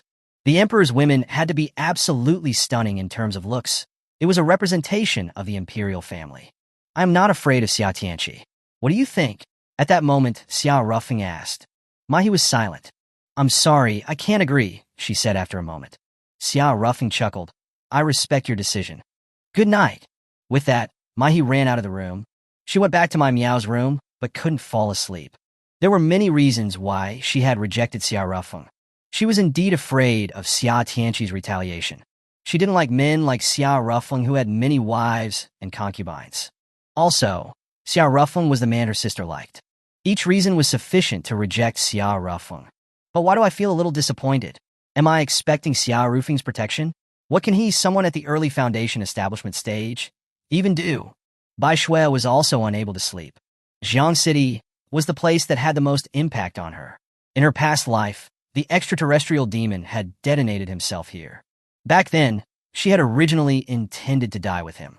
But he had not only prevented her from self-destructing, he had chosen to self-destruct instead. He had said, "Since you want me to die, then I will fulfill your wish." Before he detonated himself, he had pushed her out of the range of his blast. Ever since her memories of her past life had awakened, the smiling face of that extraterrestrial demon before he detonated himself had lingered in Bai Shue's mind, impossible to shake off. Bai Shue, what's wrong with you? Your emotions have been unstable ever since you came to Jiang City. At this moment, Qing Qi walked in. That's because Xiao Ruffing is here, and I'm longing for him, Bai Shui replied. No, Qing Qi paused, then said, You're also being overly passionate with Xiao Ruffing. I know that you love Xiao Ruffing, and I don't deny your feelings for him. But you, in the past, would have treasured your feelings for Xiao Ruffing. More. The past you would never risk putting both of you in danger for a moment of pleasure. For instance, randomly kissing him, and even thinking about sleeping with him. Do you not understand the risk of doing these things? Bai Shui fell silent. She understood it in her heart. Her eagerness to be intimate with Xiao Ruffing was mainly to suppress the feelings she had for the extraterrestrial demon. Only when she was by Xiao Ruffing's side could she forget about that extraterrestrial demon. Only when she was by Xiao Ruffing's side would the extraterrestrial demon's memories not disturb her mind. Why is this happening? Am I such a fickle woman? That extraterrestrial demon, Li Sheng, that bastard who ruined my life. Why do I feel sad about his death? And why can I only rely on Xiao Ruffing to suppress my feelings for that man? I am truly... Bai Shui clenched her fists, then abruptly walked outside. What are you doing? I'm going to find Xiao Ruffing. To do what? To sleep with him. Qing Qi's face darkened. She extended her right hand and turned it into a palm knife, and then directly knocked Bai Shui unconscious. Although Bai Shui was immune to magic, she was not immune to physical attacks. As Bai Shui was forced to sleep, on the other side, Mai was overcome with drowsiness and also fell asleep. But a shadow quietly left Xiao Ruffing's courtyard. It was Xiao Ruffing. After leaving the Heavenly Palace camp, Xiao Ruffing headed directly to the ruins. Then he stopped near the large crater in the center of the ruins. This was the crater left behind when he had self-destructed in his second life. To others, it had no special meaning. Even to the members of the demon sect, it was the same. They could not revive him there. But for Xiao Ruffing himself, this place was a treasure trove. When he had visited during the day, he had discovered that he was able to absorb the energy left behind from his self-destruction. When he had self-destructed with his nascent soul back then, the energy from his body and nascent soul had spread in all directions. Most of the energy had dissipated over time, but some energy had seeped into the nearby soil and was preserved. Humans were not unaware of the demonic energy present there, but they did not dare to absorb it. After all, it was energy left behind by the demon race, and it was harmful to humans. However, Xiao Ruffing was not worried about this. First of all, this was energy that he himself had left behind. Secondly, he had a black hole in his dantian in this life. What was a black hole? It was a terrifying entity capable of swallowing even the universe. Even the most poisonous substance in the universe could be devoured by it. After arriving at this place, Xiao Ruffing did not rush to absorb the energy. He looked around, confirmed that no one was there, and there were no surveillance devices. Only then did he sit cross-legged in a spot in the crater, activated the black hole in his dantian, and began to frantically absorb the energy. By dawn, Xiao Ruffing had been there for more than 5 hours absorbing the energy. If converted into spirit stones, the energy he absorbed in those 5 hours was roughly equivalent to 10,000 standard top-grade spirit stones. And the entire Heavenly Palace, with thousands of members, only had an annual budget of 1,000 top-grade spirit stones. What was even more shocking for Xiao Ruffing was that he had not even broken through yet. However, just as Xiao Ruffing was preparing to get up and leave, a surge of energy suddenly erupted from his body. Xiao Ruffing was overjoyed. He had finally broken through, although it was only a breakthrough from the early foundation establishment stage to the mid-stage. When he came back to his senses, Xiao Ruffing didn't know whether to laugh or cry. The energy he had consumed from early foundation establishment to mid-stage was almost 10,000 times more than an ordinary cultivator. No, it was probably far more than that. However, although it was only a small breakthrough, it brought a big change to Xiao Ruffing. First of all, the range of the black hole's gravitational pull had increased tenfold. It was originally only effective within a 1-meter range around him, but now it could be expanded to 10 meters. Secondly, the speed at which the black hole absorbed energy had also increased. The faster the black hole absorbed energy, the faster his cultivation realm would increase. Of course, the prerequisite was that he had enough resources. There's still quite a bit of energy left in the crater. It should be enough to help me reach the peak of the foundation establishment stage. But after that, the resources, he had a headache. The higher his cultivation realm, the more energy he needed for cultivation. But now, Xiao Rufeng didn't have a stable source of resources. Well, let's take it one step at a time. In the following days, Xiao Rufeng closed his doors to visitors, claiming that he was going into closed-door cultivation. After all, he had only recently broken through to the foundation establishment stage, and now, in just a few days, he had broken through to the mid-stage. This would definitely attract Sun Wu's attention. Even if Sun Wu didn't care, his fiancé, Qiu Xiang, would certainly take note. That woman is much more perceptive than Sun Wu. Xiao Rufeng did not know much about military strategy, but he understood the importance of concealing one's strengths and biding one's time. Xiao Rufeng's closed-door cultivation was intended to prepare for the internal selection competition with Sun Wu in a few days. His motives were very reasonable. Of course, Xiao Rufeng would not stay in his room the whole time. Every night, he would quietly go to the large crater in the ruins to absorb the residual energy left by his self-destruction in his second life. In these days, the daily routines of the Heavenly Palace seemed to be the same. However, some people were feeling a bit depressed. Like Bai Shui, Xiao Rufeng went into closed-door cultivation? Yes, Qing Qi said expressionlessly as she read her book. Sigh. Then what am I even here for? Bai Shui said, listlessly lying on her bed. Then, let's go to the Imperial City. The candidate sanuses from the other 9 districts have all arrived. Qing Qi said as she closed her book. No, I must wait for Xiao Rufeng and Sun Wu's duel, Bai Shui said. She was very worried about Xiao Rufeng. In terms of strength, Xiao Rufeng was far weaker than Sun Wu. Sun Wu was now at the late-stage core formation stage, with combat power at the peak of the core formation stage. Xiao Rufeng, on the other hand, was only at the early foundation establishment stage. Even if Xiao Rufeng had heaven-defying combat prowess, reaching the early core formation stage, he still had no chance of winning against Sun Wu, who possessed the combat power of a peak core formation cultivator. A few days later, Sun Wu, how can you be in the mood to read a novel? At that moment, Qiu Xiang walked over, her eyebrows furrowed slightly. What's wrong? Tomorrow is your duel with Xiao Rufeng. Is it really okay for you to be so carefree? Qiu Xiang asked. Is there a problem? Sun Wu said, turning a page of his book. Qiu Xiang directly snatched the book from Sun Wu's hand and said, Xiao Rufeng has been in closed-door cultivation for a few days. He's seriously preparing for his duel with you. And Sun Wu asked, Qiu Xiang, can you be serious? Sun Wu glanced at Qiu Xiang, speechless. I really don't know what you're worried about. What use can a few days of closed-door cultivation be? I can defeat Xiao Rufeng with one hand, Sun Wu said. Qiu Xiang looked at him, didn't say anything, and turned around and left. Logically speaking, she really didn't have anything to worry about. As Sun Wu said, what kind of improvement could a few days of closed-door cultivation bring? But, for some reason, she couldn't settle down. She walked aimlessly alone, and without realizing it, she had arrived outside Xiao Rufeng's courtyard. There's a barrier, and a high-level one at that. Where did that guy learn such a high-level barrier from? At that moment, Qiu Xiang suddenly thought of something. Come to think of it, he withstood my soul pressure before. It's unbelievable that a mere foundation establishment stage waste could withstand my immortal level soul pressure. Even though my cultivation is far below its original level now, and my pressure hasn't reached its peak, it still shouldn't be something a foundation establishment cultivator could resist. Her pupils suddenly constricted slightly. Could it be that that guy is also a reincarnator? But how could a reincarnator have their past life's memories? Qiu Xiang was indeed a reincarnator, but she was not an ordinary reincarnator.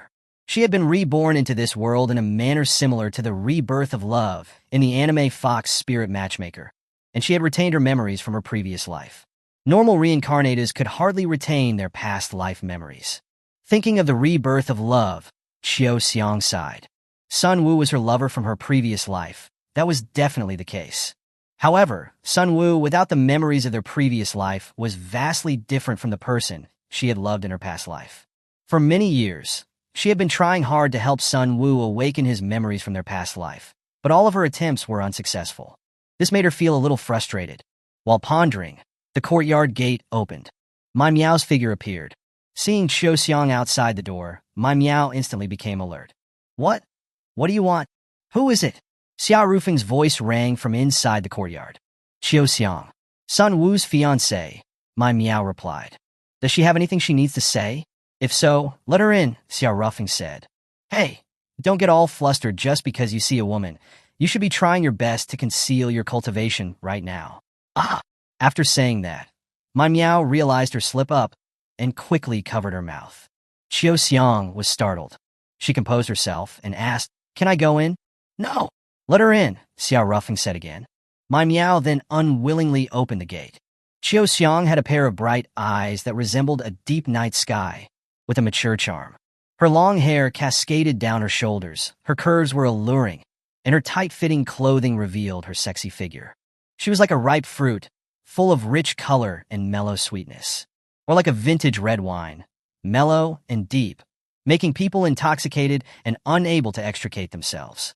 Before the arrival of Tian Gonghe, Qiu Xiang had always been the most attractive woman in the Heavenly Palace. However, because she had debuted in the Heavenly Palace as Sun Wu's fiancé, although there were many who admired her within the sect, there were very few who dared to pursue her.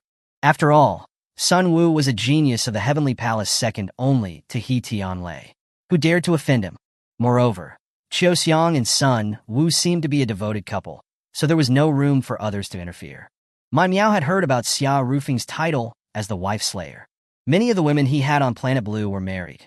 For example, Enlei, who was the first to have a wedding ceremony with him, Jiang Lu, whom he appointed as the Empress, and also his concubine, Su Ji. All of them were wives to other men. Therefore, my Meow did not want Xiao Rufeng to interact with Qiu Xiang, but she did not stop her either. In fact, after Qiu Xiang entered the courtyard, she took the initiative to leave. She wasn't worried that Qiu Xiang would harm Xiao Rufeng. With Xiao Rufeng's current cultivation, along with the barrier that had defensive and offensive abilities, unless the sect master came personally, no one could do anything to Xiao Rufeng. Qiu Xiang entered the courtyard. Xiao Rufeng was sitting under a large locust tree in the courtyard, drinking tea.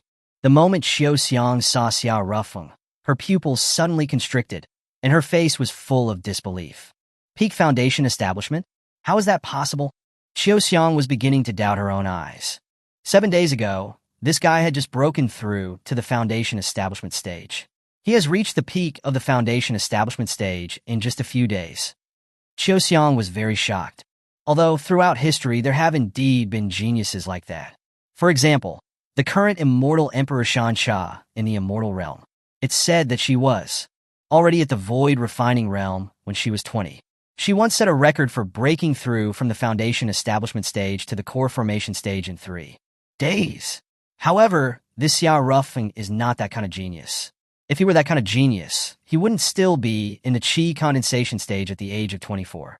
What's going on? Could it be that he recently remembered his past life's memories?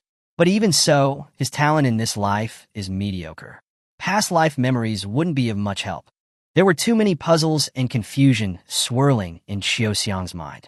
No need to be too surprised, right? I think you've already guessed that I am a reincarnator. But your talent in this life is very poor.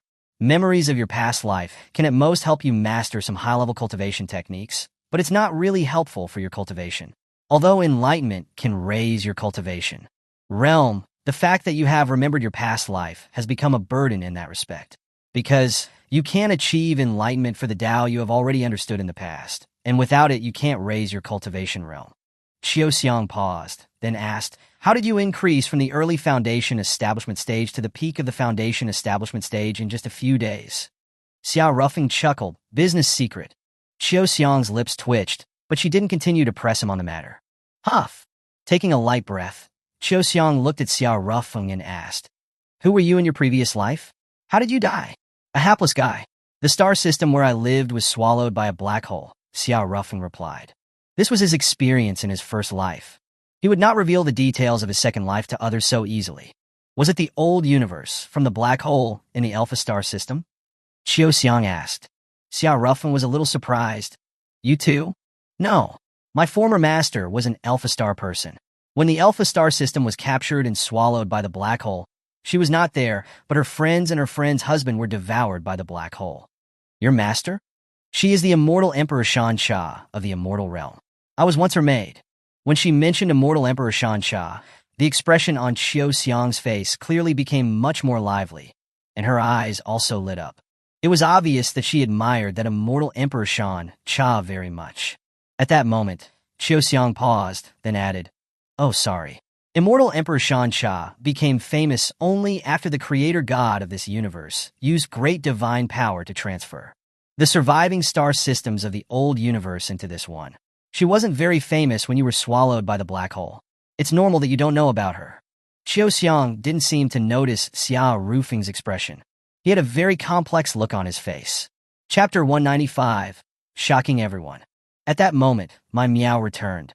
She couldn't help but feel uneasy about leaving Xia Rufeng and Qiu Xiang alone.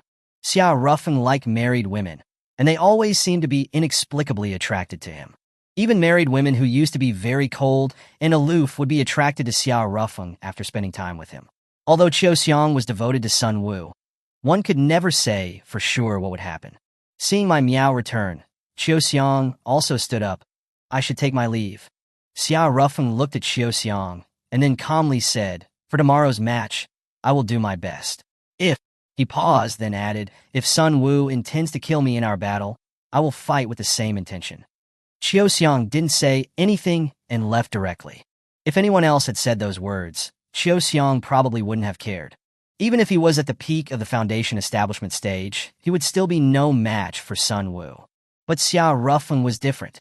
He was from the immortal realm, and at least a cultivator at the immortal realm in his past life.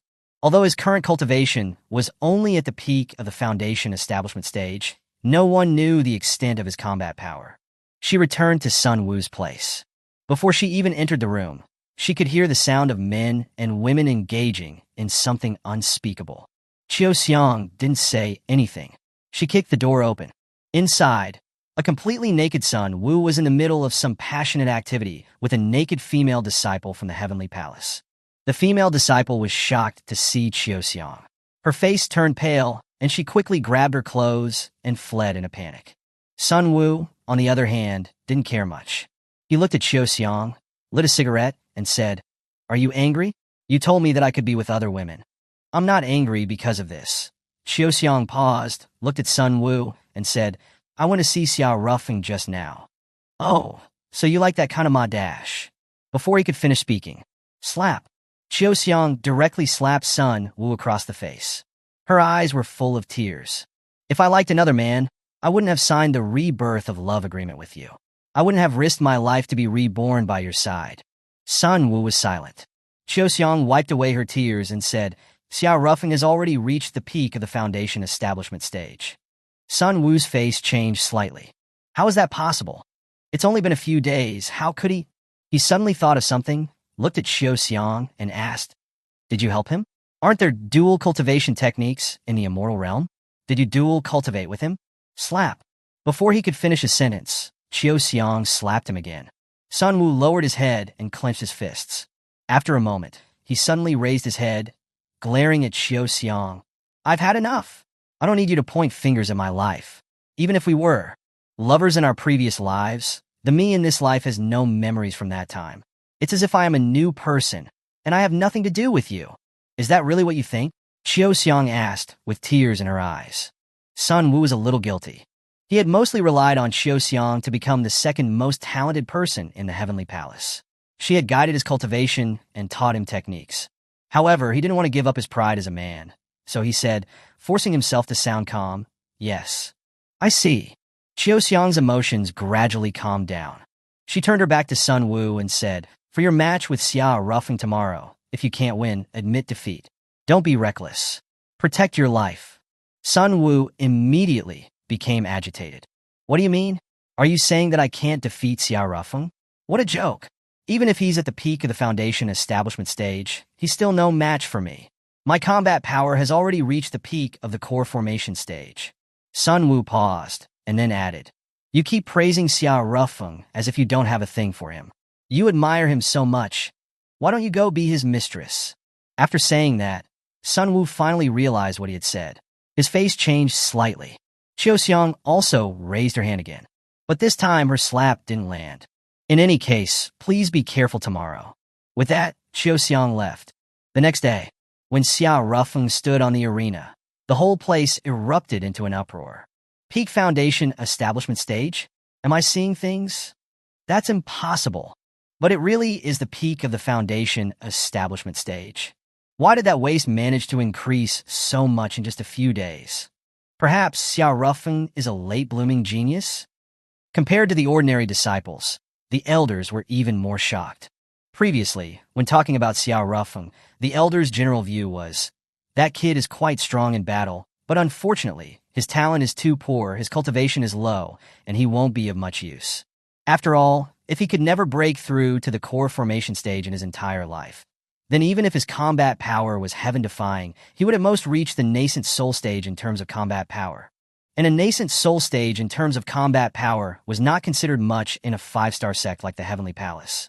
Each elder in the Elder Council had the cultivation of a nascent soul cultivator.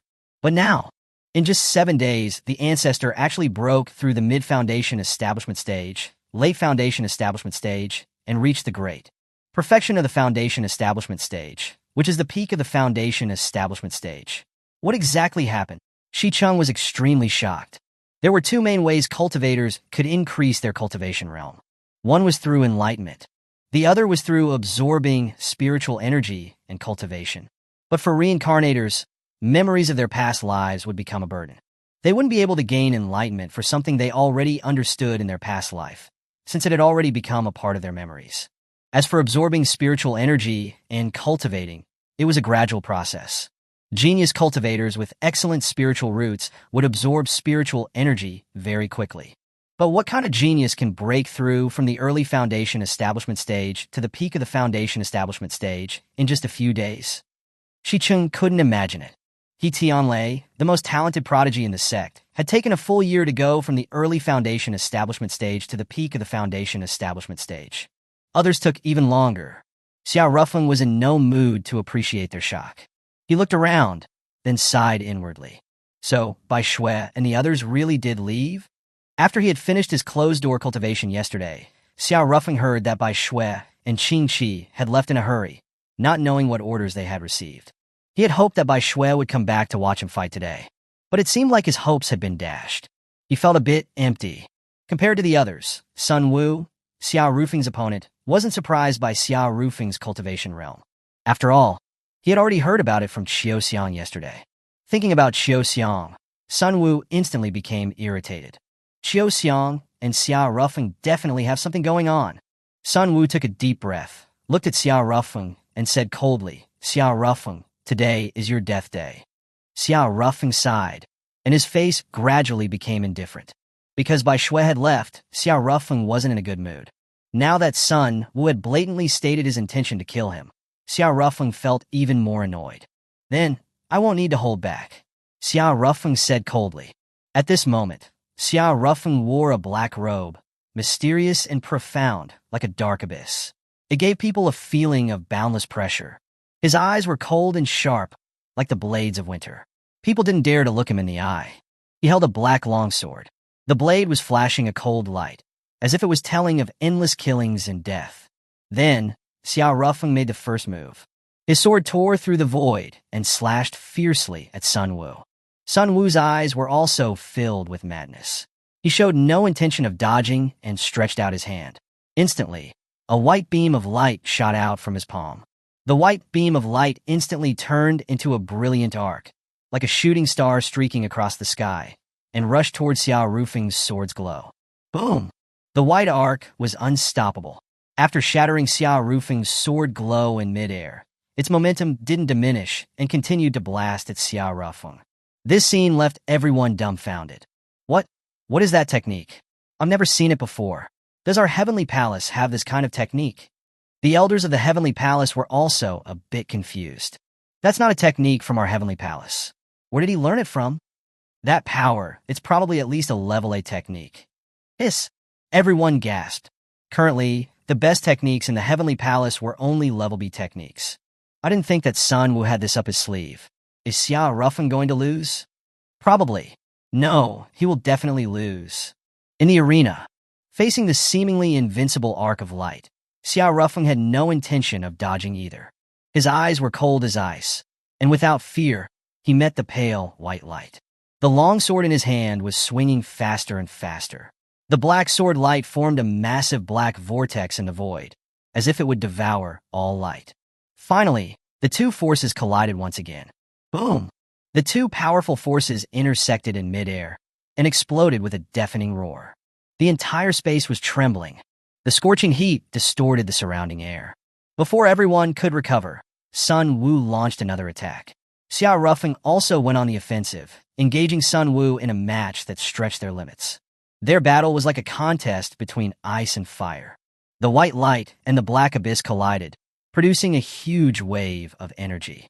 Their figures intertwined in the void, moving so fast that it was impossible to capture them. Only the constantly colliding sword glow and light left behind a trail of dazzling streaks in the void. Their attacks and defenses were like a beautiful poem, leaving one with a sense of deep shock and awe. On the spectator stand, the crowd was dumbfounded. Xiao Rufeng and Sun Wu's battle had exceeded their comprehension. Is this really a fight between a foundation establishment stage cultivator and a core formation stage cultivator? I feel like I'm watching two nascent soul stage cultivators fighting. You're not alone. That's how I feel too. Heavens. Sun Wu is one thing, but Xiao Rufeng is just too overpowered. A peak foundation establishment cultivator can unleash the combat power of a nascent soul cultivator. At the corner of the spectator stand, Qiu Xiang sat there quietly alone. She was also somewhat shocked.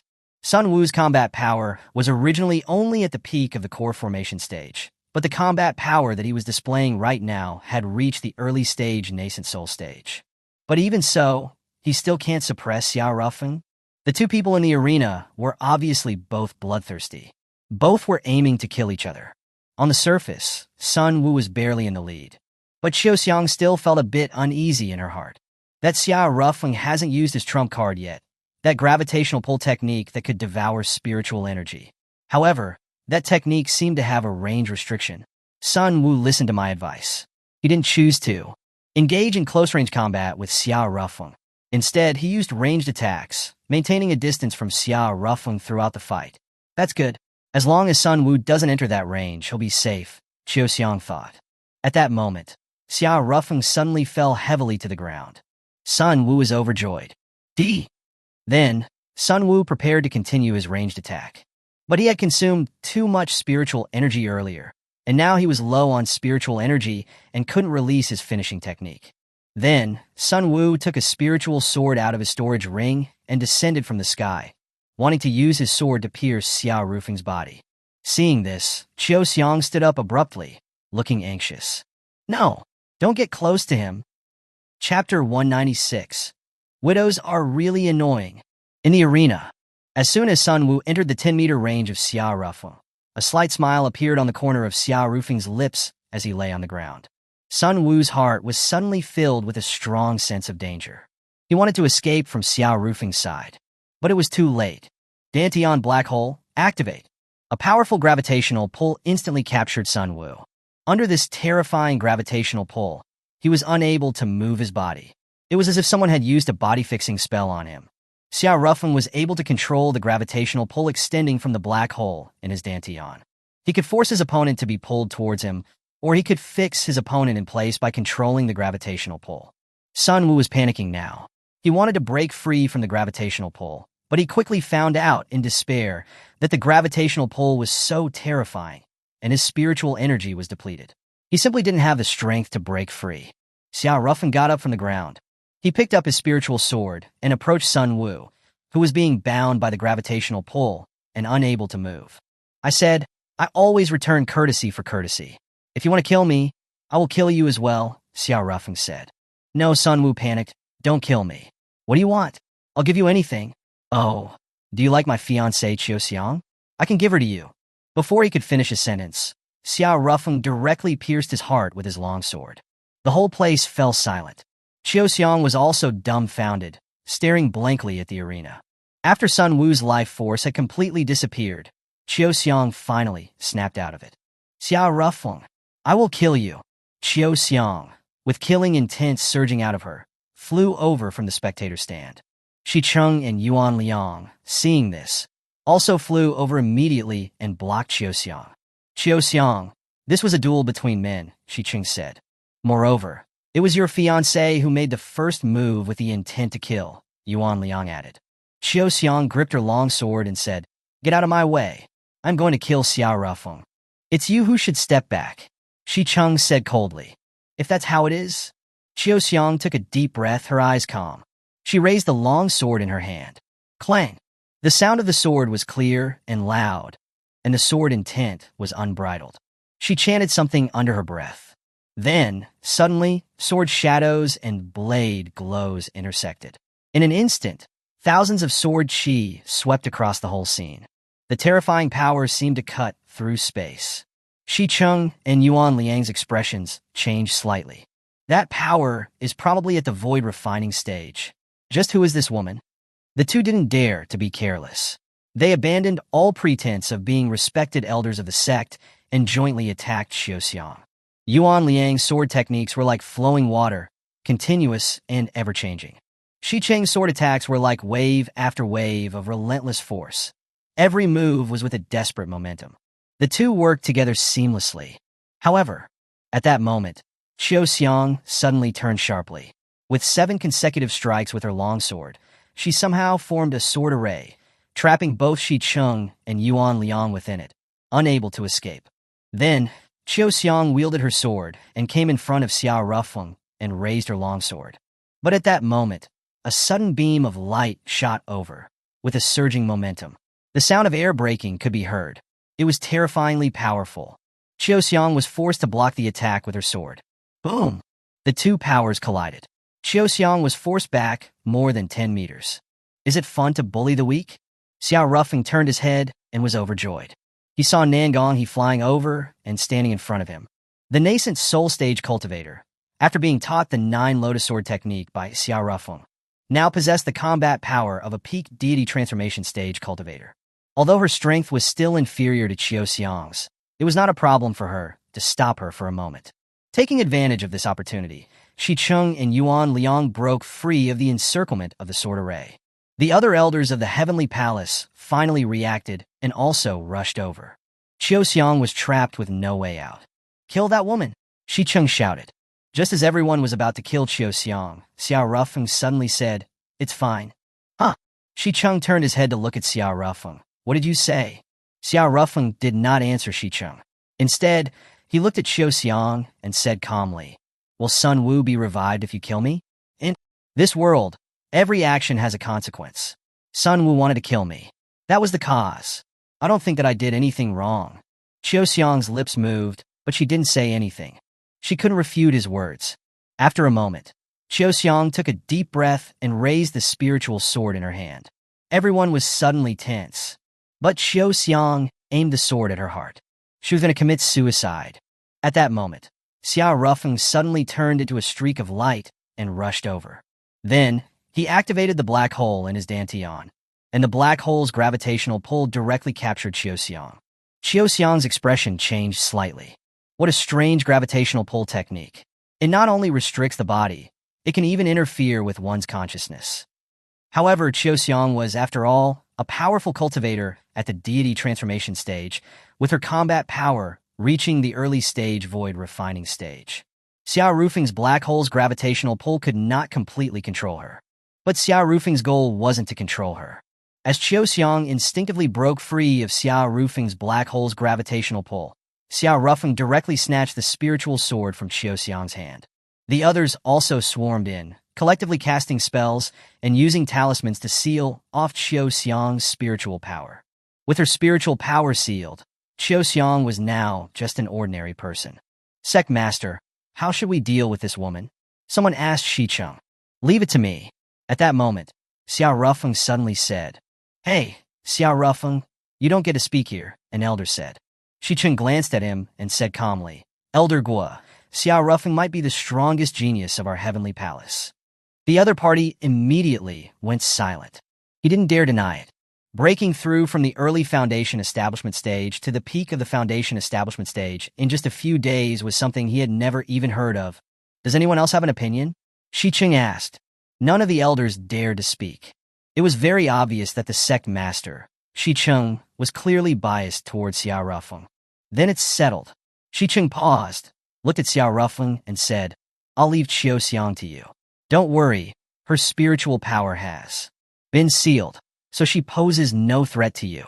As for how you want to deal with her, kill her, or let her become a servant. You decide. Okay. Afterward, Xiao Rufeng took Qiu Xiang back to his courtyard. He didn't let anyone else in. He only went into the courtyard with Qiu Xiang. What do you want? Are you going to force yourself on me? Qiu Xiang said mockingly.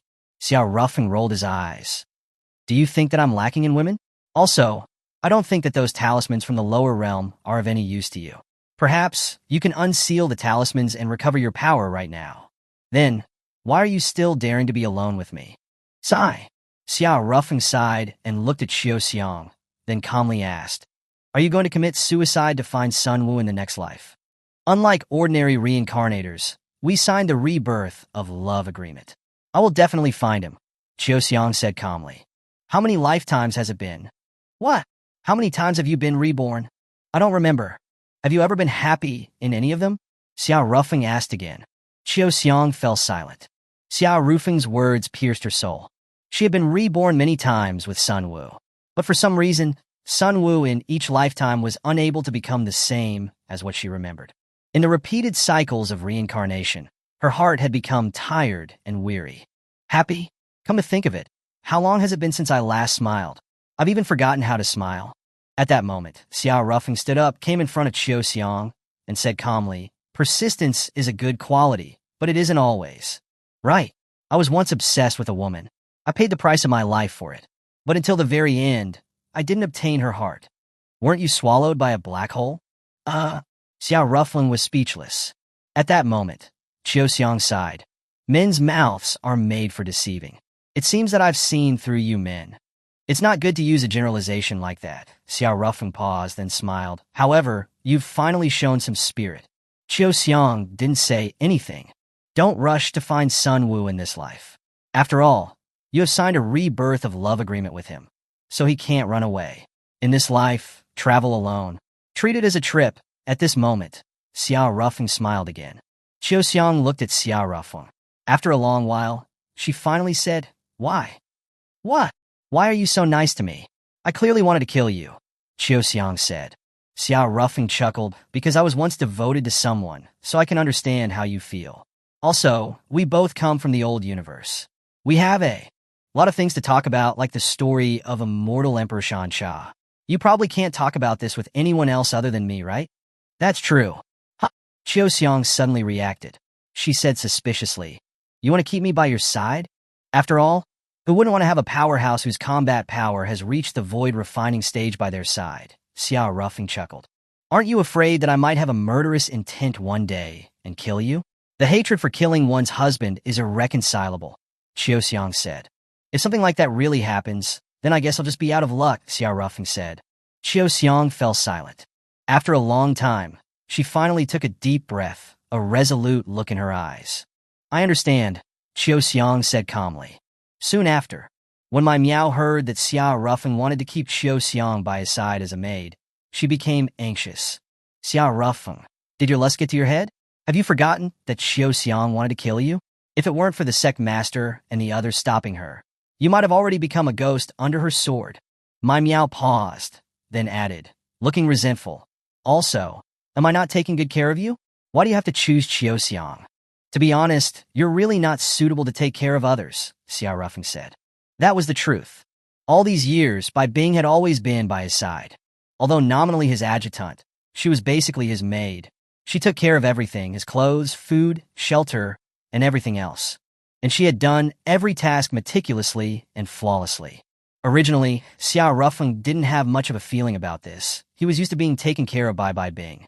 But only after Bai Bing had left did he realize how reliant he was on Bai Bing.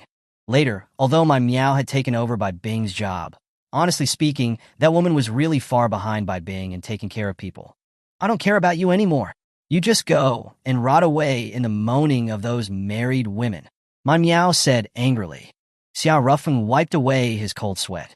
At that moment, my Miao glared at Qiu Xiang and said, Don't think that it's a big deal just because you have big breasts. A woman's charm is in her character. Your fiancé just died, and now you're already throwing yourself into the arms of another man. A woman like you would never become Xia Rufeng's wife or concubine. You can at most be a mistress. If that's the case, then you wouldn't even be qualified to be a mistress, Qiu Xiang said, expressionless. My Miao was instantly at a loss for words. She had been outmaneuvered. Widows are so annoying. With that, my Miao left in a huff. After my Miao left, Qiu Xiang looked at Xia Rufeng and asked, "How many mistresses do you have?" Xia Rufeng didn't say anything. His eyes flickered. In all 3 of his lifetimes, there was only one woman who was clearly his mistress. And that was Ji Marin, also known as Immortal Emperor Shansha, from his first life. Chapter 197, by Bing's Whereabouts. At that moment, Qiu Xiang added, "You don't have to be so troubled. I was just asking casually. If you don't want to say, then it's fine." However, she paused, looked at Xia Rufeng, and then said, "My staying by your side is not for me to be your mistress." Xia Rufeng broke into a sweat. "I wasn't thinking that. Although I won't be your mistress, I will try my best to take care of your daily life. I believe I'm better than my Miao in this regard. After all, I've been taking care of Sun Wu for many lifetimes, so I have a lot of experience in taking care of people," Qiu Xiang said. Xia Rufeng chuckled. "I fully believe that." Qiu Xiang looked at the time, and then asked, "Are you hungry? I'll go cook." "Okay," Xia Rufeng nodded. Qiu Xiang didn't say anything more and went to the kitchen. She was very efficient. It took her less than 20 minutes to make several dishes and a soup. "Try it," Qiu Xiang said. Xia Rufeng picked up his chopsticks and placed a piece of sweet and sour pork in his mouth. As he bit into it, the crispy outer layer instantly burst open. The sweet and sour ratio was perfect. It was neither too sweet nor too sour. Each bite felt like a dance on his tongue. "How is it?" Qiu Xiang asked. "Delicious." Xia Rufeng paused, then said, "I didn't know that you had the potential to be a good wife and mother." "What are you talking about? My biggest dream is to be a good wife and mother. It's just..." Qiu Xiang looked a bit lost. Xia Rufeng glanced at Qiu Xiang, and then suddenly said, "Ms. Qiu Xiang, I'm going to say something that might make you unhappy." "Go ahead," Qiu Xiang replied calmly. "I know that you want Sun Wu to become the same as he was in your first life, when you fell in love with him. However, unlike you, Sun Wu doesn't have the memories from his previous life. Each time he is reborn, it's a completely new life for him. However, because of your existence, he can only live according to your plans and arrangements. But, Qiu Xiang, you need to understand that, by doing this, Sun Wu isn't living his own life, but your life," Xia Rufeng said calmly. Qiu Xiang was instantly stunned. "Is that so? Why didn't I understand such a simple truth before?" Qiu Xiang paused, then looked at Xia Rufeng, and then said, "If you had told me these words before killing Sun Wu, that would have been great." Xia Rufeng felt a bit guilty. He said, forcing himself to sound calm, "Anyways, since you guys have signed a rebirth of love agreement, Sun Wu can't run away. Perhaps he will still be reborn in this world in his next life." Qiu Xiang didn't say anything. There were countless realms in the universe. The probability of being reborn in the same world twice in a row was too low. However, just like Xia Rufeng said, she wasn't in a hurry. Because of the rebirth of love agreement, she would definitely be reborn by Sun Wu's side in her next life, as long as she died. "I'll treat this life as a trip. Come to think of it, these years, I've been living for Sun Wu. I'll just treat this as some time for myself." Qiu Xiang then turned her head to glance at Xia Rufeng. This man was clearly the person who had killed her husband, but at this moment, she couldn't muster any resentment towards him. This guy is also strange. Sun Wu clearly wanted to kill him, but he's speaking up for Sun Wu. Is that his magnanimity? Men like that are indeed quite rare. She somewhat understood why my Miao liked this man. "By the way, do you have any plans for the future? Since I've decided to travel with you, it's necessary for me to find out your plans," Qiu Xiang said. Xia Rufeng didn't say anything. He picked up another piece of braised pork and put it in his mouth. After a while, he said calmly, "I might end up in a fight with Xia Tianqi. If you think that staying by my side is too risky, you can choose to leave. You don't have to risk your life with me." "Fight with Xia Tianqi?" A rare smile appeared on Qiu Xiang's lips. "That sounds interesting." Xia Rufeng blinked. "Did you just smile?" "No, you saw wrong." Qiu Xiang recovered her cold demeanor. "All right." Xiao Rufeng didn't pursue it any further. Even by evening, my Meow hadn't returned.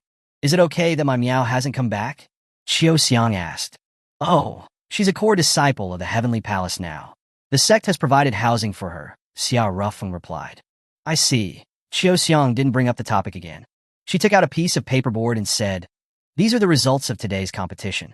Besides you, Nangong He and He Tianlei also defeated their opponents, one after another. According to the rules of the selection competition, all three of you have already obtained a spot to participate in the Lapis Lazuli Cup. Good. That's pretty much the top 3 strongest people under 50 in the Heavenly Palace. There's one more thing. Qiu Xiang paused, looked at Xiao Rufeng, and then said, Xia Tianqi is going to choose concubines again. Besides the commoner women, there are also the 10 candidate saintesses of the angelic court from this year's intake among the selection. Saintess by Shui is one of them. The hand that Xiao Rufeng was using to eat suddenly froze. As I thought, Qiu Xiang said calmly. You knew Bai Shui a long time ago, right? Yes, Xiao Rufeng replied calmly.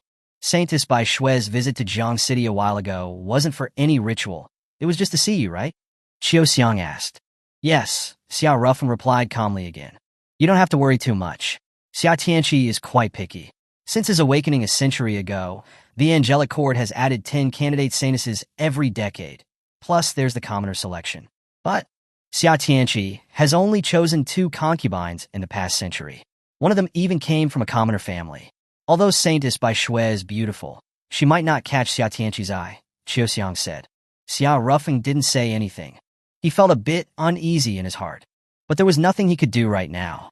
Whether in terms of strength or influence, he was still too far behind Xia Tianqi. What he could do right now was to increase his strength as quickly as possible. And to increase his strength, he had to obtain cultivation resources. Huff! Xiao Rufeng took a deep breath, and then his gaze became cold.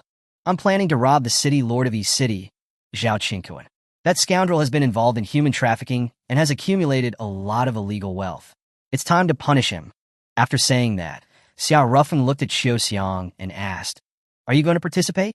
That's exactly what I wanted. To be honest, I've been disgusted by that Zhao Qingquan for a long time, Qiu Xiang said. Xiao Rufeng grinned and then extended his hand. Pleasure to be working together. Qiu Xiang also extended her hand and shook Xiao Rufeng's hand. However, the Zhao Qingquan is very cautious. He always brings guards with him when he goes out. I heard that he has 2 void refining stage guards under his command. It won't be easy to deal with them, Xiao Rufeng added. You can leave that to me, Qiu Xiang said. Afterward, Qiu Xiang left. A moment later, Qiu Xiang returned. Let's go, Qiu Xiang said. Where to? I've already made an appointment with Zhao Qingquan to meet at the beach. Ah, Xiao Rufeng blinked. Are you and Zhao Qingquan very familiar? Not familiar, but I know he wants to sleep with me, Qiu Xiang replied calmly. Xiao Rufeng broke into a sweat. Isn't this a honey trap? What's wrong with a honey trap? From the bottom of my heart, I actually don't want my women to use a honey trap on other men. Your woman? No. What I meant was, the women by my side, Xiao Rufeng said, forcing himself to sound calm. Qiu Xiang waved her hand. I'm just luring him out. I won't let him do anything. That's good. Xiao Rufeng paused, his eyes flickering. He seemed hesitant, but a determined look soon appeared on his face. He raised his head, looked at Qiu Xiang, and then said, Now that we are allies, there are some things that you need to know. Qiu Xiang looked at Xiao Rufeng, but didn't say anything. Then, Xiao Rufeng went to the shadow of the large locust tree in the courtyard. Shadow technique. Xiao Rufeng instantly transformed into a shadow and hid in the shadow of the large locust tree. Qiu Xiang's pupils contracted slightly. A shadow technique, huh? Qiu Xiang paused, and then said, How does the Heavenly Palace test spiritual roots? They said that your spiritual root's aura was weak, and they couldn't even identify what element it was. Did they not know about the dark spiritual root? Huh? No, that can't be right. You seem to use a fire-based technique in the match against Suda. Are you a dual dark and fire spiritual root? Xiao Rufeng chuckled, then used a wood-based technique, a water-based technique, a metal-based technique, a earth-based technique, and even a lightning-based technique. Qiu Xiang was a bit dumbfounded. You're an all-elemental spiritual root? What kind of physique do you have? Even though Qiu Xiang was from the immortal realm, had served immortal Emperor Shansha, and had seen a lot, she had never heard of anyone with an all-elemental spiritual root. Oh, the creator god must have been all elemental. But that's the creator god. How can Xiao Ruffin compare to the creator god? Although she was shocked, the facts were in front of her. She couldn't help but believe it. After a moment, she took a deep breath and then calmed her emotions. It's a good thing you stopped me from committing suicide. Otherwise, I wouldn't have the chance to know that such a prodigy exists in this world. She really wanted to know what heights Xiao Ruffin could reach. The curiosity in her heart was like a vine, growing thicker and denser. Then let's go, Xiao Xiang said. Xiao Ruffin didn't move. He looked hesitant. Is there anything else? Xiao Xiang asked. Can I take a look at your body? Xiao Ruffin said. Xiao Xiang. If you don't want to, you can just give me your DNA data, Xiao Ruffin added. Xiao Xiang didn't say anything. She pulled out a strand of hair from her head and handed it to Xiao Ruffin. What do you want to do? You'll find out soon enough. Xiao Ruffin held Xiao Xiang's hair in his hand. The hair instantly turned into energy and entered Xiao Ruffin's body. Then, Xiao Ruffin looked at Xiao Xiang and began to outline her body shape in his mind. That's about right. Then, Xiao Ruffin took out a high-grade disguise pill and swallowed it. Then, to Xiao Xiang's astonishment, Xiao Ruffin directly transformed into her. Moreover, even his aura was hers. Xiao Xiang was quite surprised. A disguise pill that could change one's aura was very precious, even in the immortal realm. This is clearly the lower realm. How did you get your hands on such a high-grade disguise pill? Xiao Xiang couldn't help but ask. Let me keep that a secret for now. Xiao Ruffin paused, then asked, How is my transformation? Do I look like you? Xiao Xiang went in front of Xiao Ruffin and looked at him carefully, and then said, Your chest is smaller. You were wearing clothes. I couldn't see, so I could only rely on my imagination, Xiao Ruffin said. Xiao Xiang. Why do your words sound so lecherous? Xiao Xiang paused, then added, What do you want to do by transforming into me? Masturbate? How could I? Xiao Ruffin also paused for a moment before saying, Actually, I'm targeting Zhao Qingquan not only for his money and spiritual stones, but also to find out the whereabouts of a friend. She was kidnapped by bandits and was most likely sold to human traffickers. Zhao Qingquan is a very perceptive man. Your figure isn't right. He will definitely find out, Xiao Xiang said. Xiao Ruffin scratched his head. The data isn't enough. It's hard to make a perfect transformation. Just say that you want to see my body directly, Xiao Xiang said. Xiao Ruffin broke into a sweat. I really didn't mean that. Xiao Xiang didn't say anything else. It was as if she was thinking about something. After a moment, she raised her head and looked at Xiao Ruffin, and then said, I can't strip naked so you can scan my body. But, if you trust me, tell me about your friend, and I'll help you find out about her. Okay, Xiao Ruffin said. Afterward, Xiao Ruffin told her about Bai Bing's situation. I see. Xiao Xiang paused, and then said, You can just transform into a shadow and hide on me. You can leave the rest to me. Okay. Afterward, Xiao Ruffin transformed into a shadow and hid on Xiao Xiang.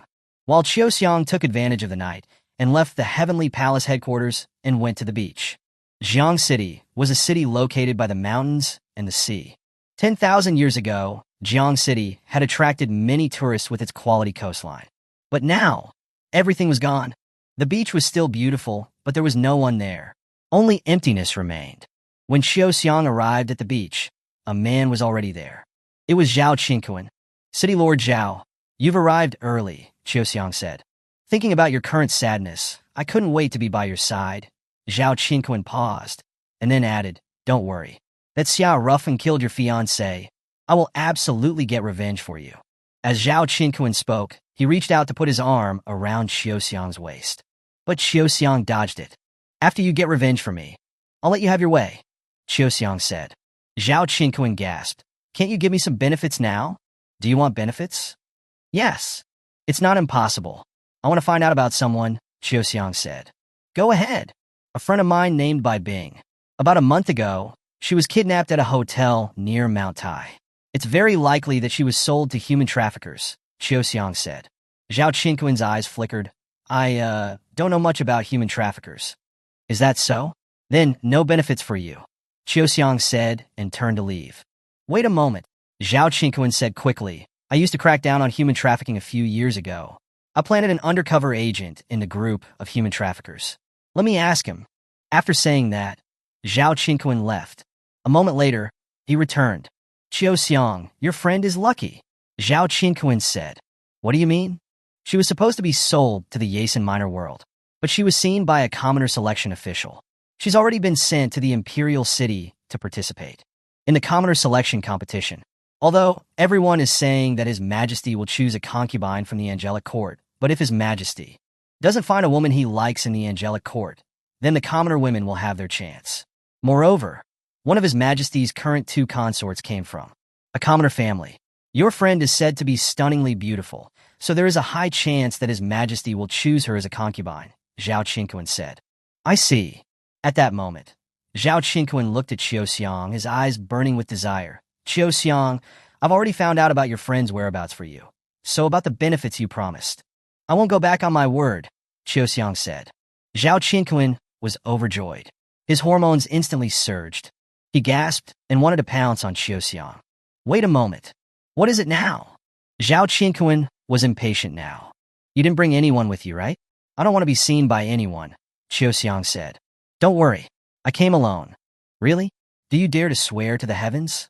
Xiao asked. For cultivators, swearing to the heavens was a very serious matter. Although not everyone who violated their heavenly oath would be punished by the heavens, it was something that was like the sword of Damocles hanging overhead. No one knew when it would fall on their head. Therefore, cultivators rarely used heavenly oaths. But Zhao Qinquan was too impatient right now, and he really didn't bring any guards with him.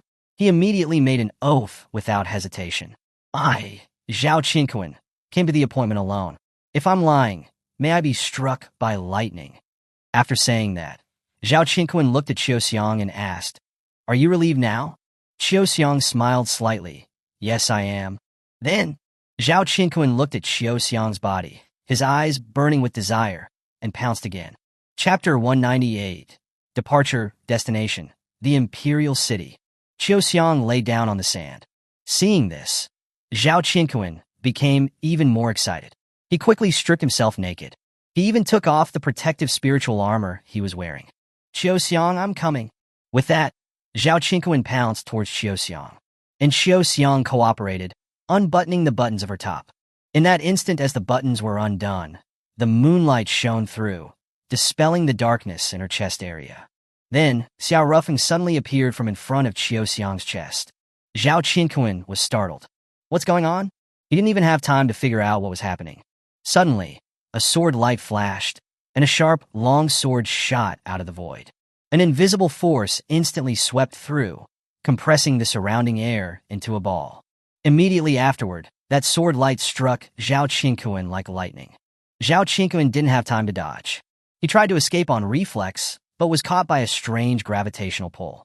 Unlike ordinary gravitational techniques, this gravitational pull even disrupted one's mind. By the time he came back to his senses, the sword light carrying an aura of destruction had already reached him. Not good. As the sword light pierced Zhao Qinquan's heart, blood instantly gushed out. Why? Zhao Qinquan looked at Xiao and said with difficulty, Isn't Xiao Rufeng your husband's killer? Yes. Why are you with your enemy? Zhao Qinquan asked. Xiao squatted down and then said calmly, I'm also thinking about that question, but I don't have an answer yet. Perhaps time will give me the answer. At that moment, Zhao Qinquan suddenly became ferocious, rose up, and pounced toward Xiao. But he was once again pulled back to the ground by Xiao Rufeng's black hole gravitational pull, unable to move. He was too seriously injured and was no longer able to control his mental and spiritual powers. Under the black hole's gravitational pull, the spiritual and mental powers of Zhao Qinquan, and even the energy of his nascent soul, were being absorbed by Xiao Rufeng. Zhao Qinquan was stunned. What is this? What are you doing? Xiao Rufeng ignored him and focused on absorbing the spiritual power from Zhao Qinquan's body. Gradually, Zhao Qinquan's spiritual power was exhausted, and even the spiritual power of his nascent soul was drained.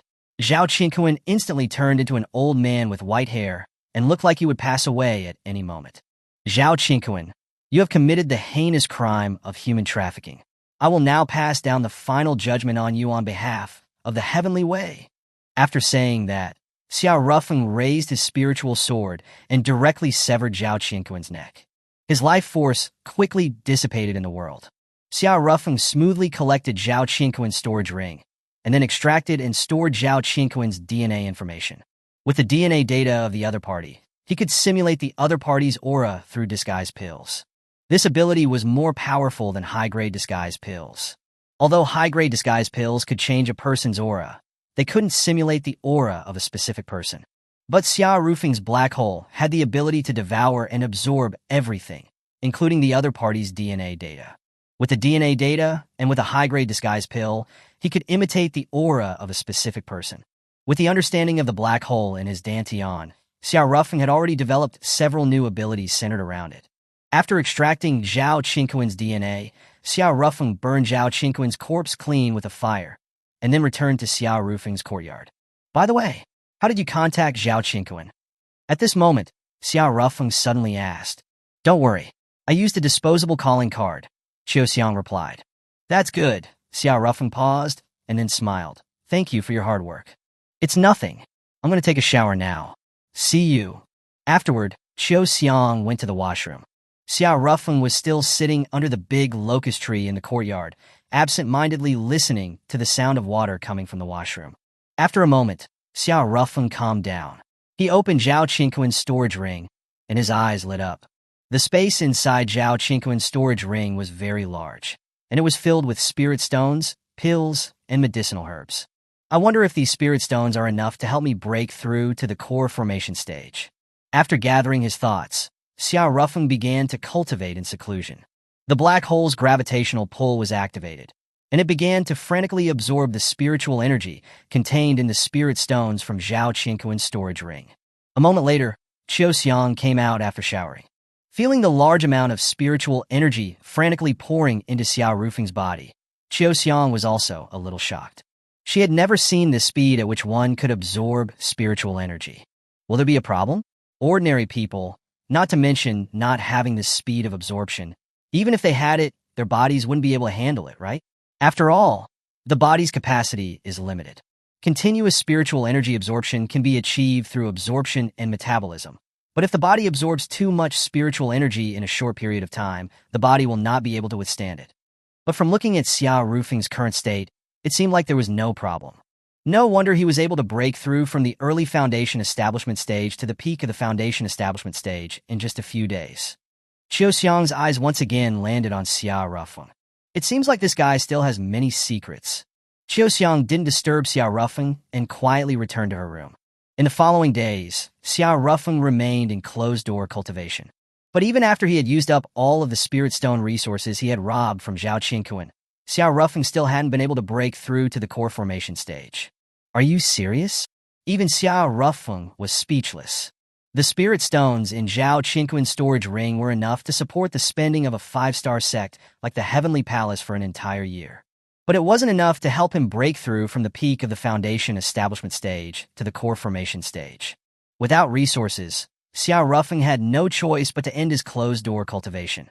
However, it wasn't a complete loss. He had now faintly touched the threshold of the core formation stage.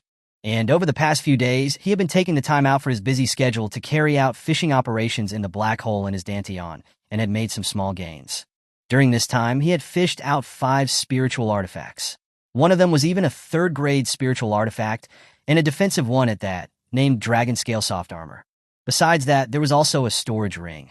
The storage ring was filled with beauty-preserving pills.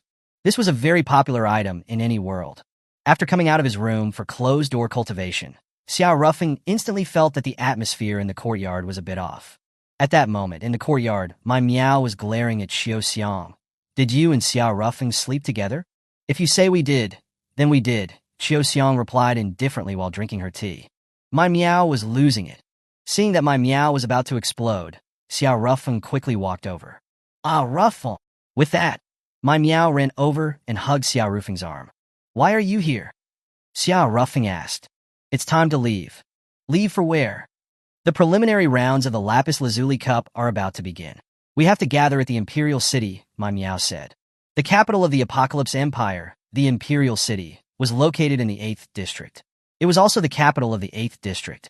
Like ordinary sporting events, the Lapis Lazuli Cup also had zonal competitions. However, the top 4 teams from each large zone would be able to advance to the final competition. The final competition would take place on the immortal Arrival Island, located in the neighboring Lapis Lazuli world, where the Tower of Time was located. It was said that that place could connect to the immortal realm, which was why it was called the Immortal Arrival Island. Of course, most people just regarded it as a legend. After all, there was a thick spatial barrier between the mortal and immortal realms. It was something that no mortal power could break through, not even immortal emperors. There was also a legend about the Immortal Arrival Island. It was said that 1,000,000 years ago, the Immortal Arrival Island was once taken to the immortal realm, but for unknown reasons, it returned to the mortal realm again. No one believed that legend. What kind of person could bring an island that large to the immortal realm? It was unimaginable, but Xiao Rufeng knew that it was true. Back then, his father had used almost all of his personal power to bring the Immortal Arrival Island to the immortal realm. Also brought to the immortal realm were some of his father's old acquaintances, friends, and subordinates. Of course, the Xiao Rufeng from the first life was also among them. However, how the Immortal Arrival Island had returned from the immortal realm to the Lapis Lazuli world was not clear. The Imperial City, huh? Xiao Rufeng looked towards the north. The angelic court of the Shadow Sect was also located in the Imperial City, as was Xia Tianqi's palace. Even the women chosen from the commoners would eventually be taken to the Imperial City. Thinking of that, Xiao Rufeng's gaze gradually became determined. Although I'm still very weak right now, it's time to set off. 2 days later, a group from the Heavenly Palace embarked on the journey to the Imperial City. Besides Xiao Rufeng and the other 4 contestants who would participate in the Lapis Lazuli Cup, there were also a group of staff members. Why are you here too? My Miao looked at Xiao Xiang, who was sitting next to Xiao Rufeng, with great dissatisfaction. I am Xiao Rufeng's maid. It's only natural that I accompany him. Xiao Xiang paused and then said, On the other hand, what is your status here? I am Nangongyi's maid. My Miao said. I see. Since we are all maids, then let's get along, shall we? Xiao Xiang said. Compared to my Miao's youthfulness, Xiao Xiang seemed much more composed. But Xiao Xiang's composure made my Miao even more displeased. Luckily, before she exploded, Nangong, he had sent her away. Xiao Rufeng also breathed a sigh of relief. Being too popular, isn't that troublesome? Nangong he chuckled. Xiao Rufeng glanced at Nangong he. She was still wearing a veil. Recently, there had been a lot of rumors within the sect that said Nangong he always wore a veil because she was too ugly. But Xiao Rufeng knew that, beneath that veil, was an exceptionally beautiful face. Nangong, are you sure you're okay? Going to the Imperial City. Xiao Rufeng asked, worried. Nangong, he was a wanted criminal of the Imperial Court. It's okay. When the North Star sect rebelled, I happened to be in closed-door cultivation and didn't participate in the riots. Although, the court later found the North Star sect's roster and listed me as a wanted criminal, they aren't picking up my aura, Nangong, he said. In the cultivation world, names and appearances weren't important. What was important was the body's aura. That was the core of identifying a person. That's good, Xiao Rufeng replied. He didn't say anything more and turned to look out of the window. It had been over a month since he came to Earth, and he hadn't finished any of the tasks he had set out to do. The medicine to treat nuclear radiation had already been arranged for Yuan Yi to make. However, because of the huge demand and the fact that it could only be purchased on the black market, progress was slow. He hadn't helped Yuan Ling take revenge on her unfaithful husband. He couldn't even contact Yuan Ling now. He also couldn't find his master. What was worse was that he had also lost Bai Bing. Thinking about this, Xiao Rufeng's fists clenched. Xiao Xiang glanced at Xiao Rufeng, and then placed her hand on the back of Xiao Rufeng's hand. Don't worry. I found out that although Bai Bing has been sent to the Imperial City, she has not yet been sent to the Inner Palace. According to the Apocalypse Empire's customs, the Emperor will give preference to the women in the Angelic Court when choosing his consorts. The commoner women will be next in line. When is the concubine selection in the Angelic Court roughly? Xiao Rufeng asked. In a month.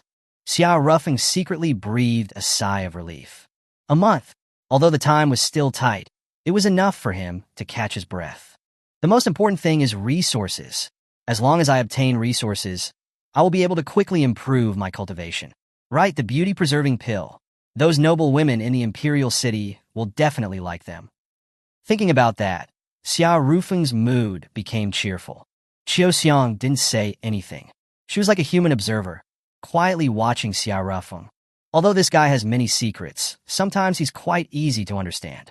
These days that I've spent with him might have been the most relaxed days I've had for who knows how many lifetimes. A few hours later. Wow, is that the Imperial City? What a strong aura! Someone exclaimed. Everyone looked out of the windows and gazed at the front. They were all shocked. What came into their view was a majestic city wall. It stood between heaven and earth, towering into the clouds, like a giant python winding and coiling. It was made up of stone blocks, heavy and solid, as if it could remain forever. Large amounts of dragon scale stones were embedded in the city wall. They shone brightly, giving off a strange light under the sun. There was a thick flow of spiritual power on the city wall. It was obvious that a protective formation had been added. It gave one an impenetrable feeling. In addition to the strong defensive power, the city wall also had countless battlements, arrow holes, cannon emplacements, and other features. Each one was precisely positioned. The city wall was complete with turrets, corner towers, and barbicans. Especially the magic cannons. They were extremely imposing. Hey, did you see those magic cannons? I heard that one cannon shot can kill a void refining stage powerhouse. Even a Tribulation Realm powerhouse would not be able to handle a cannon shot. Hiss! Everyone gasped. One had to know that the strongest powerhouse in the Heavenly Palace was only at the void refining stage. Hey, someone said again. What is it now? We're about to crash. The moment the words fell. Bang! Two large buses crashed hard into each other. Before the people from the Heavenly Palace could figure out what was going on, a group of cultivators with strong auras had flown over from the bus in front. What the hell are you doing? Are you looking for trouble? Or looking to die? At that moment, the people from the Heavenly Palace also gradually came back to their senses. Their expressions changed drastically. They are people from the Taiji sect. Hey, this is not good. The Taiji sect is an 8-star sect, and it is one of the top 10 behemoths in the entire 8th district. We just crashed into their vehicle? At that moment, a woman with a hot figure, wavy hair, and wearing a red Taiji sect uniform flew over from behind. When the male disciples of the Heavenly Palace saw her, their eyes lit up. What a beauty! Yeah, look at those boobs. They're heavy weapons. Nangong's lips twitched. A bunch of brainless guys. They don't know how terrifying this woman is. At that moment, the Taiji sect disciples who were yelling at the Heavenly Palace immediately shut their mouths and stood up straight when they saw the red-haired woman coming over. They then collectively bowed, greeting Senior Sister Meow Meow. Get back, the red-haired woman said. Yes. The Taiji sect disciples didn't dare to linger and quickly left. At that moment, Yuan Liang, the leading elder of the Heavenly Palace, quickly said, I'm very sorry. The rear end was our fault, and we will compensate. It's okay. We are all sects from the 8th district. We are both rivals and friends. However, since you are sincerely offering compensation, then we want. After saying that, the red-haired woman paused. Then she suddenly pointed at Xiao Ruffing and added, Give that man to us. Chapter 199, A Love Polygon. Seeing this, Yuan Liang instantly tensed up. It was one thing to offer up other members of the Heavenly Palace, including the sect master and acting sect master. But Xiao Ruffing was someone they could never offer up. He was the ancestor of the Heavenly Palace. Why? Yuan Liang stammered nervously. I heard that a genius prodigy has appeared in the Heavenly Palace, who went from the peak of the Qi condensation stage to the peak of the Foundation establishment stage in less than half a month. I'm quite interested in him, the woman said. At that moment, someone secretly sent a spiritual message. Elder Yuan, this woman's name is Su Miao Miao. It's a nice name, but she's actually very cruel and violent. A few days ago, a Taiji sect disciple was caught peeping on her while she was showering, and she beat him to death. Even the Taiji sect elders who came couldn't stop her from killing him. If you ask me, we should just give Xiao Ruffing to them. Bullshit. Yuan Liang flatly refused. Others didn't know Xiao Ruffing's identity, but he knew it. He wouldn't dare sell the ancestor to them, even if he had 10 times the guts. But how should he deal with this Su Miao Miao? After all, the rear ending was indeed the Heavenly Palace's fault. While he was hesitating, Xiao Ruffing suddenly walked over. What does it mean by you wanting me? Xiao Ruffing said calmly. Are you inviting me to join the Taiji sect? Are you willing? No, Xiao Ruffing said calmly. The Heavenly Palace has been kind to me, and I can't abandon them so easily. If I was that kind of person, your Taiji sect would look down on me, right? You've got a good way with words. Su Miao Miao paused and then said, Don't worry. I'm not forcing you to join our Taiji sect. I just want to spend some time with you before the lapis lazuli cup. Before Xiao Rufeng could say anything, my Meow ran over. She looked at Su Meow Meow suspiciously. You wouldn't want to murder Xiao Rufeng after seeing his outstanding talent, would you? If we wanted to murder him, would we openly invite him? Do we not have assassins? Su Meow Meow replied calmly. My Meow was instantly speechless. I understand, Xiao Rufeng said calmly at that moment. He paused and then looked at Xiao Xiang. That's my maid. Let her come with me. Okay, Su Meow Meow said. My Meow was resentful. You really do like married women. Xiao Rufeng ignored my Meow. He then entered the Taiji sect group with Xiao Xiang. The Taiji sect had a total of 8 spots for this qualifying competition, and the number of their accompanying team members reached nearly 100. And there were 2 Tribulation Realm powerhouses present. Their immense power was evident. Xiao Rufeng and Xiao Xiang's arrival caused a stir within the Taiji sect group. This was mainly due to Xiao Xiang. The beauty of that woman was comparable to Nangong He. They were both on the level of nation-toppling beauties. The Heavenly Palace actually has such a beautiful female disciple, a male Taiji sect disciple said, his eyes burning with desire. She is not a Taiji sect disciple. She's just Xiao Rufeng's maid, Su Meow Meow said. Upon hearing Xiao Rufeng's name, the gazes of those around them shifted towards Xiao Rufeng. Although the news of Xiao Rufeng going from the peak of the Qi condensation stage to the peak of the foundation establishment stage in a short amount of time hadn't caused a media frenzy, it had attracted the attention of the Taiji sect. The Heavenly Palace had always called themselves a sect that inherited the traditions of ancient times, but not many people believed them. Who would believe that a sect that didn't even have high-level techniques or a sect guarding spiritual artifact had inherited the traditions of the ancient times? In the 8th district of the Apocalypse Empire, regardless of the size of the sect, nobody cared about the Heavenly Palace's identity as an ancient sect, except for the Taiji sect. Unlike other sects, the Taiji sect paid close attention to the situation of the Heavenly Palace. They had also placed an inside agent within the Heavenly Palace. Therefore, the recent happenings in the Heavenly Palace had reached the Taiji sect. Xiao Rufeng's cultivation went from the peak of the Qi condensation stage to the peak of the foundation establishment stage in less than half a month.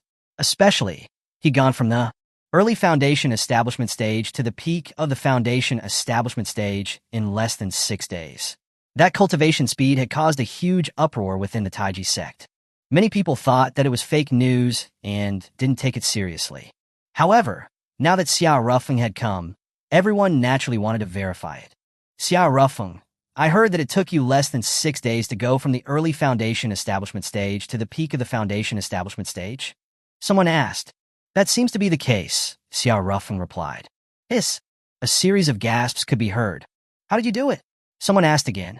I just happened to have an enlightenment, Xiao Rufeng said with a light chuckle. The crowd instantly lost interest.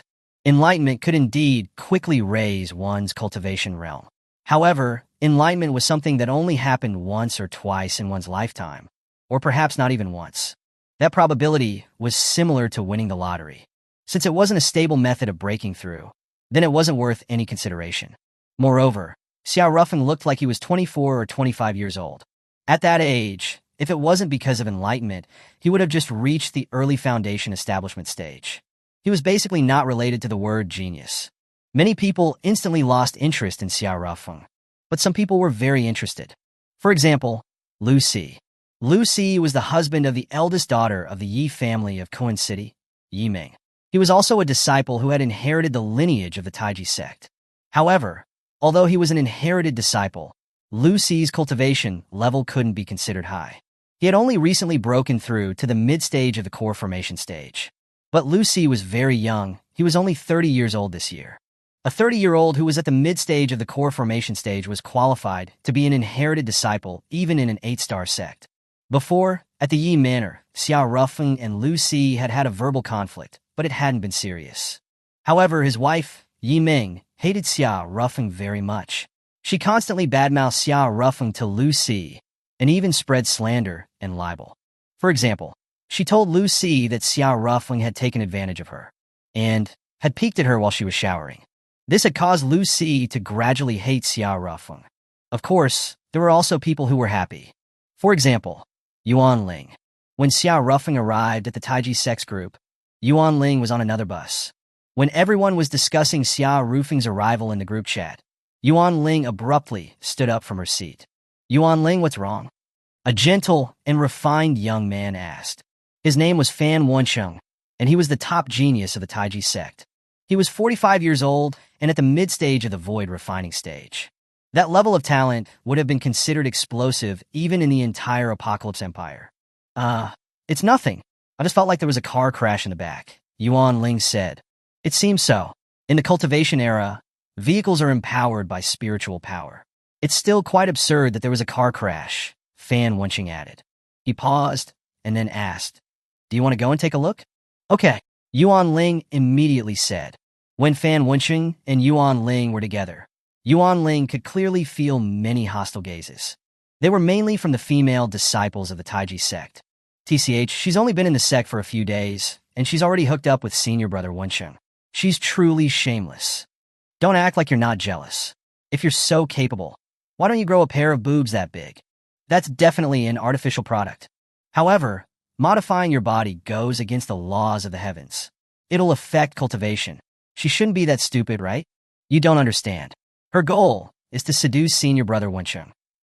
Yuan Ling's face was unsightly, but she didn't say anything. She was just an outsider, with no power or influence.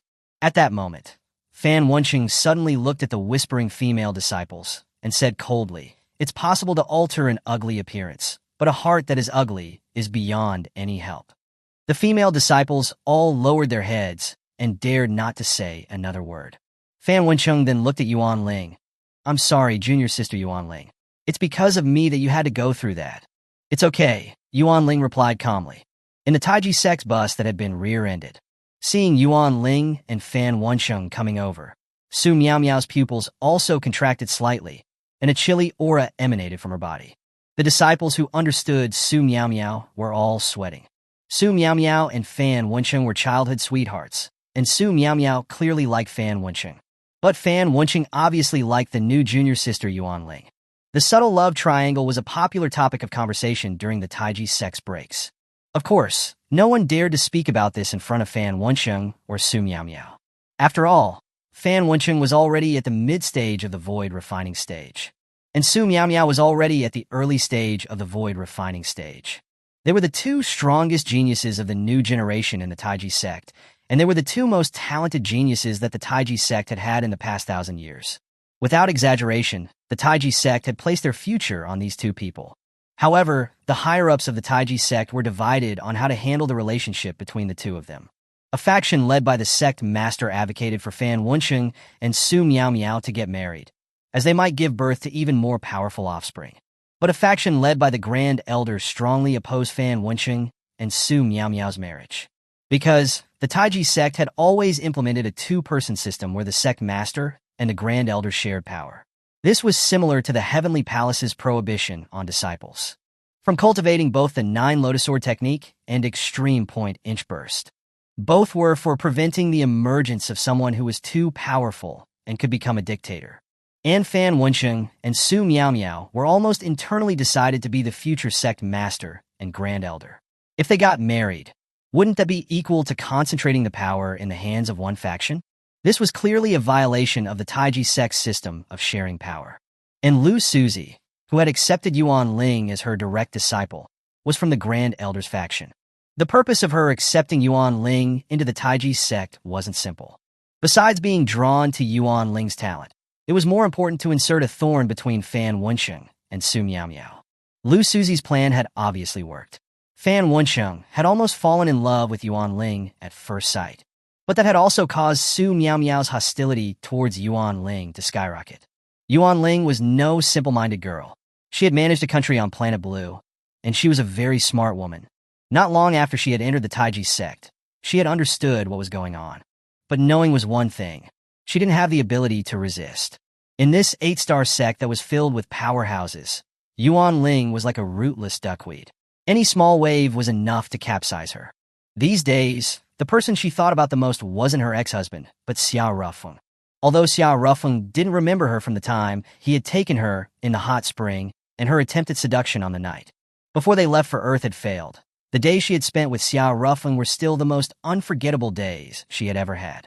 She, of course, also knew about Fan Wensheng's feelings, but her heart was still with Xiao Rufeng. But some words couldn't be said. Some feelings couldn't be conveyed. If she expressed her feelings for Xiao Rufeng, it was very likely that she would bring danger to Xiao Rufeng. Is that Xiao Rufeng? At this moment, Fan Wenchen glanced at Xiao Rufeng. Yeah. At this moment, Su Miao Miao suddenly hugged Xiao Rufeng's arm and giggled. This guy went from the early foundation establishment stage to the peak of the foundation establishment stage in just a few days. He's amazing, right? She wanted to use the physical intimacy she had with Xiao Rufeng to provoke Fan Wenchen. She felt that Fan Wenchen had feelings for her. The reason why he hadn't confessed his feelings to her was that he lacked a sense of danger. She had to create a sense of danger for Fan Wenchen. However, Fan Wenchen didn't seem to have much reaction. He didn't even look at Su Miao Miao.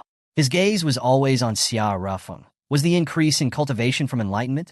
Yes, Xiao Rufeng replied. You're quite lucky. Most people won't have an enlightenment in their lifetime. However, the chance of having 2 enlightenments in one's life is extremely small. You shouldn't put your hopes of cultivation on that. You still have to cultivate steadily. Fan Wenchen paused and then added, keep it up. After saying that, Fan Wenchen prepared to leave with Su Miao Miao. Yuan Ling, you stay behind, Su Miao Miao suddenly said. Fan Wenchen turned his head to look at Su Miao Miao, his brow slightly furrowed. What do you want to do? I warned you before. If you dare to harm Yuan Ling, I will never let you off. Su Miao Miao clenched her fists and then raised her head sharply. What's so good about her? She herself said that she was married before, and even has children. That's not important. What's important is that I had a connection. I've always felt that fate is decided the moment you see someone. If that is your destined person, your heart will beat the moment you see her. These years, Yuan Ling is the only woman I felt my heart beat for the moment I saw her. She is my goddess of fate, Fan Wenchen said. So, my feelings for you all these years mean nothing? Su Miao Miao's eyes were already red. There are many women who like me. I can't take responsibility for all of them. I have no obligation to do so. I didn't ask you guys to like me, Fan Wenchen said calmly. At that moment, a young man rushed over. Fan Wenchen, don't go too far. His name was Shuiren. He was the Taiji sect's 3rd strongest genius of the younger generation. He liked Su Miao Miao. Fan Wenchen glanced at Shuiren and said calmly, don't you like Su Miao Miao? Isn't my rejection of Su Miao Miao giving you a chance to take advantage of the situation? You should be happy. You bastard. Shuiren rushed over angrily, but was pulled back by the others.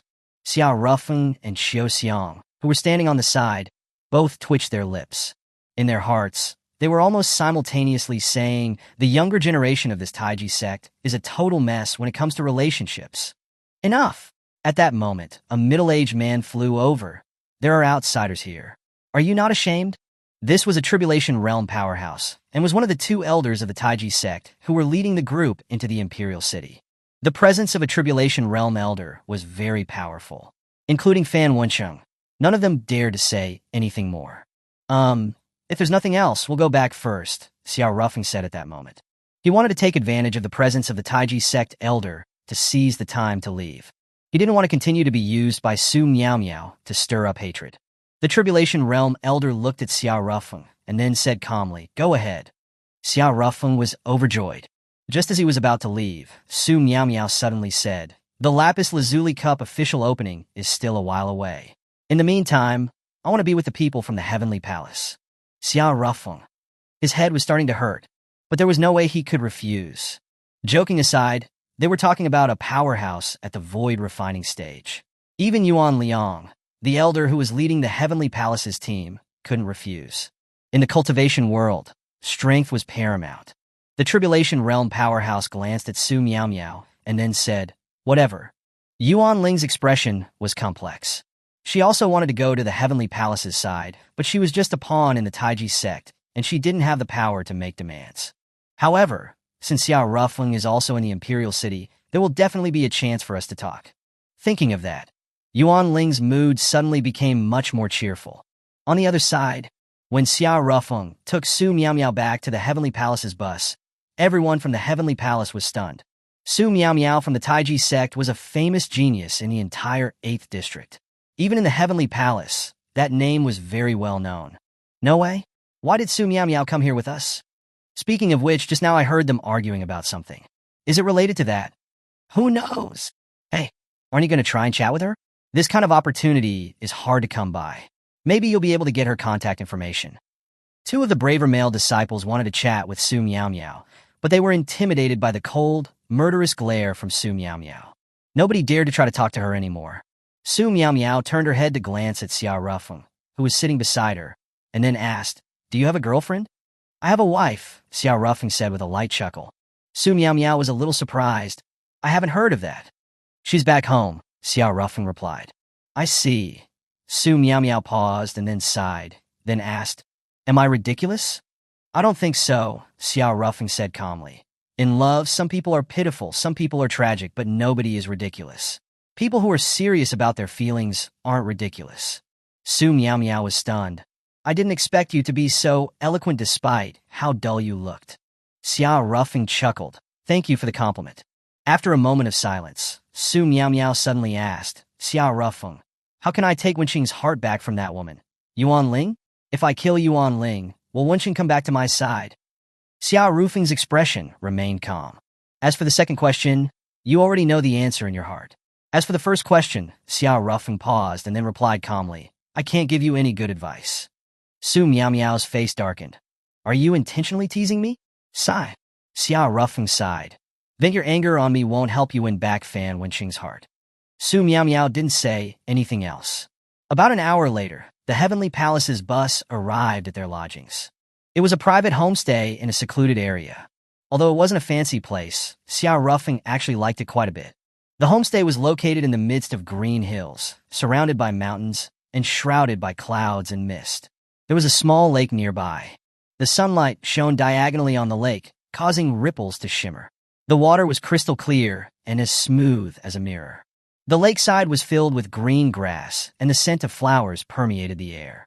The bamboo grove in front of the homestay swayed in the wind, creating a rustling sound that was fresh and natural.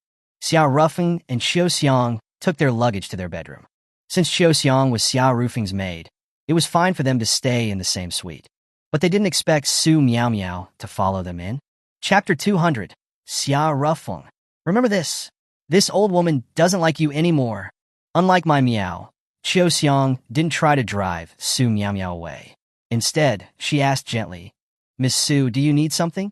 "I have nowhere to go," Su Miao Miao replied. Her spirits were a bit down. Today, Fan Wenqing had publicly turned against her for Yuan Ling, which had impacted her quite a bit. Qiu Xiang poured Su Miao Miao a cup of tea and sat down in front of her. "What's the point in obsessing over someone who doesn't love you?" Qiu Xiang asked. Su Miao Miao thought of Xiao Rufeng's words, and then replied, "No relationship is ridiculous. Every relationship has meaning." "No," Qiu Xiang said calmly. "Don't be deceived by Xiao Rufeng's inspirational quotes. There are too many meaningless relationships in this world." Su Miao Miao's emotions instantly became agitated. "Have you ever been in love? Do you know what love is? You can't possibly understand how I feel without experiencing heart-wrenching love." Qiu Xiang looked up at the sky and replied calmly, "Heart-wrenching love?" She fell silent. She had risked her life to sign the rebirth of love agreement with Sun Wu. She had indeed been with Sun Wu in every lifetime. But was that really love? For Sun Wu, who had no memories of his past lives, perhaps he hated the rebirth of love agreement that had been forcefully bound to him? Su Miao Miao keenly noticed the grief that was emanating from Qiu Xiang, which was an immeasurable, almost tangible grief. This woman has a story. At that moment, Qiu Xiang came back to her senses and instantly composed herself. "Qiu Xiang, right?" Su Miao Miao paused, and then said with exasperation, "Do you have a crush on Xiao Rufeng?" Hee, don't act like you don't. You have a crush on Xiao Rufeng, but Xiao Rufeng has a wife and can't accept you, so you were so sad just now. Am I right?" Su Miao Miao added. Qiu Xiang held her head with one hand. This was a complete mess. Even if the world were to end, it would be impossible for her to fall in love with Xiao Rufeng. That man was just her travel companion in this life. That was all. However, Qiu Xiang didn't try to explain anything. Some things were more troublesome when you tried to explain them. Qiu Xiang gathered her thoughts, and then looked at Su Miao Miao. "Should I help you find a place to stay?" "I'll just stay in the room next door," Su Miao Miao said. "Whatever you want." After Su Miao Miao left, Qiu Xiang returned to the bedroom. "That Su Miao Miao left?" Xiao Rufeng asked. "She went to the next room," Qiu Xiang replied. I really don't know what that woman is thinking, Xiao Ruffin complained. She wasn't thinking about anything, she just felt a bit lost, Qiu Xiang said calmly. Everyone has been confused and has felt lost. Imperfection is what makes life what it is. Wow, a life coach, as expected of a reincarnator who has lived so many lifetimes. Xiao Ruffin gave her a thumbs up. Qiu Xiang rolled her eyes at Xiao Ruffin and then asked, "What's your relationship with Yuan Ling from the Taiji sect?" Xiao Ruffin broke into a sweat. He knew that Qiu Xiang had sharp perception, but he didn't expect her to be this good. Just now, he and Yuan Ling clearly didn't communicate with each other, yet Qiu Xiang had still seen through them. Yuan Ling is a friend from my hometown. We got separated along the way here, Xiao Ruffin said. Her current situation is dangerous. All this time, the internal power struggle in the Taiji sect has been very intense. Now Yuan Ling has been pushed into the middle of a conflict between two factions. That's not good for her, Qiu Xiang added. I know, Xiao Ruffin replied. Qiu Xiang didn't say anything else. After tidying up the room, she left. Will Yuan Ling die? Xiao Ruffin fell silent. To be honest, Xiao Ruffin didn't have any romantic feelings for Yuan Ling. Otherwise, he wouldn't have rejected Yuan Ling's advances back then. However, Yuan Ling was, after all, someone he had brought to Earth. Xiao Ruffin couldn't watch Yuan Ling die right in front of him. But how should I save her? That was another problem. The Taiji sect wasn't some third-rate force like the Heavenly Palace. The Taiji sect was an 8-star sect. Although there were no powerhouses at the Mahayana stage in the sect, there were several powerhouses at the Tribulation stage. Any Tribulation stage powerhouse would be enough to slaughter the entire Heavenly Palace, including Xiao Ruffin.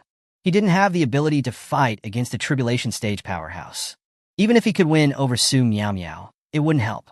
In the face of a Tribulation stage powerhouse, Su Miao Miao, who was a genius once in 1,000 years, would still probably be killed. What should I do? Xiao Ruffin fell into deep thought. After a moment, Xiao Ruffin suddenly thought of something, and his eyes lit up. How did I forget about them? Then, Xiao Ruffin took out a jade pendant. It was the same one that the members of the demon sect had given him in the sinkhole in Jiang City.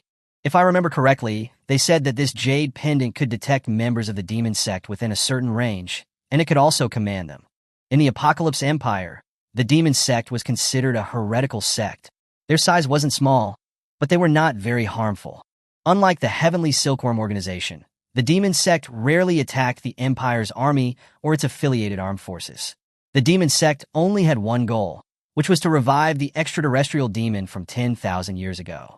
However, in the eyes of most of the citizens of the Apocalypse Empire, reviving someone who had died 10,000 years ago was simply nonsense and was impossible to accomplish.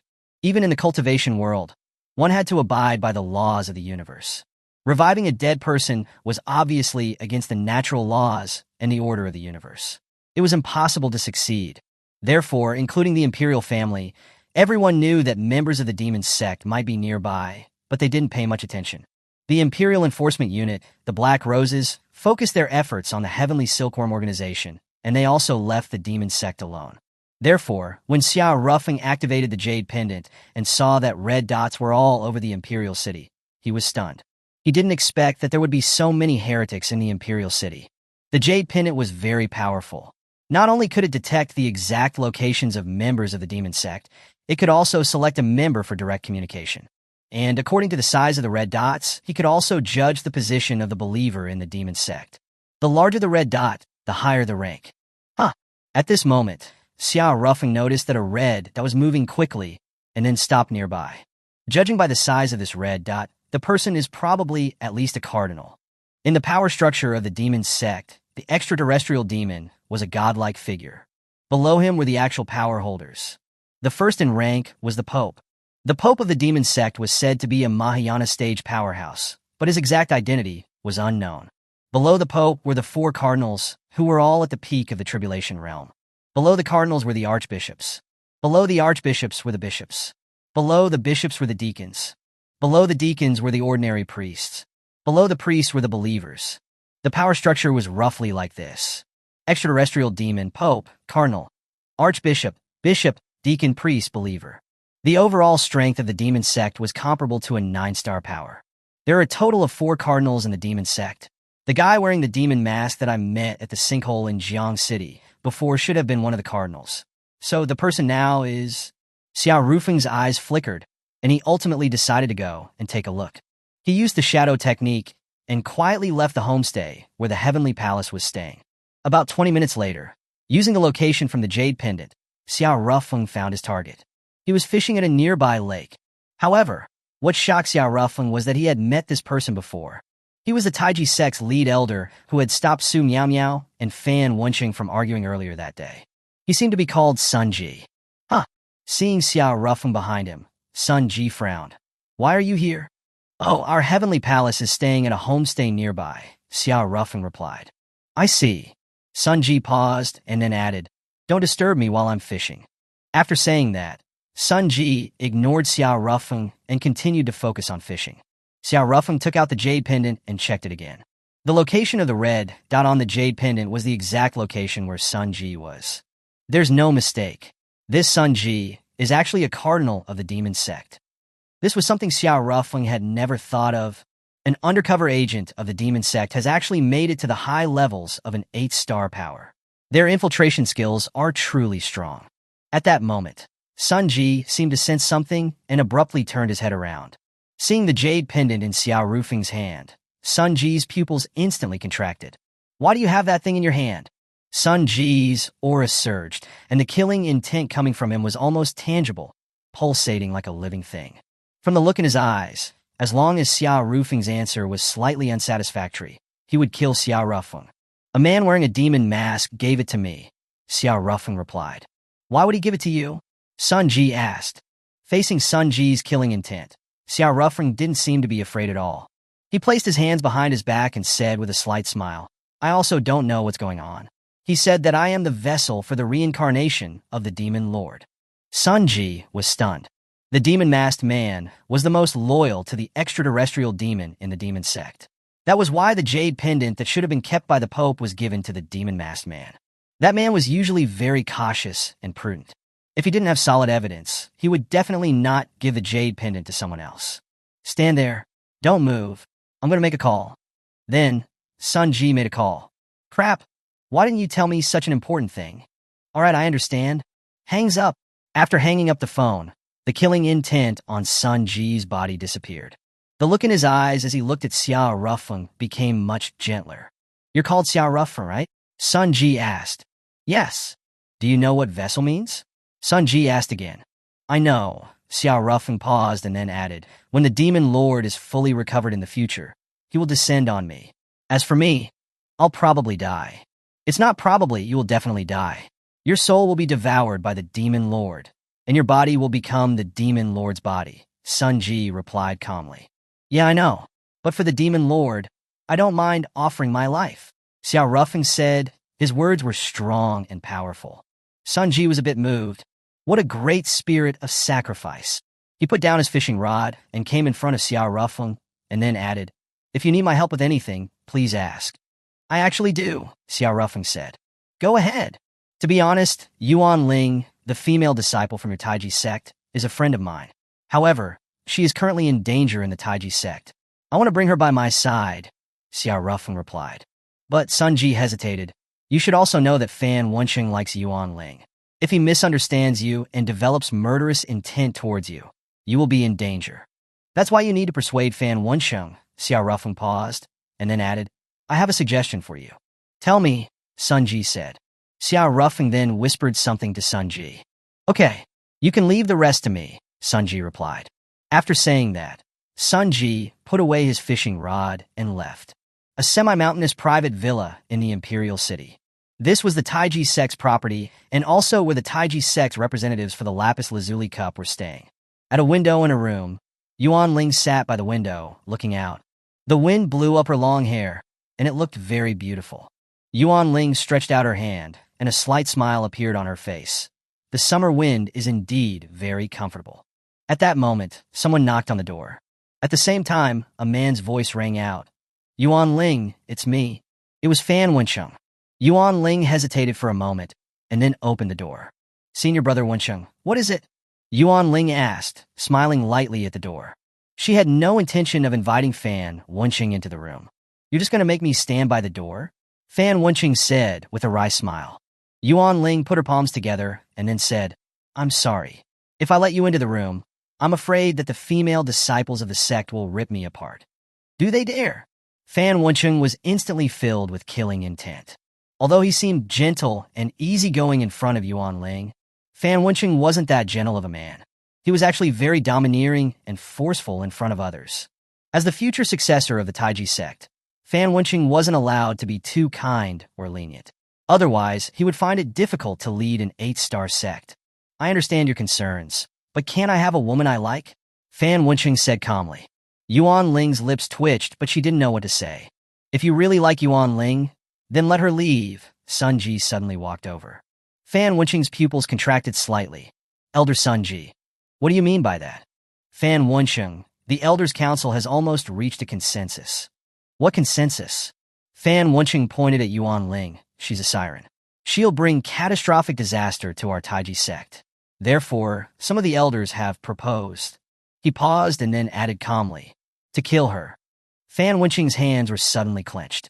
He was indeed exceptionally gifted and was considered to be the most talented genius in the Taiji sect in the past 1,000 years. But his talent was his talent. His current power was still far inferior to those elders at the tribulation stage in the sect. How do I save her? At that moment, Fan Wencheng asked. I'm planning to use Yuan Ling to exchange for a person from the Heavenly Palace, Sun Ji said. Who? My Miao, Fan Wencheng said. This was actually Xiao Rufeng's suggestion. My Miao was an emotional woman. Although her talent was excellent, she always got distracted by other things which affected her cultivation. During this time, Xiao Rufeng had given my Miao plenty of cultivation resources, but that woman spent every day thinking about how to chase Qiu Xiang away from Xiao Rufeng's side, and she made no progress in her cultivation. If this continued, her talent was as good as wasted. Therefore, Xiao Rufeng planned to send my Miao to the Taiji sect. My Miao wasn't the object of everyone's criticism like Yuan Ling was. Moreover, with Sun Ji protecting her in secret, she might be safer than she was in the Heavenly Palace. After hearing Sun Ji's suggestion, Fan Wencheng was a bit conflicted. But in the end, he still nodded. I understand. Although Yuan Ling didn't show any emotional fluctuations on her face, she was overjoyed in her heart. However, when she saw Fan Wencheng, Yuan Ling's expression also turned complicated. She could feel that Fan Wencheng really liked her. She also knew that a man as desirable as Fan Wencheng was someone you would never have a chance to have again once you missed him. However, she just didn't feel like making a move. Someone had said that in the wilderness of time, there was no earlier and no later, but you had just so happened to meet, and that was love. She had met Xiao Rufeng when she needed comfort the most, and when she most needed a man, so she fell in love. Her encounter with Fan Wencheng was not so timely. Her heart was still with Xiao Rufeng, so she couldn't accept Fan Wencheng. I'm sorry, Yuan Ling muttered in her heart. The Heavenly Palace's lodgings. When the Taiji sect suggested using Yuan Ling to exchange for my Miao, everyone, besides Xiao Rufeng, was dumbfounded. My Miao was even more confused. Although she strongly opposed it, it was useless. Yuan Liang, the leading elder of the Heavenly Palace, had agreed. After all, in Yuan Liang's eyes, everyone could be exchanged except for Xiao Rufeng. My Miao and Yuan Ling weren't participants of the Lapis Lazuli Cup. They were just people who had accompanied the team into the Imperial City. As long as the two sects agreed, they could change the registered list. During that time, my Miao tried to ask Xiao Rufeng for help, but was turned away, which infuriated my Miao. She furiously kicked Xiao Rufeng's door. Xiao Rufeng, remember this. This old woman doesn't like you anymore. No, I hate you. I will definitely work hard to cultivate, and then beat you until you are kneeling on the ground, begging for mercy. After saying that, my Miao left angrily. Inside the room, you were the one who organized the exchange between Yuan Ling and my Miao, right? Qiu Xiang asked. You could say that. How did that guy manage to do it? Qiu Xiang thought curiously. After all, their counterpart was the 8-star Taiji sect. Dealing with the power of that level, not to mention the current Xiao Rufeng, even the Heavenly Palace's reclusive ancestor, who was said to be in closed-door cultivation, would probably not have the qualifications. Qiu Xiang's eyes flickered. The more I understand this guy, the less I understand him. Qiu Xiang wanted to ask him, but in the end she said nothing. About half an hour later, Yuan Ling arrived here. Yuan Ling's arrival also caused a commotion at the Heavenly Palace's lodgings, but everyone had different thoughts. Some were happy, while others were, of course, unhappy. For example, Su Miao Miao. She had come to the Heavenly Palace to heal her heartbreak, but she didn't expect her rival in love to follow her there. This is a provocation, definitely a provocation. Su Miao Miao's face was dark as charcoal. She opened the door and prepared to go out to teach Yuan Ling a lesson, but was blocked by Xiao Rufeng at the doorway. Xiao Rufeng, what are you doing? Su Miao Miao said, annoyed. What's wrong? Isn't it good for Yuan Ling to be here at the Heavenly Palace? Would you rather have her stay in the Taiji sect? Xiao Rufeng asked. Su Miao Miao was stunned. That's right. The reason I did so much before was to make her leave the Taiji sect and leave Fan Wenqing's side. At that moment, Xiao Rufeng put down his leg and chuckled. You should go back too. To her surprise, Su Miao Miao, who had already walked out of the room, retreated back. I have a bad feeling about this. No, I have to stay here, Su Miao Miao replied. Hey, Su Miao Miao, while you're being indecisive here, maybe some other female disciple of the Taiji sect will go and seduce Fan Wenqing, Xiao Rufeng quickly added. No, Xiao Rufeng, why do you want me to leave so much? Am I bothering you by staying here? Su Miao Miao asked, looking suspicious. Xiao Rufeng's head ached. He also said with a dark face, Big sis, this is our Heavenly Palace's lodging. We are rivals in the Lapis Lazuli Cup. Rivals? Xiao Rufeng, are you overestimating your Heavenly Palace too much? Su Miao Miao paused and then added, out of the 8 contestants of our Taiji sect, Lucy was specifically brought here to gain experience. The other contestants are all at least at the deity transformation stage. In your Heavenly Palace, it seems like the highest cultivation level is that Nangong He, and she's only at the mid-stage of the nascent soul stage. Calling our 2 sects rivals is a blatant act of trying to make yourself look good. As soon as the words fell, Xiao Rufeng suddenly pinned Su Miao Miao against the wall. It was very forceful. Su Miao Miao was also stunned by Xiao Rufeng for a moment. She was even a little nervous at first. But when she thought about it, that wasn't right. She was a dignified cultivator at the void refining stage, and she had been pinned against the wall by a man at the foundation establishment stage. If this were to spread, she would be utterly humiliated. A great shame. Just as Su Miao Miao was preparing to lash out, Xiao Rufeng suddenly used his hand to pinch her chin and used a charismatic baritone voice to say, Su Miao Miao, let's make a bet. Su Miao Miao was even more flustered. She was almost 50 years old in this life. How had she been pinned against the wall and had her chin pinched by someone? The maiden didn't know how to handle the situation. Bet on what? Su Miao Miao asked, flustered. If I manage to get a spot to enter the Tower of Time, you will be my maid. If I don't get a spot, I'll let you punish me however you want, Xiao Rufeng said. Okay. Su Miao Miao paused, then added, you sure are confident. Even Fan Wenqing isn't confident that he can get a spot to enter the Tower of Time. There were only 10 spots to enter the Tower of Time for cultivators under 50. In other words, to enter the Tower of Time, one had to be among the top 10 in the ranking. And the Imperial Empire had many hidden powerhouses. Each of the top 10 were geniuses that were seen once in a millennia. A genius like Fan Wenqing was only seen once in a millennium. Geniuses seen once every 10,000 years were unimaginable. So, are you going to make the bet or not? Xiao Rufeng asked again. Su Miao Miao scoffed. If we're making a bet, then we're making a bet. However, afterward, Su Miao Miao finally came to her senses. That's not right. I can clearly kill Xiao Rufeng directly. Why do I have to make a bet with him? I feel like I'm being led by the nose by Xiao Rufeng. What an annoying guy. Su Miao Miao was a little regretful.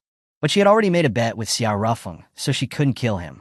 If she were to forcefully kill him, it would be suspected of interfering with the bet. She might even be punished by the heavenly ways. Oh well, it's not like he will be able to make it into the top 10 anyway. With Xiao Rufeng's current power, he'll probably be eliminated in the first round. At that moment, Yuan Ling suddenly appeared and was walking towards Xiao Rufeng and Su Miao Miao.